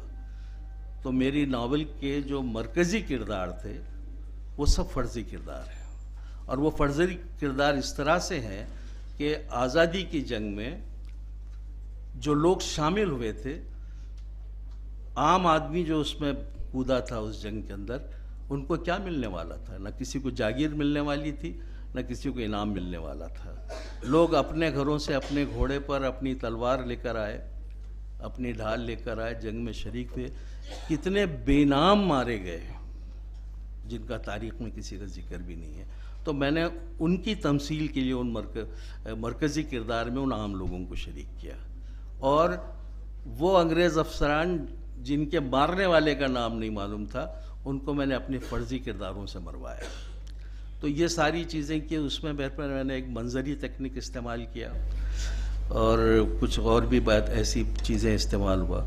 जब मेरी तीसरी नावल की बारी आई, जो चांद हमसे बातें करता है, मैं चाहता था कि नावल में कुछ उसत हो, वरना नावल जो है किसी एक किस्से पर ही मोहित होती थी। मैं चाहता था कि कोई ऐसा उसमें तब्दीली लेके आऊँ कि नावल के लिए एक नया मैदान सामने आए। तो मैंने महाभारत जो सीरियल भी देखी थी और पढ़ा भी था, जैसे जैसे उर्दू में मिलता गया। तो उसमें कहानी तो एक है कौरव पांडवों की, लेकिन कई लोगों की कहानियाँ उसमें शामिल होती हैं। वो कहानी कंप्लीट होती है, फिर हम मरकज़ की तरफ आते हैं, फिर कौरव पांडवों की तरफ आते हैं, फिर किरदारों की एक नई कहानी शुरू होती है, फिर वो ऐसा समेटते समेटते उसमें कई कहानियाँ आती हैं, और आखिर में ख़त्म फिर वो उसी उस पर होती है, कौरव पांडवों पर। तो मैंने सोचा कि क्यों ना दुनिया भर में जो बहुत मशहूर इश्किया वाक़यात हैं, ट्रेजेडी वाले, तो उनको एक जगह किया जाए। जब ये मैंने अपने दोस्तों के सामने बोला कि यार मैं कैसी नावल का प्लान बना रहा हूँ जिसमें इस तरह के वाक़यात होंगे, तो इसमें तुम्हारा क्या है? वो वाक़यात तो है ऑलरेडी। मतलब हाँ वो तो है, लेकिन बहरहाल मैं एक जगह करूँगा और आप देखना मेरी नावल क्लिक होगी। तो मैंने उसके लिए फिर बहुत मेहनत की। जिस वाक़े को मैंने लिया, उसके माहौल को देखा, उसको महसूस किया। अब द्रावड़ पे एक कहानी है। अब द्रावड़ों की हमारे पास उस तरह की कोई चीज़ नहीं मिलती कि उनका मज़हब क्या था, उनके नाम क्या थे, उनके किरदारों के नाम क्या थे। तो फिर मैंने जब बहुत सारी लिसानियत की किताबें देखा तो उसमें मालूम हुआ कि संस्कृत में कई अल्फाज तेलुगु ज़बान के हैं। तो फिर मैंने, एक साहब हैं कुतुब सरशार, जिन्होंने कई है तो उर्दू की चीज़ों को तेलुगु में किया और तेलुगु की चीज़ों को उर्दू में किया। तो मैंने किरदारों के नाम के लिए उनसे मशवरा किया कि मेरे को भाई ये बताओ कि फूल को तेलुगु में क्या बोलते हैं? तो उन्होंने एक मुश्किल लफ्ज़ बताया। मतलब नहीं, ये बहुत मुश्किल हो जाता। अच्छा, कली को क्या बोलते हैं? उन्होंने बताया मोग्गा। मतलब हाँ, ये इस कहानी के हीरोइन का नाम हो सकता है। अब हीरो का नाम क्या होना चाहिए? अब बहुत सारे नाम मेरे जहन में आए, लेकिन चूंकि हिंदू मज़हब में जूही इस तरह के नाम होते हैं, जो दगड़ू फतरू भी होते हैं उनके पास। तो मैंने फिर उससे पूछा है कि भाई मेरे आसमान को क्या बोलते हैं तेलुगु में? बोला आकाशम। बोला ये हीरो का नाम हो गया। इस तरह वो कहानियों को जोड़कर फिर मैंने कुछ पुरानी पेंटिंग्स देखा, और उसके बाद मैंने उनका एक पूरा माशरा, उनकी तहजीब, उनके रिहाइश का, वो सारी चीज़ें करके वो इश्क़ का क़िस्सा बनाया और फिर ये सारी चीज़ें भी। अब इत्तेफाक है कि वो नावल काफ़ी क्लिक हुआ, बल्कि बांग्लादेश में ढाका यूनिवर्सिटी के निसाब में वो नावल शामिल है। चौथा नावल तिलकल अय्याम है, जिसमें तसव्वुफ़ भी है, आज के हालात भी हैं और हमारी कमज़ोरियाँ भी है और उसकी वजूहात भी हैं। उन सारी चीज़ों को समेट कर मैंने फिर वो ये नावल लिखा। और अभी मेरा जो नावलेट आया आशा नगर की चाल, ये तो बस यूँ ही है कि चूँकि मुझे कैटरेक्ट हो गया था और इसके पकने वगैरह में देर लगने वाली थी, तो मैं बोला भाई अगर मैं कुछ नहीं लिखूँगा तो लोग तो समझ जाएंगे कि मैं ख़त्म हो गया। तो मैंने वो नावलेट लिखी है। उसमें कमाल कुछ भी नहीं है, उसमें कमाल ये है कि आजकल के हालात और हम किस तरह से बढ़ते जा रहे हैं। उसका यह है कि बॉम्बे के, अगर आप लोगों ने बॉम्बे देखा होगा तो बॉम्बे में एक चाल सिस्टम होता है कि एक बड़ी बिल्डिंग बना दी जाती है जिसमें कई कमरे होते हैं और वो मालिक मकान को इससे कोई सरोकार नहीं होता कि आप कौन है क्या है। वो देखता है कि आप उसका किराया दे सकते हैं क्या, तो उसमें हिंदू भी होते हैं, मुसलमान भी होते हैं, सिख भी होता है, क्रिश्चियन भी होता है, हर किस्म के लोग उसमें रहते हैं। अब जब एक जगह आदमी रहता है तो चूँकि समाजी जानवर है तो उसमें दोस्तियाँ भी हो जाती है, वो एक दूसरे के काम भी आते हैं, एक दूसरे की मदद भी करते हैं। इस तरह से तो उस माशरे को लेकर मैंने एक चौल को हिंदुस्तान की तमसील बनाने की कोशिश किया कि वो किस तरह से उनमें मोहब्बतें भी हैं, एक दूसरे के काम भी आते हैं और वक्त ज़रूरत एक दूसरे के इख्तलाफ भी करते हैं, लेकिन उनके दरमियान जो चीज़ नहीं आती वो है मज़हब। वो किसी से मज़हब नहीं पूछते उसका, ना उसके मज़हब की बुनियाद पर उससे नफ़रत करते हैं। नफ़रत करने के लिए दूसरे वजूहात हैं, सामान आपका यहाँ आ गया, अभी ये इधर से हो गया, पहला हो गया, इन बातों के ऊपर वो एतराज़ करते हैं, लेकिन मज़हब की बुनियाद पर नहीं होते। तो मैंने वही कोशिश की कि उसके ज़रिए मैं पुराने हिंदुस्तान का, आज से 30-40 साल पहले के हिंदुस्तान का वो नक्शा पेश करूं कि जिसको पढ़ने के बाद लोग भी समझ सके कि हम इस तरह भी जी सकते हैं। बहरहाल आप लोगों की दावत पर मैं यहाँ आया और मेरी इतनी उम्दा पिज़राई की मुझे अवार्ड से नवाजा, बल्कि मुझे एहसास दिलाया कि मैं अदीब हूँ। मैं आप तमाम का बेहद मशकूर हूँ और इस समा खराशी के लिए बहुत बहुत शुक्रिया।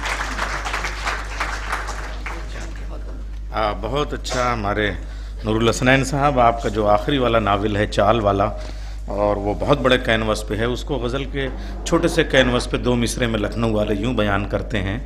किसी गली में, बच्चों अच्छे से सुन लोगे तो मैं जल्दी से मेहमान को बुला दूंगा, वरना मैं भी इतनी बड़ी तकरीर करूंगा। किसी गली में किराए का घर लिया उसने, किसी गली में किराए का घर लिया उसने, फिर उसके बाद घरों के किराए बढ़ने लगे। हाय हाय हाय, फिर उसके बाद घरों के किराए। और आपने कहा कि मुझे अदीब होने का एहसास दिलाया। नहीं सर, बस मामला ये है कि हमारी जूरी की, शारिब सर की एक अजीब शर्त है, और वो बहुत अच्छी शर्त है कि लखनऊ के ये बच्चे जो हैं वो उन अदीबों को देखें जिनको अवार्ड दिया जा रहा है, जिनकी किताबें पढ़ते हैं। तो आपने आने की हमारी शर्त को कबूल किया। जूरी बहुत, अब यूँ अर्ज़ करूँ कि आपके लिए क़य्यूम नाशाद का एक शेर मुझे पेश करना होगा कि अदब के नाम पर महफिल में चर्बी बेचने वालों, अदब के नाम पर महफिल में चर्बी बेचने वालों, अभी कुछ लोग जिंदा हैं जो घी पहचान लेते हैं। अभी कुछ लोग जिंदा हैं, अदब के नाम पर महफिल में चर्बी बेचने वालों, अभी कुछ लोग जिंदा हैं जो घी पहचान लेते हैं। और अब प्रदीप कपूर सर तो आप जानते हैं मुख्तसर में जो है वो ज़्यादा बातें करना उन्हें आता है, और जब काफ़ी हाउस में बैठते हैं तब तो बहुत फुर्सत से होते हैं। तो मैं उनसे गुजारिश करूँगा कि वो तशरीफ़ ले आएँ कि इश्क़ में, अब वो अपने वो मिशन पे कायम हैं। इश्क़ में मोड़ बहुत आए मगर जाने फराज, न तेरा दर्द ही ठहरा न मेरा दिल ठहरा। तशरीफ़ लें प्रदीप कपूर, और उसके बाद जनाब जस्टिस साहब, और फिर हमारे मंच पे आसीन सभी महानुभाव और इस अवार्ड फंक्शन में आए हुए सारे मेहमान। ये मेरे लिए बड़े बहुत फ़ख्र की बात है कि शायर फिरदौलवी साहब और शमीम निकत जी से बहुत अच्छे संबंध रहे, बहुत स्नेह मिला, बहुत प्यार मिला। लखनऊ शहर में एक ऐसा माहौल था, और हम लोग डॉक्टर अम्मार रिजवी साहब और हमारे दोस्त वकार और सारिफ भाई और सब लोग इतना ज़्यादा आपस में मिलते जुलते थे, इतने प्रोग्राम्स होते रहते थे कि एक बिल्कुल एक्सटेंडेड फैमिली लगता था। मुझे तो बहुत ज़्यादा ही स्नेह मिला और सारिफ भाई को तो बराबर मैं व्हाट्सएप करता रहता था और वो बराबर बहुत लाइक करते थे, उसके जवाब देते थे। तो एक बहुत ही स्नेहमय माहौल में और एक परिवार के माहौल में उनसे संबंध रहे। और जो वकार भाई के नाम का अवार्ड मिला है, वो वकार भाई जिन्होंने कि अदब के लिए, समाज के लिए और सहाफ़त के लिए इतने कम समय में इतने ज़्यादा काम कर गए कि लग रहा था कि उनको लगता था कि उनको समय कम है, तो वो बहुत तेज जल्दी में थे और बहुत उन्होंने प्रोग्राम किए और उनके हर प्रोग्राम में हम उनके साथ रहते थे और बिल्कुल परिवार की तरह, एक एक्सटेंडेड फैमिली की तरह सब लोग थे। और वकार भाई के नाम का अवार्ड मिलना जो है मेरे लिए बहुत ही खुशी की बात है। और रही बात सहाफ़त की, तो पायनियर से शुरू किया, ब्लिट्स में रहे, इसमें बहुत जिसे कहना चाहिए कि बहुत से लोगों से मिलने का मौका मिला, बहुत से लोगों को जानने का मौका मिला और बहुत भागा दौड़ी भी हुई। और लेकिन मेरी खुशनसीबी थी कि मुझे अपने वालिद मरहूम सहाफ़ी बिशन कपूर की वजह से अपने घरों में होने वाली जो नशिस्त थी, जिसमें कभी कैफ़ी आज़मी भी आते थे, अली सरदार भी आते थे, जानिसार भी आते थे, तो एक तरफ हिंदी अदब की जो महान हस्तियाँ लखनऊ शहर में थीं, भगवती चरण वर्मा, यशपाल और नागरजीत, तीनों को जानने का, समझने का, इनके साथ बैठने का जो एक मौका मिला, उस क्या होता है कि आप जिस माहौल में पले बड़े होते हैं वही आपकी पर्सनैलिटी बनाती है, वही आपका मार्ग निर्धारण करती है। तो इस माहौल में रहने का, इन सब को सुनने का, जानने का जो एक मौका मिला, उसी तरह से लिखते पढ़ते रहे। और जाहिर बात है कि जब हम ब्लिट्स में पहुँचे तो मुझे याद है कि 81 में करंजिया से जब मिले तो करंजिया ने गुरु मंत्र दिया कि एक्सपोज ऑल स्पेयर नन। तो जितने साल ब्लिट्स में रहे करंजिया ने कभी इंटरफेयर नहीं किया उत्तर प्रदेश के किसी भी मुख्यमंत्री के बारे में, यहाँ की सरकार के बारे में, किसी के बारे में कभी भी कुछ लिखा हो, उन्होंने पलट के नहीं कहा कि ये क्या लिखा, क्यों लिखा। और ये एक बहुत बड़ा प्रोटेक्शन होता है किसी भी पत्रकार के लिए कि उसका एडिटर उसके साथ खड़ा हो। तमाम कितने लोगों के सम्मान और नोटिसेस, मुकदमे क्या क्या हुए, सब झेले ब्लिट्स ने, क्योंकि वो करंजिया में दम था कि वो अपने रिपोर्टर को सपोर्ट करे। जो अब उस तरह की ना पत्रकारिता हो सकती है, ना उस तरह का कोई एडिटर हो सकता है, वो माहौल ही नहीं बन सकता है। तो उसमें हमने, जैसा कि मैंने कहा कि राम जन्मभूमि, बाबरी मस्जिद, अयोध्या का हर छोटा बड़ा 1978 से लेके वहाँ पे कुछ भी हुआ हो, प्रदीप कपूर वहाँ खड़े रहे हैं, चाहे वो शिलान्यास हुआ हो, चाहे मस्जिद गिराई गई हो, सब कुछ सारे मंजर देखे हैं। और इसी तरह से भागते भूगते एक ज़माने में फूलन देवी से लेके वो क्या क्या सब डेकॉइट्स उत्तर प्रदेश में बहुत ज़्यादा एक्टिव थे, तो उनको चेस करने के लिए पहुंच जाते थे। और पूरा ये मंडल और कमंडल जो उत्तर प्रदेश में जो राजनीति चली, उसको भी जो है सारा का सारा माहौल देखा कि मंडल की राजनीति भी देखी, वीपी सिंह और वीर मुलायम सिंह और तमाम चीज़ें सब देखी। तो सब कुछ तो नज़रों से हुआ। तो इन पत्रकारिता के दौरान मुझे एक बात याद आई ख्वाजा अहमद अब्बास साहब की, कि उन्होंने कहा कि देखो पत्रकारिता तो करते रहोगे, जो खबर है उसकी जो उसका समय बहुत कम होता है, लोग खबर पढ़ेंगे वो लोग भूल जाएंगे, अगर किताब सामने आएगी तो वो किताब हमेशा रहेगी। तो अब्बास साहब की जो बात मेरे दिमाग में थी और एक माहौल बना, तो मैंने एक लखनऊ को कॉफ़ी हाउस पे एक किताब लिख दी, क्योंकि वो एक ऐसा सब्जेक्ट था जो जिससे बहुत पुराना जुड़ाव था। क्योंकि एक दौर में सभी लोग कॉफ़ी हाउस में बैठते थे और कॉफ़ी हाउस ही जो है उत्तर प्रदेश की, जो एक ज़माने में कहा जाता था कि जो आज लखनऊ सोचता है वो दिल्ली बाद में सोचता है, तो वो लखनऊ क्या, वो कॉफ़ी हाउस में ही सब कुछ महफिल और सब कुछ सोचते थे। तो वो माहौल जो था, जो हमने सारे मंजर देखे, सारे पॉलिटिशियंस को देखे, सारे साहित्यकारों को देखा, सारे ट्रेड यूनियन लीडर्स को देखा, क्योंकि हर चीज़ की जो है वो कॉफ़ी हाउस हुआ करता था। तो उस पर एक किताब लिख दी, लखनऊ का कॉफ़ी हाउस, वो अब्बास साहब की बात याद करते हुए। तो मुझे 2013 में लिखी, लेकिन अगर आप जाएं लखनऊ में, हजरतगंज में, यूनिवर्सल में, तो अभी भी वो रखी हुई है सामने। वो कहता है कि भाई लोग आते हैं, खरीदते हैं, चले जाते हैं। तो ज़रूरी है कि लोगों को ये बताना कि लखनऊ का क्या दौर था, लखनऊ में क्या गुजरा, क्योंकि आप सोच ही नहीं सकते हैं कि जिस दौर में हम लोग कॉफ़ी हाउस में बैठे होते थे, वीर बहादुर मुख्यमंत्री थे और अचानक गाड़ी रोक के चले आते थे, अम्मार साहब भी रहते थे, और आके अपना सिक्योरिटी बाहर छोड़ के मुख्यमंत्री कॉफ़ी हाउस के अंदर बैठा हो और पूछ रहा हो कि क्या एजेंडा चल रहा है। ये सोचना भी आजकल बहुत कि भाई लगे किसी को बताओ तो लगेगा कहानी है।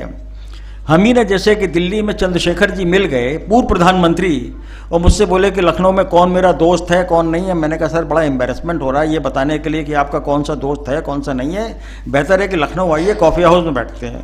पूर्व प्रधानमंत्री आए और सीधे अपना लखनऊ पहला काम कॉफ़ी हाउस, तो कॉफ़ी हाउस में बैठ गए। बोले कि यार यहीं से राजनीति शुरू हुई है, यहीं पर सारे लोग बैठते रहे हैं, लेकिन उनकी निगाहें जिन दोस्तों को ढूंढ रही थी वो तो नहीं थे, लेकिन फिर भी उन कहने लगे कि भाई सेटिस्फेक्शन मुझे मिला कि मैं कॉफ़ी हाउस में बैठ गया। तो हम लोग इतने लोगों को बुलाते रहे, महफिलें लगती रहीं, लोग आते रहे, तो कम से कम अभी भी जो है वो हम लोग कोशिश यही करते हैं कि समाज में जो डायलॉग ख़त्म हो गया है वो कॉफ़ी हाउस में बैठ के एक टेबल पे कट अक्रॉस पार्टी लाइन एक डायलॉग होना चाहिए, क्योंकि समाज में जो सबसे बड़ी प्रॉब्लम है वो डायलॉग ख़त्म हो गया है। तो कोशिश है कि वो डायलॉग को इनिशिएट करने की कोशिश में इस तरह की नशिस्त और इस तरह की बैठकियाँ हम लोग आयोजित करते रहते हैं। और इस तरह के जो आज वकार भाई के नाम का अवार्ड मिला है वो आपकी जो इतने साल की लंबी पत्रकारिता है उसको तो रिकॉग्नाइज करता भी है, लेकिन साथ में इनकरेज भी करता है कि आगे भी बेहतर और काम कीजिए, और आपका जो है वो मतलब एक पूरा इंकरेजमेंट भी मिलता है। तो उसके लिए मैं मेंबर ऑफ द ज्यूरी को बहुत बहुत शुक्रिया अदा करता हूं। उन्हीं अल्फाज के साथ आप सबको नमस्कार। बहुत शुक्रिया। अब वक्त बड़ी तेज़ी से जो गुज़र रहा है हज़रात, ये ख़वातीन व हज़रात, ये जो उन्नाव की सरज़मीन है ये बहुत बड़ी सरज़मीन है। हिंदी और उर्दू को, कविता को और शायरी को, अफसाने को और कहानी को बड़ी शख्सियतें दी हैं। वहीं की धूल मिट्टी से एक चिराग जो है वो निकलता है और वो बीएससी से निकलते हुआ फर्स्ट अटैम्प्ट में जो है वो पीसीएसजे निकाल लेता है, और उसके बाद में उसके जो फैसले हैं वो एक लैंडमार्क तय करते हैं और एक मिसाल बयान करते हैं। और वो चिराग जो उन्नाव की धूल मिट्टी से निकला था, जब वो इलाहाबाद हाई कोर्ट में पहुंचता है तो वह आफताब आलम ताब की तरह चमकने लगता है, और तब दुनिया चाँद के माथे पे गुलाब की पंखड़ी से उसका नाम लिखती है, और वो नाम है जस्टिस सैयद आफताब हुसैन रिजवी। बहुत इल्मी घराना, बहुत फ़िक्री घराना, बहुत दानिशवराना मिजाज, और वो तमाम रिश्तों का रख रखाव, वो तमाम बुज़ुर्गों की दुआएं और अपने बच्चों की तरबियत, अपनी बेटियों का पढ़ाना एक पूरा सिलसिला है। एक नाम है, हज़ार दास्तान है, तहज़ीब का मीनार बना जाते हैं, अक़दार का मेयार बना जाते हैं। कुछ लोग हैं जो हुस्न अमल से अपने नस्लों को परस्तार बना जाते हैं। तशरीफ़ ला रहे हैं जस्टिस सैयद आफताब हुसैन रिजवी।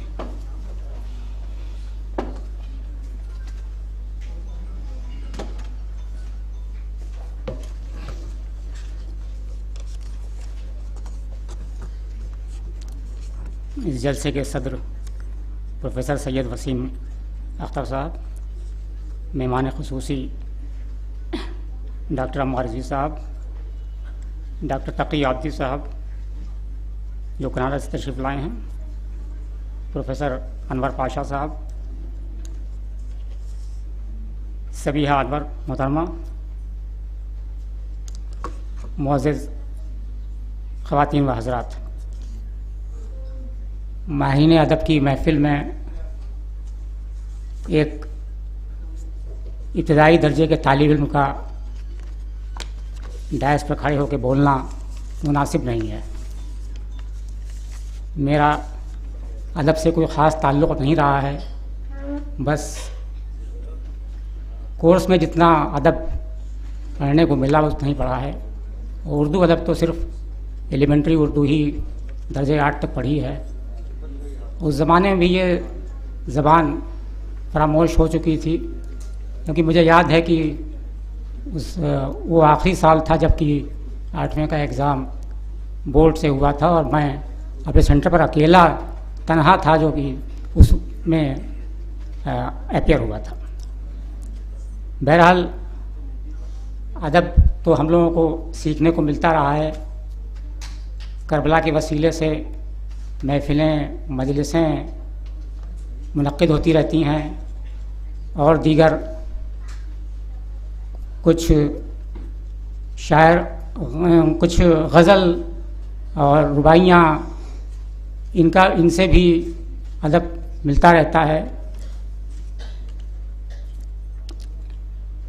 एक अदीब को की ज़िम्मेदारी बहुत है, उसको बहुत रोशन ख़याल होना चाहिए। मैं अपने तासुरात क्या ज़ाहिर करूं, शायर अवाम और शायर इनकलाब हबीब जालिब साहब की चार लाइनें हैं जो मैं आपके खिदमत में अर्ज़ कर रहा हूँ। इसी से ज़ाहिर हो जाएगा कि एक अदीब को कैसा होना चाहिए। मेरे हाथ में कलम है, मेरे जहन में उजाला, मुझे क्या दबा सकेगा कोई जुल्मतों का पाला। मुझे फ़िक्र अमने आलम, तुझे अपनी ज़ात का गम, मैं तुलू हो रहा हूँ तो गुरूब होने वाला। और इसी तरह से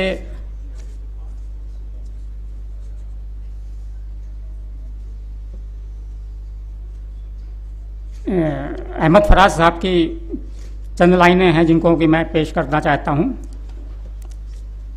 जो उन्होंने उस पस मंज़र में लिखी है कि जब उन्हें उस वक्त के फ़ौजी हुक्मरान ने दावत दी कि उनकी मदह की जाए, और उन्होंने एक नज़्म लिखी, उसकी कुछ लाइनें मैं आपकी खिदमत में अर्ज़ करता हूँ।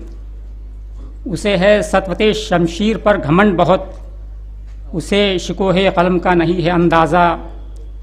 मेरा कलम नहीं किरदार उस मुहाफिज का जो अपने शहर को महसूर करके नाश करे।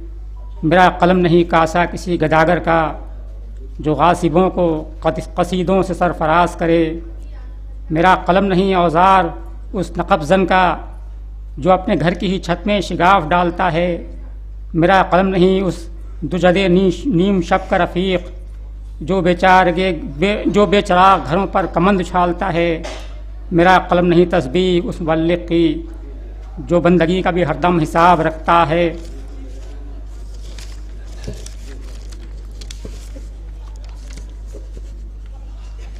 मेरा कलम तो अमानत है मेरे लोगों की, मेरा कलम तो अदालत मेरे ज़मीर की है। इसीलिए तो जो लिखा तपा के जाँ से लिखा, तभी तो लोच कमा का ज़बान तीर की है। मैं कट गिरूँ या सलामत रहूँ, यही है मुझे कि ये हिसार सदम कोई तो गिराएगा। तमाम उम्र की ईज़ा नसीबियों की कसम, मेरे कलम का सफ़र राएगा न जाएगा।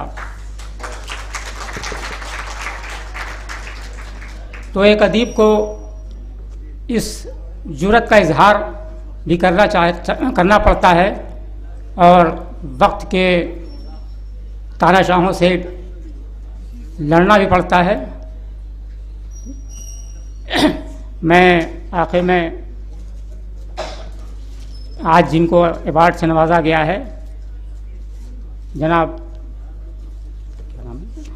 नूरुल हसनैन साहब और प्रदीप कपूर साहब को बहुत बहुत मुबारकबाद पेश करता हूँ।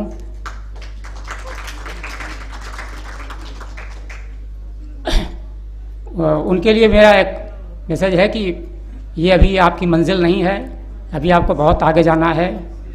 कि मुसाफिर वो है जिसका हर कदम मंजिल की जानिब हो, और मुसाफिर वो जो नहीं जो चल के थोड़ी दूर रुक जाए। तो अभी आपका सफ़र जारी रहेगा इंशाअल्लाह, और आप इसी तरह से आगे भी एजाज़ एहतराम के लायक रहेंगे और आप नवाजे जाते रहेंगे। मैं आखिर में मुंतज़मीन का ख़ास करके आपने हमारे आसिम भाई का बहुत शुक्रगुज़ार हूँ कि उन्होंने यहाँ पर मौका दिया कि इतने अदीबों से के बीच में हाजिर हुआ और मुलाकात का मौका मिला। शुक्रिया, बहुत शुक्रिया आपका। मेरा कलम तो अमानत है अपने लोगों की, मेरा कलम तो अदालत मेरे ज़मीर की है। और जज साहब चूँकि आप फैसला सुनाते हैं तो एक शेर, मुझको सूली पे चढ़ाने की ज़रूरत क्या है, मुझको सूली पे चढ़ाने की ज़रूरत क्या है। मेरे हाथों से कलम छीन लो मर जाऊंगा, मेरे हाथों से कलम छीन लो मर जाऊंगा। बहुत से लोग ऐसे हैं कि जिनके हाथों जैसे लग रहा है कलम छीन गया, इसलिए ताली बजाने की भी ताकत नहीं बची, कम से कम हथेलियाँ तो ज़िंदा रहें। तो अब सर वो जो लम्हा आ गया है बच्चों कि जिसको देख के तुम सब, यानी अगर उर्दू क्या है वो सबीहा अनवर साहिबा, अम्मार रिजवी साहब और उसके बाद जनाब सदर प्रोफेसर सैयद वसीम अख्तर, बस ये आफ्ताब व महताब हैं। इसलिए अब ये हमारी इस तकरीब का सबसे कामयाब, सर अभी आप नहीं, अभी उसके बाद अभी सर, तो अम्मार सर जो हैं, और यकीन जानो ये सब वो हैं, सीखो बच्चों। आज जो है वो नौजवान 1 घंटे ज़्यादा बैठ नहीं पाता, 3.5 घंटे हो गए। ये बुज़ुर्ग किस तरीके से अपनी शफ़क़तों के साथ बैठे हुए हैं। बच्चों अब बहुत मीडियम है। अफसोस ये है अलमिया, देखिए आपस में बात करने में कुछ नहीं जाता कि उर्दू वालों से उर्दू गायब होती जाती है। उर्दू एक तहज़ीब का नाम है, उर्दू एक सलीक़े का नाम है। हमने उर्दू के बहाने से सलीक़ा सीखा, बात करने का हंसी तौर तरीक़ा सीखा। तो ये जो उर्दू सीखना है, अगर आपको तो इंटरनेट से न सीखिए, किताब से न सीखिए, खाली थोड़ी देर आप सबीहा अनवर को सुन लीजिए, पता चल जाएगा लफ्ज़ क्या है, तलफ़्फ़ुज़ क्या है, आवाज़ क्या है, लहजा क्या है, इस्तिआरा क्या है, तशबीह क्या है, अलामत क्या है, महाकात क्या है, ज़िला जुगत क्या है, ज़रबुल मसल क्या है, बलागत क्या है, फसाहत क्या है, सनाए क्या हैं, बदाए क्या हैं। तो आइए वो सारा लहजा और देखिए कि कोई बच्चा तड़पता है तो माँ का दम निकलता है, मगर जब माँ तड़पती है तो फिर जमजम निकलता है। मैं गुजारिश करूँगा डॉक्टर सबीहा अनवर साहिबा से एक नाम और अफसाना, ख्वाब दर ख्वाब हो, सफ़रनामा हो, कहानियाँ हो, तनकीद हो, क्या क्या हवाले हैं, या फिर लखनऊ की जो पूरी तारीख़ है, ऐनी आपा का इनके साथ रहना, इस्मत चुग़ताई का इनके साथ रहना। कभी बच्चों वक्त निकालो और इनके पास जाके बैठ जाया करो तो अदीब और दानिश्वर बन जाओगे, अफसाना निगार बन जाओगे, नाविल निगार बन जाओगे, वरना नवीसी करते रहोगे, निगारी नहीं कर पाओगे।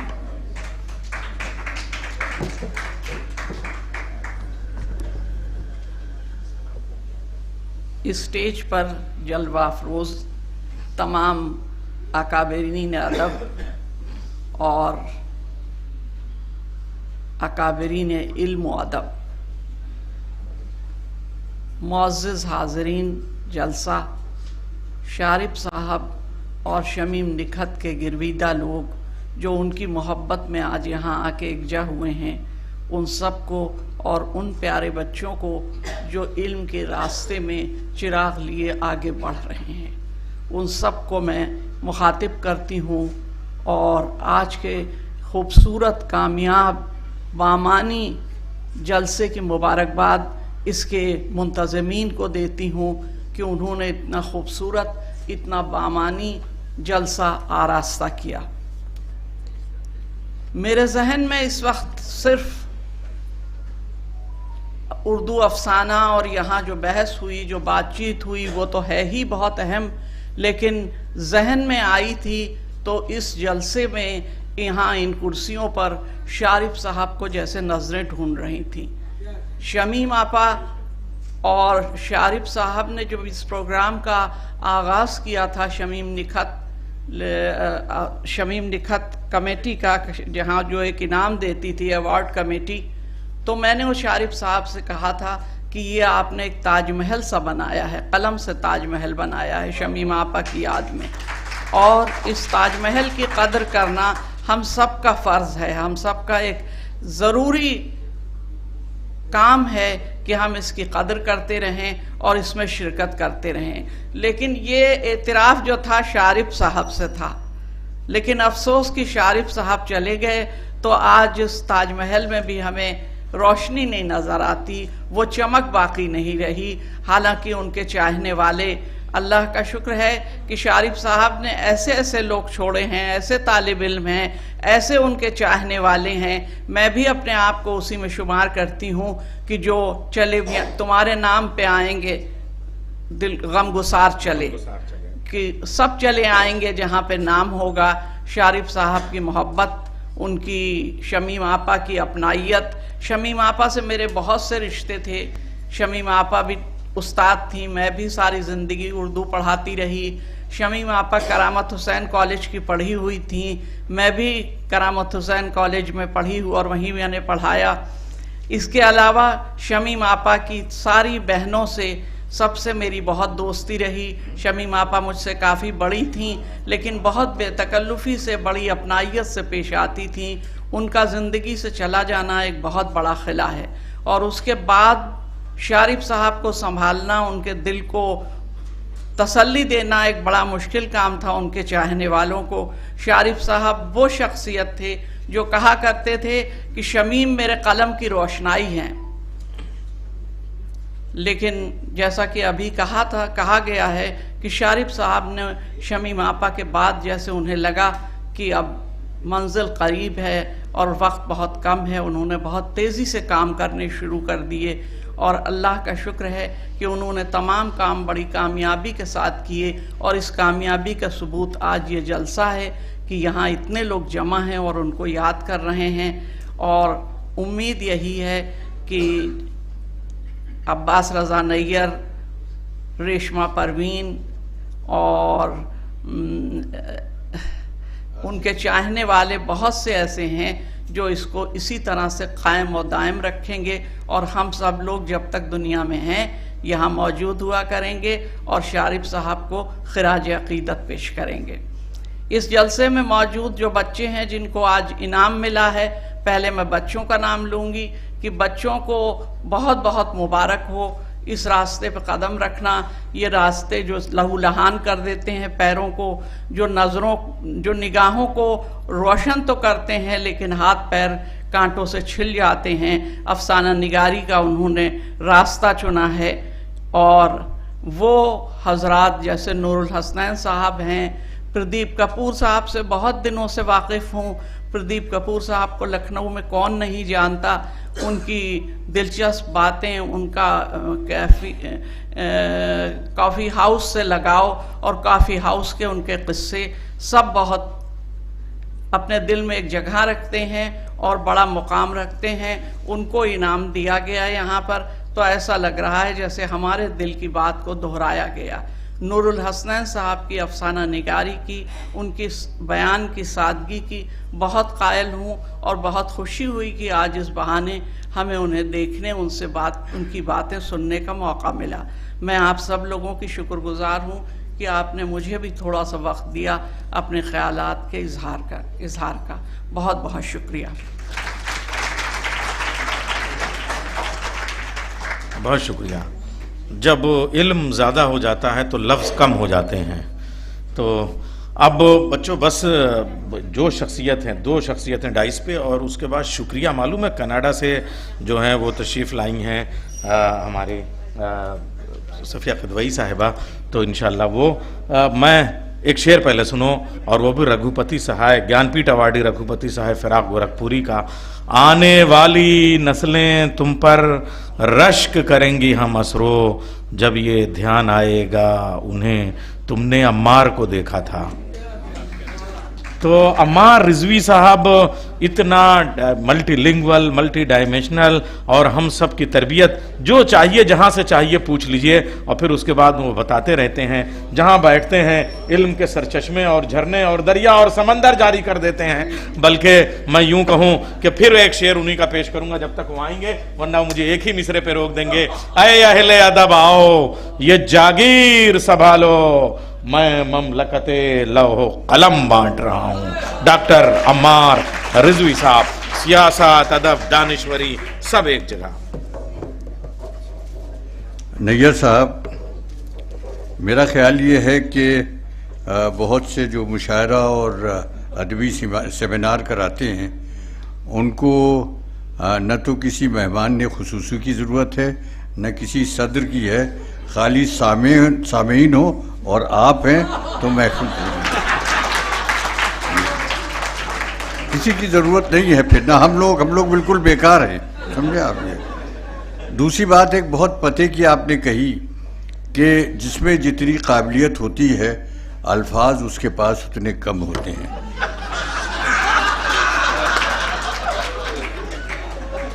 अच्छा, मैं अपने को बिल्कुल जाहिल समझता हूँ। अरे वो भी फेल हो गई सर। तो आपको अब मुझसे शिकायत नहीं होना चाहिए कोई, क्योंकि अगर काबिल होता तो अल्फाज कम होते। बहरहाल यहाँ पर मोहतरमा अनवर साहिबा कहाँ चली गई? वो तो आए हैं। तो बताइए, यहाँ बोलने बेकार हो गया।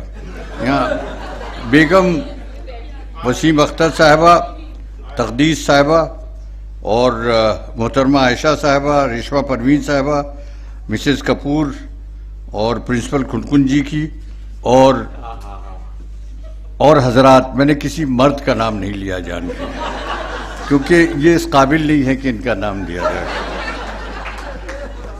दो पाशा ऐसे पैदा हुए, एक पहले पाशा ऐसे पैदा हुए जो किसी से डरे नहीं, न तो तुर्किश फौजों से डरे और न बरतानिया से डरे।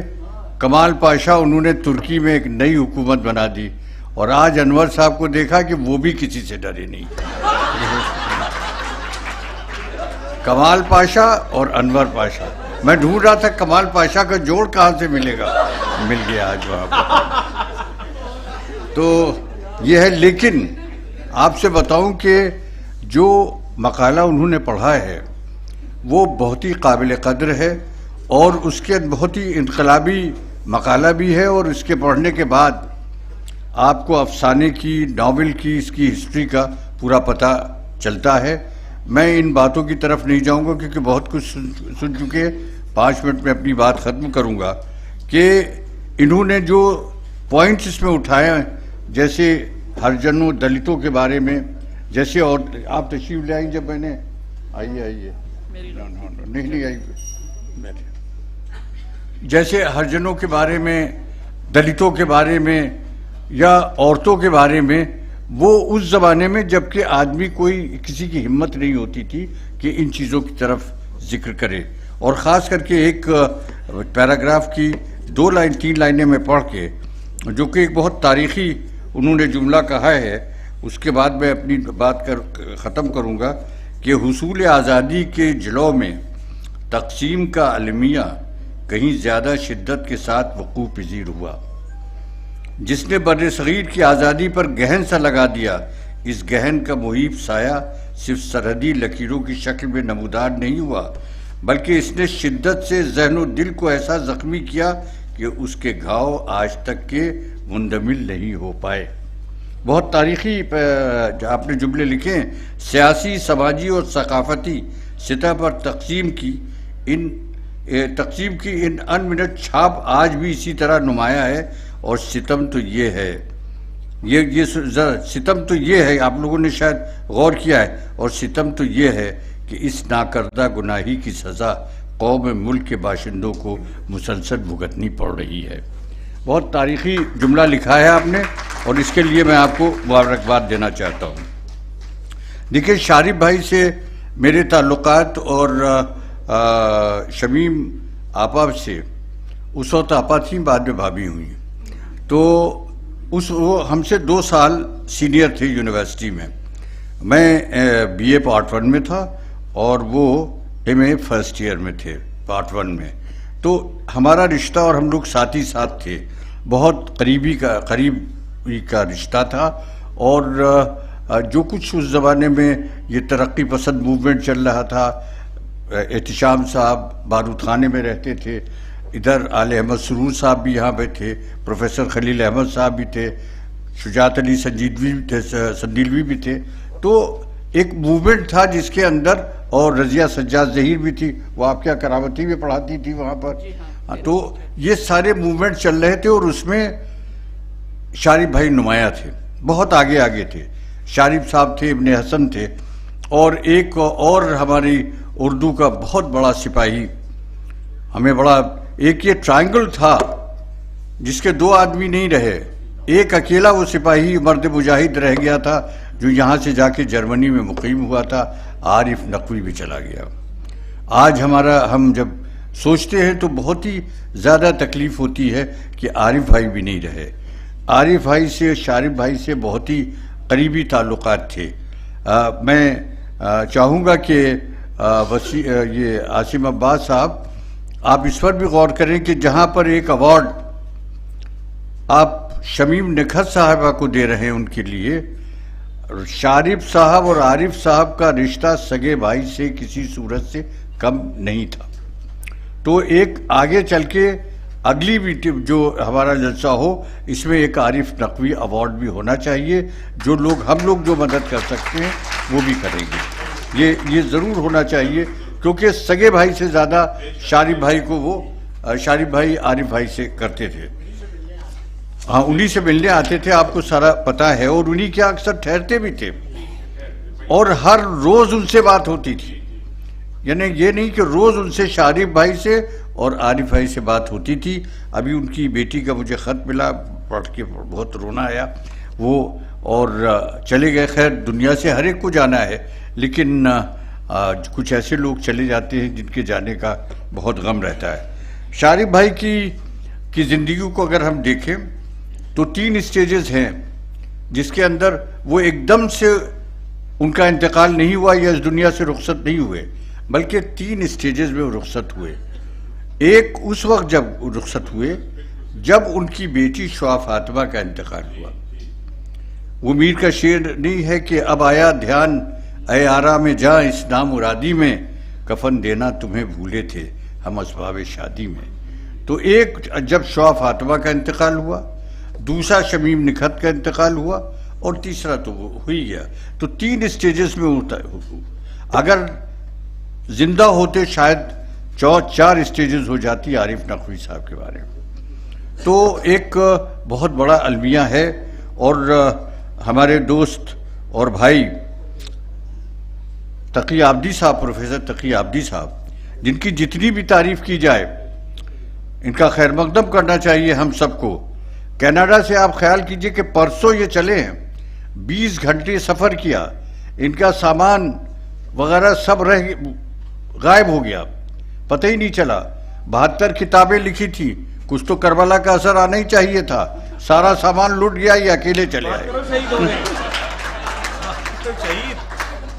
72 किताबें लिखी, खाली कमीज और शर्ट पहने हुए। कह लिए मैंने इनसे कहा, परसों रात को ये गरीब खाने पर तशरीफ़ लाए थे, कि भाई मैं कुछ ऑफर नहीं कर सकता, मेरे कपड़े नहीं आएंगे, एक अदद तहमत आपकी खिदमत में पेश कर सकता हूँ कि रात को बांध के लेट जाइएगा और कपड़े उतार के अलग रख दीजिएगा, और दरवाज़ा कोई खटखटाए तो खोलिएगा नहीं। कल रात को 10:30 बजे इनका सामान मिला है, और इसी तरह से ये सवेरे 8:30 बजे शायद रेशमा परवीन क्या पहुंच गए।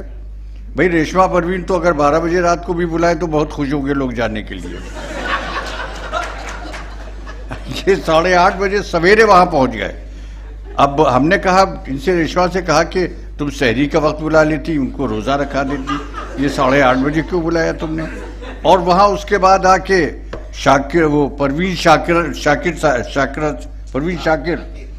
रेशमा परवीन से दूसरी परवीन जी हाँ, वहाँ भी आ गए।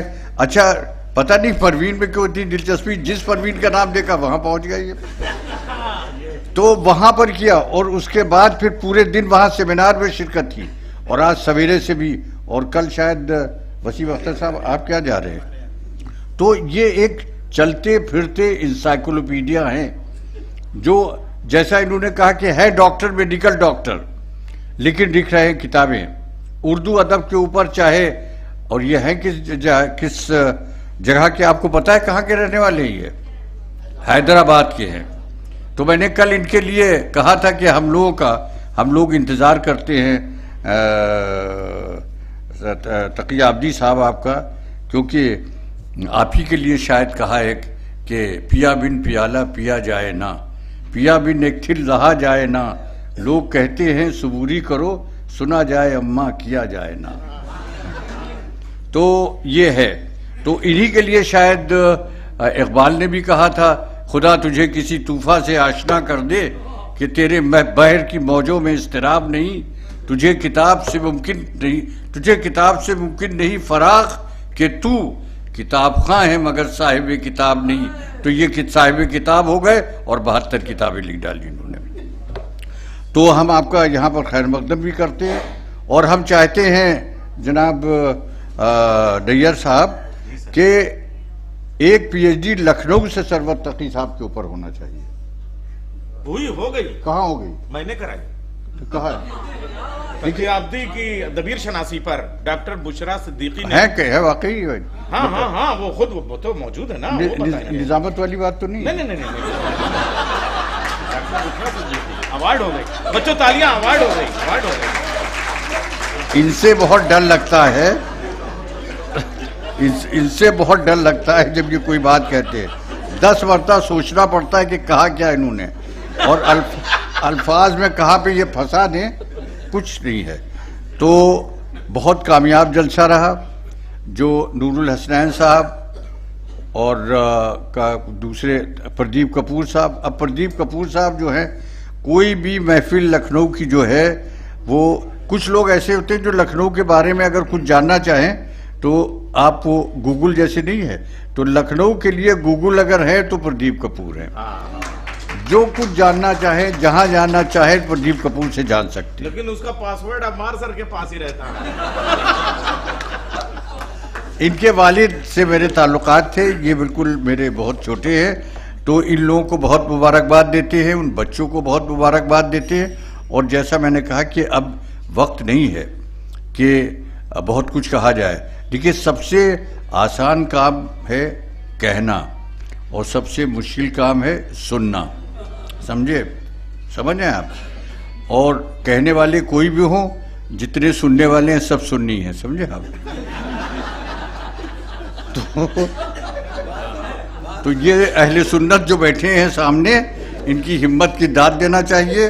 बहुत मुबारक और कामयाब आपका जलसा रहा। और जनाब, आपकी मिसाल तो क्या कहना, जहां आप हो वहां कामयाबी है। अभी जस्टिस आफ्ताब साहब ने फराज साहब के 2-3 शेर पढ़े।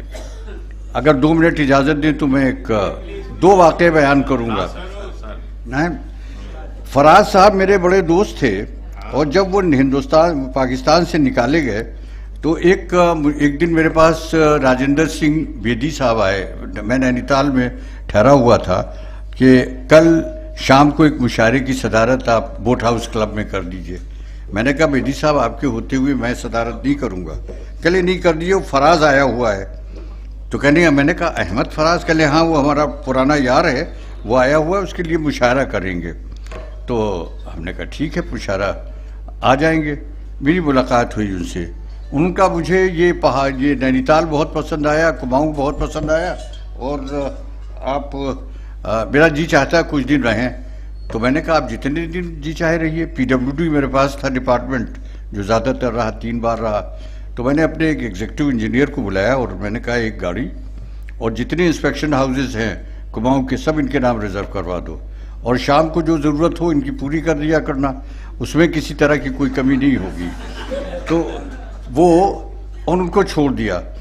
वो बड़े अच्छे हमारे घर के सारे ताल्लुकात रहे, ज़्यादा वाक़यात नहीं। एक दिन मुझे लंदन में मैं जा रहा था रीजेंट स्ट्रीट पर, ऑक्सफोर्ड स्ट्रीट पर, तो फराज मिले। मैंने कहा भाई आप कहाँ यहाँ? कह लिए मैं बीमार हूँ और क्रॉमवेल हॉस्पिटल में एडमिट हूँ। वो डॉक्टर खालिद हमीद है जो यही लखनऊ के हैं, वो बड़ा जालिम आदमी, मुझे सिगरेट नहीं पीने देता है, तो मैं निकला हूँ सिगरेट पीने के लिए। बैठे तो हमने कहा आप वापस कब जा रहे हैं? कहने वापस तो मैं एक कॉफ़ी हाउस पे हम लोग बैठ गए, तो हमने कहा वापस कब जा रहे हैं? कहने वापस तो अब हम तभी जाएंगे, एक शेर सुन लीजिए आप। मैंने कहा, एक गज़ल उन्होंने सुनाई जिसका एक शेर मुझे याद रह गया, क्योंकि उसके साथ एक वाक़या है इस वजह से कि ये रौनक ताबके ए दिल फिगारा देखना, ये रौनक ताबके ए दिल फिगारा देखना, अब गिरेगा ताजे सुल्तान सरे सुल्तान समेत। ये शेर सुनाया उन्होंने। अभी शाम को मेरी फ़्लाइट थी, मैं लंदन से लखनऊ आ रहा था, दिल्ली आ रहा था, वाया रोम होके फ़्लाइट हमारी जाती थी। 7 बजे फ़्लाइट थी, 8:30 बजे हम लोग वहाँ रोम पहुँच गए और 1 घंटे का स्टॉप ओवर था, फिर लंदन से फ़्लाइट आना थी। 1 घंटा गुजरा, 2 घंटा गुजरा, तो फ़्लाइट जो थी वो टेक ऑफ कर ही नहीं रही थी। तो एक कैप्टन सरदार जी थे, सियाल साहब, मैंने उनसे पूछा सरदार साहब क्या मामला है? कह ले वो पाकिस्तान का प्रेसिडेंट जो है उसका प्लेन क्रैश हो गया है और उन लोगों का ख्याल है कि हिंदुस्तान ने क्रैश करवा दिया है, तो हम फ्लाइट रोके हुए हैं और जब तक कि clearance ministry of external affairs से नहीं हो जाती है तब तक कि हम नहीं जा सकते। खैर 2 घंटे के बाद क्लियरेंस मिल गई कि नहीं आप लोग जाएं। जब यहाँ आए अखबारों में पढ़ा तो जिन साहब ने रोका था, जिनका प्लेन क्रैश हुआ था, और जब उनकी डेड बॉडी को देखा गया तो कुछ नहीं मिला था, सिर्फ दांत डेंचर थे जिससे पता लगाया गया था कि फला साहब जो है इस प्लेन पर बैठे हुए थे।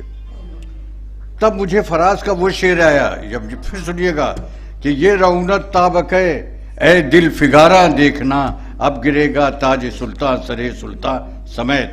तो अक्सर शायर जो होता है वो खाली शेर नहीं कहता बल्कि विजनरी होता है, आगे के वाकयात को प्रिडिक्ट करता है कि आगे क्या होने वाला है। शारिफ भाई भी शायर थे, जबरदस्त शायर थे। इस आज हमारा जो लॉस है वो खाली एक नावल निगार का नहीं है या एक तनकीद निगार का नहीं है, बल्कि एक ऐसे शख्स का है कि जो एक इंसान था।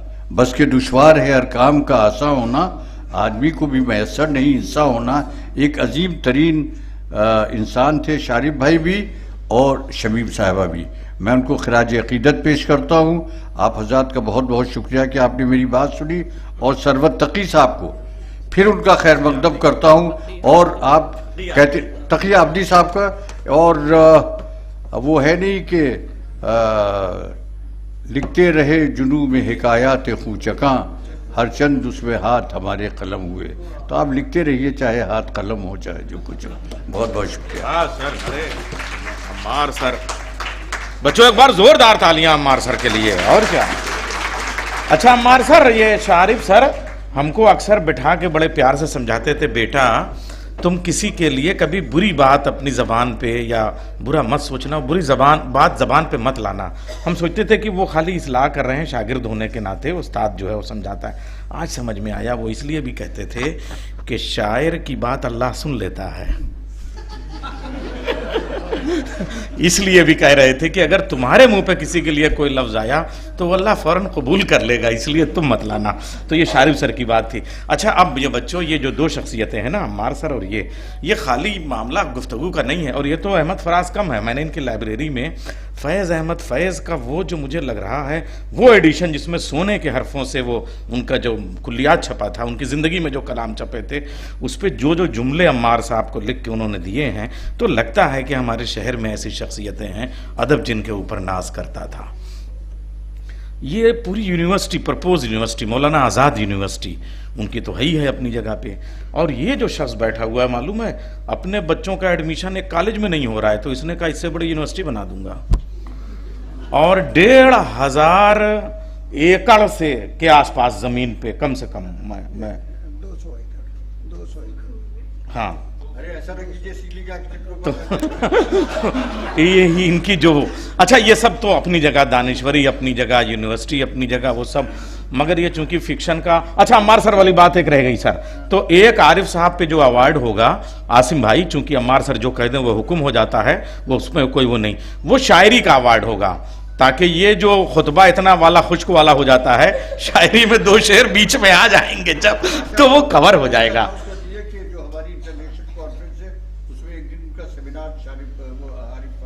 आरिफ साहब पे जो है वो एक दिन जो है वो सेमिनार होगा। और अब तो चूंकि शारिफ सर का ही है, तो तहकीक व तनकीद का भी एक अवार्ड शारिफ साहब के नाम से। तो इस तरीके से फिक्शन और शायरी, तनकीद, हाँ वो तो था, मगर इस बार तो नहीं है ना, तो अब हो रहा है ना, 6 महीने बाद वो होगा। तो और एक शायरी का रह गया था, तो शायरी वाला तो इस तरह से कवर हो जाएगा। ये जो आधा घंटे में लोग बोर हो जाते हैं वो, हाँ अम्मार सर देखिए, आप 2 बातें जो हैं वो मैं कहना भूल गया। एक तो ये है कि मेरा एक सुझाव है 2 मिनट पे, कि जो मुशायरे आप लोगों के होते हैं, और आप भी सुन लें जनाब नाजिम साहब, कि उस मुशायरे, उन मुशायरों में शोरा अपना कलाम पढ़ते हैं। हमारा, मैंने कल भी अमीर मेहदी साहब यहाँ बैठे हुए हैं, जो मैं वहाँ से लंदन से, वही इंग्लैंड से आए हुए हैं, और बहुत बड़े शायर भी हैं, वकील भी हैं। और कल जलसा इन्होंने करवाया था कि जो भी शायर हो उनसे ये दरख्वास्त की जाए कि आप अपनी गज़ल से पहले एक किसी कदीम शायर का कलाम जो है, खलील रहमान साहब बैठे हुए हैं, ये उनके सामने, कि आप पढ़ें, ताकि जो हमारी जनरेशन है, ये नस्ल जो है, ये पुराने शोरा से बिल्कुल भूलती जा रही है उनको।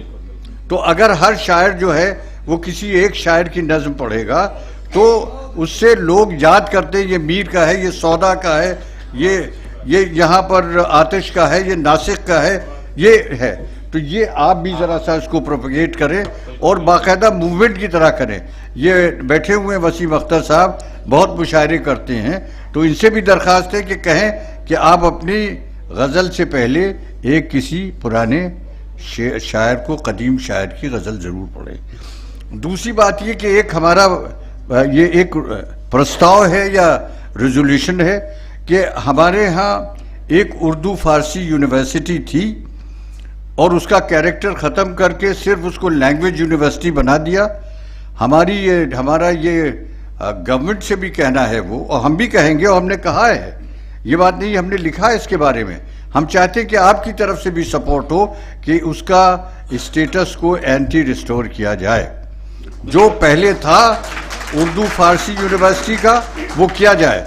उसके साथ बहुत बड़ा एक जुल्म किया गया है कि उर्दू फारसी हटाकर खाली लैंग्वेज यूनिवर्सिटी कर दिया गया। अगर संस्कृत यूनिवर्सिटी हो सकती है, अगर तमिल उड़िया यूनिवर्सिटी हो सकती है, अगर कन्नड़ यूनिवर्सिटी हो सकती है, तो क्यों नहीं उर्दू यूनिवर्सिटी हो सकती है। तो आप लोग ये एक प्रस्ताव जो है इसको बनाएं और हम लोग एक मूवमेंट की शक्ल में इसे पेश करें। हमने उर्दू को दूसरी सरकारी जबान उस वक्त हाउस में पेश किया था, हमने पेश किया था जब ज़्यादातर लोग इसके मुखालिफ थे। तो हम चाहते कि इसको, मैं हुक्मरान पार्टी में हूँ और मुझे पूरा यकीन है कि अगर एक ये मूवमेंट की शक्ल में हुक्मरान पार्टी के लीडर्स के पास जाएगा तो जो पब्लिक की आवाज़ है, ज़बान खल्क को नकारे खुदा समझो, जो पब्लिक की आवाज़ है उसके ऊपर वो लोग मानेंगे उसे। लेकिन मुश्किल तो ये होती है कि आप कहने से भी नहीं कर, लोग कह नहीं पाते, और जब तक कहोगे नहीं कोई कुछ करेगा नहीं। बहुत बहुत शुक्रिया। तो अब आइए, वक्त कम है, मैं जल्दी से, मगर वो हर चीज़ मौका महल के हिसाब से, ये मारसर वगैरह का ये बड़कपन है कि ये लोग इतने नरम लहजे में और वो हंसा हंसा के बात कर ले जाते हैं, वरना ये सब तो वो आसमान है। मगर वही ना कि पहाड़ की चोटी पर रहने वाला वादी के गरीब लोगों में जब बात करता है तो अपनी बुलंदी से नीचे उतर के वो बात करता है, ताकि हमारी समातों में उसके लफ्ज़ जो हैं, शब्दों की सरलता से अंतरात्मा में घर बनाने का हुनर इन बुज़ुर्गों से बच्चों सीखो। अब आइए हम वहाँ तक चलते हैं। लखनऊ में ताजमहल तो नहीं है मगर मौका महल ज़रूर है।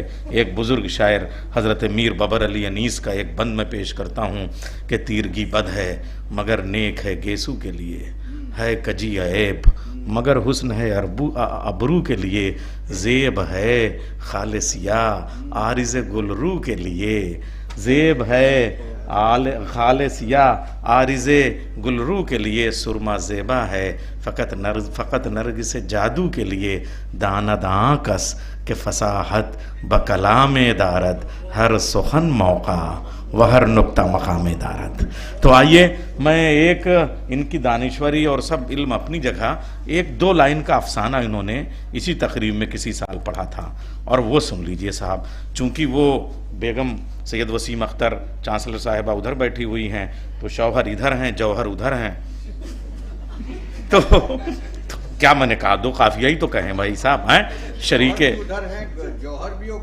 गौहर भी, तब उसी में सब गौहर, तो गौहर और जौहर, सिर्फ शौहर इधर है, बाकी सब हर उधर है।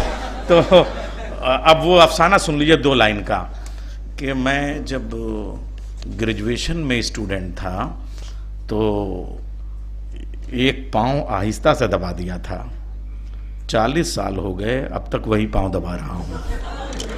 ये कहानी है जनाब प्रोफेसर सैयद वसीम अख्तर साहब की। इस अफसाने का इस्तेमाल कीजिए आप हजरात। तो शकीब अपने तारुफ के लिए ये बात काफ़ी है, हम उससे बच के चलते हैं जो रास्ता आम हो जाए।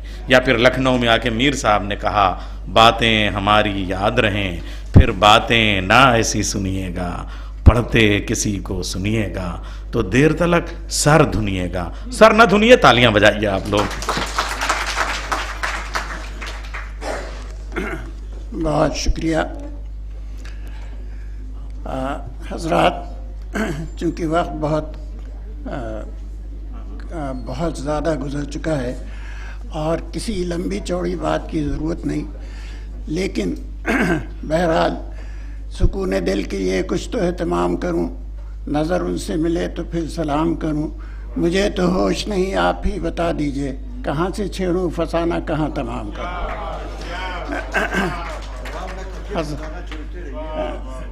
हज़रत जनाब सैयद आफ्ताब हुसैन रिजवी साहब जस्टिस, जनाब अम्मार रिजवी साहब, मोहतरमा डॉक्टर सबिया अनवर साहिबा, जनाब अनवर पाशा साहब, जनाब मोहतरम डॉक्टर तकी आबिदी साहब, और हमारे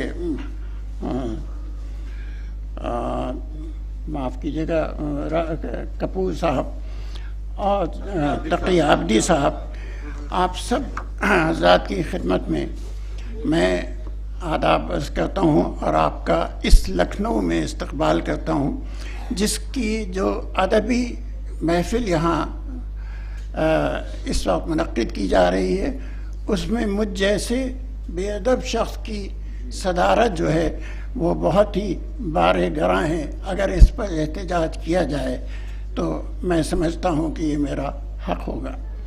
बहरहाल मैं सबसे पहले खराज अक़ीदत पेश करता हूँ जनाब शारिफ रुदौलवी साहब का, जिनकी मोहब्बत, जिनकी इंसानियत, जिनकी अदब नवाजी एक शाहकार है।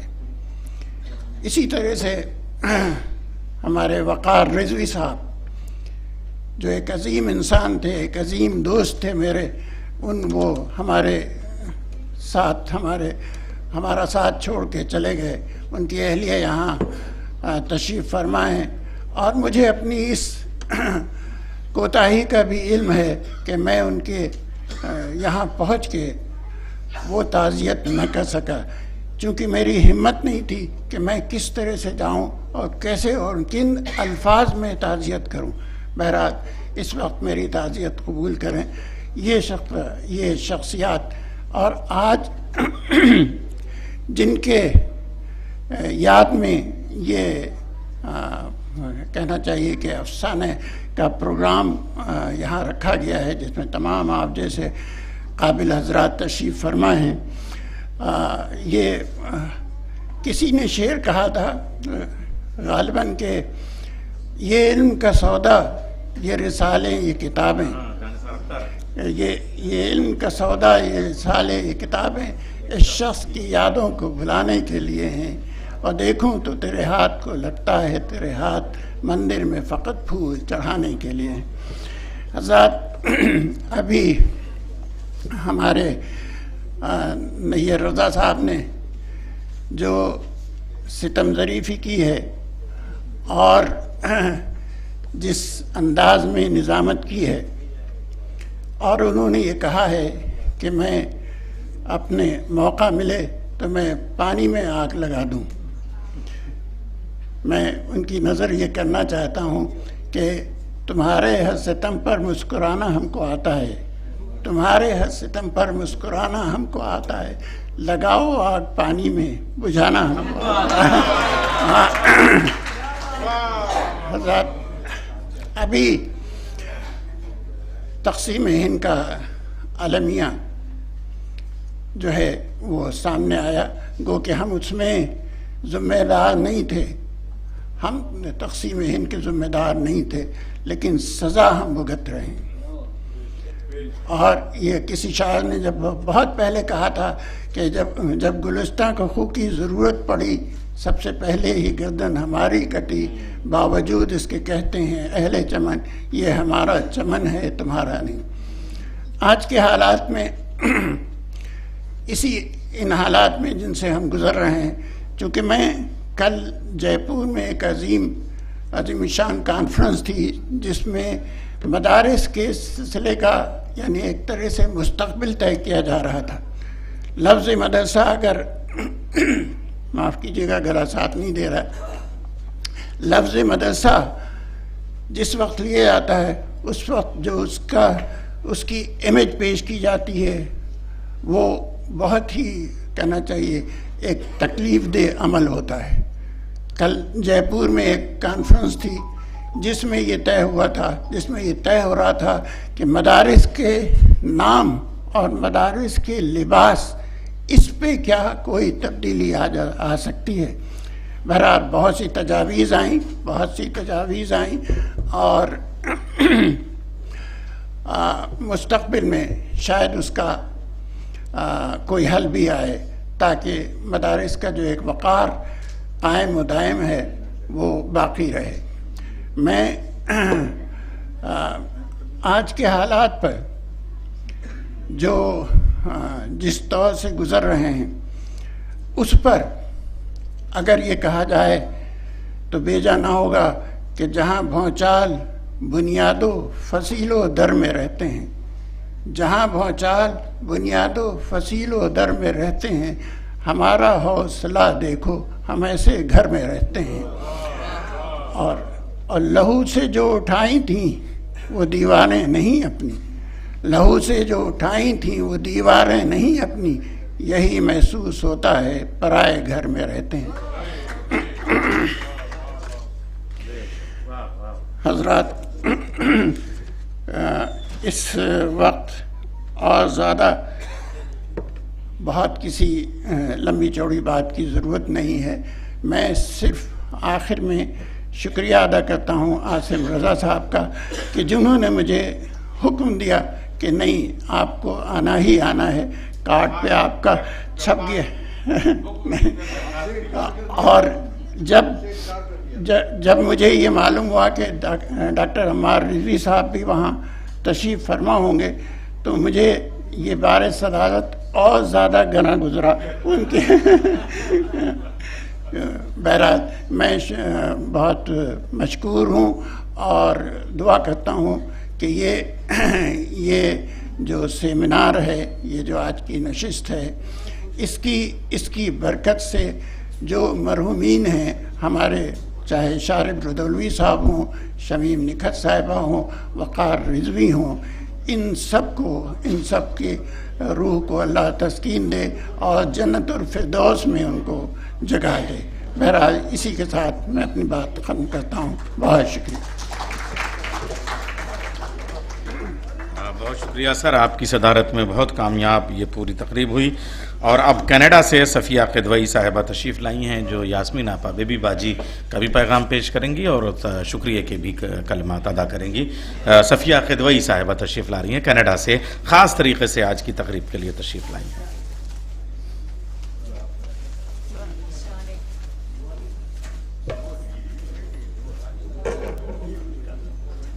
डाइस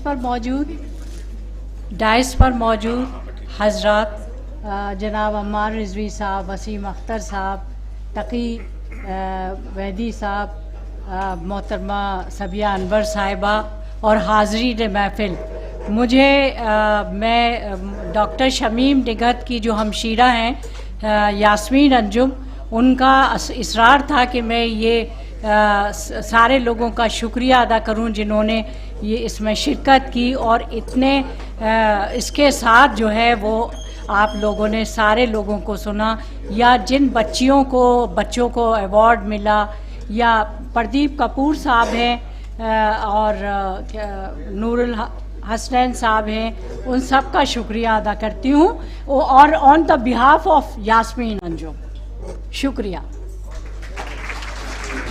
अच्छा, अब एक ये ज़रा सा कैमरे इधर सामने आ जाए नजमुल भाई, हम ये चाहते हैं कि तमाम डाइस के साथ हमारे जितने वॉलंटियर्स हैं और जितने ये पूरे हमारी तंजीम है, ये Shamim Nikhat memorial function award committee है और बच्चों के उस्ताद जो हैं वो भी आ जाएं। सब मूसा आ जाइए, प्रोफेसर इशरत नाहिद,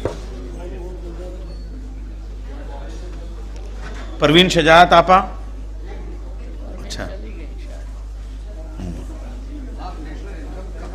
आ जाएं। नेशनल एंथ आप लोग थोड़ा सा आप बच्चे नहीं चले गए, वो बच्चे चले गए, जाने दीजिए, ठीक है कोई बात नहीं। आइए हाशमी आप आ जाइए, फोटो में शारिब साहब का वो है, आइए। हाँ सब लोग आ जाए, हम यहाँ खड़े हैं।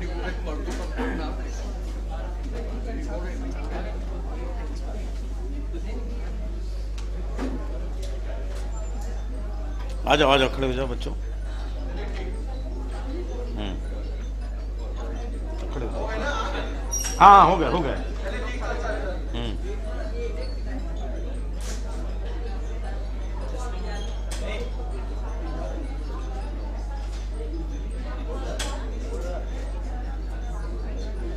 हो गया, चलिए बहुत शुक्रिया।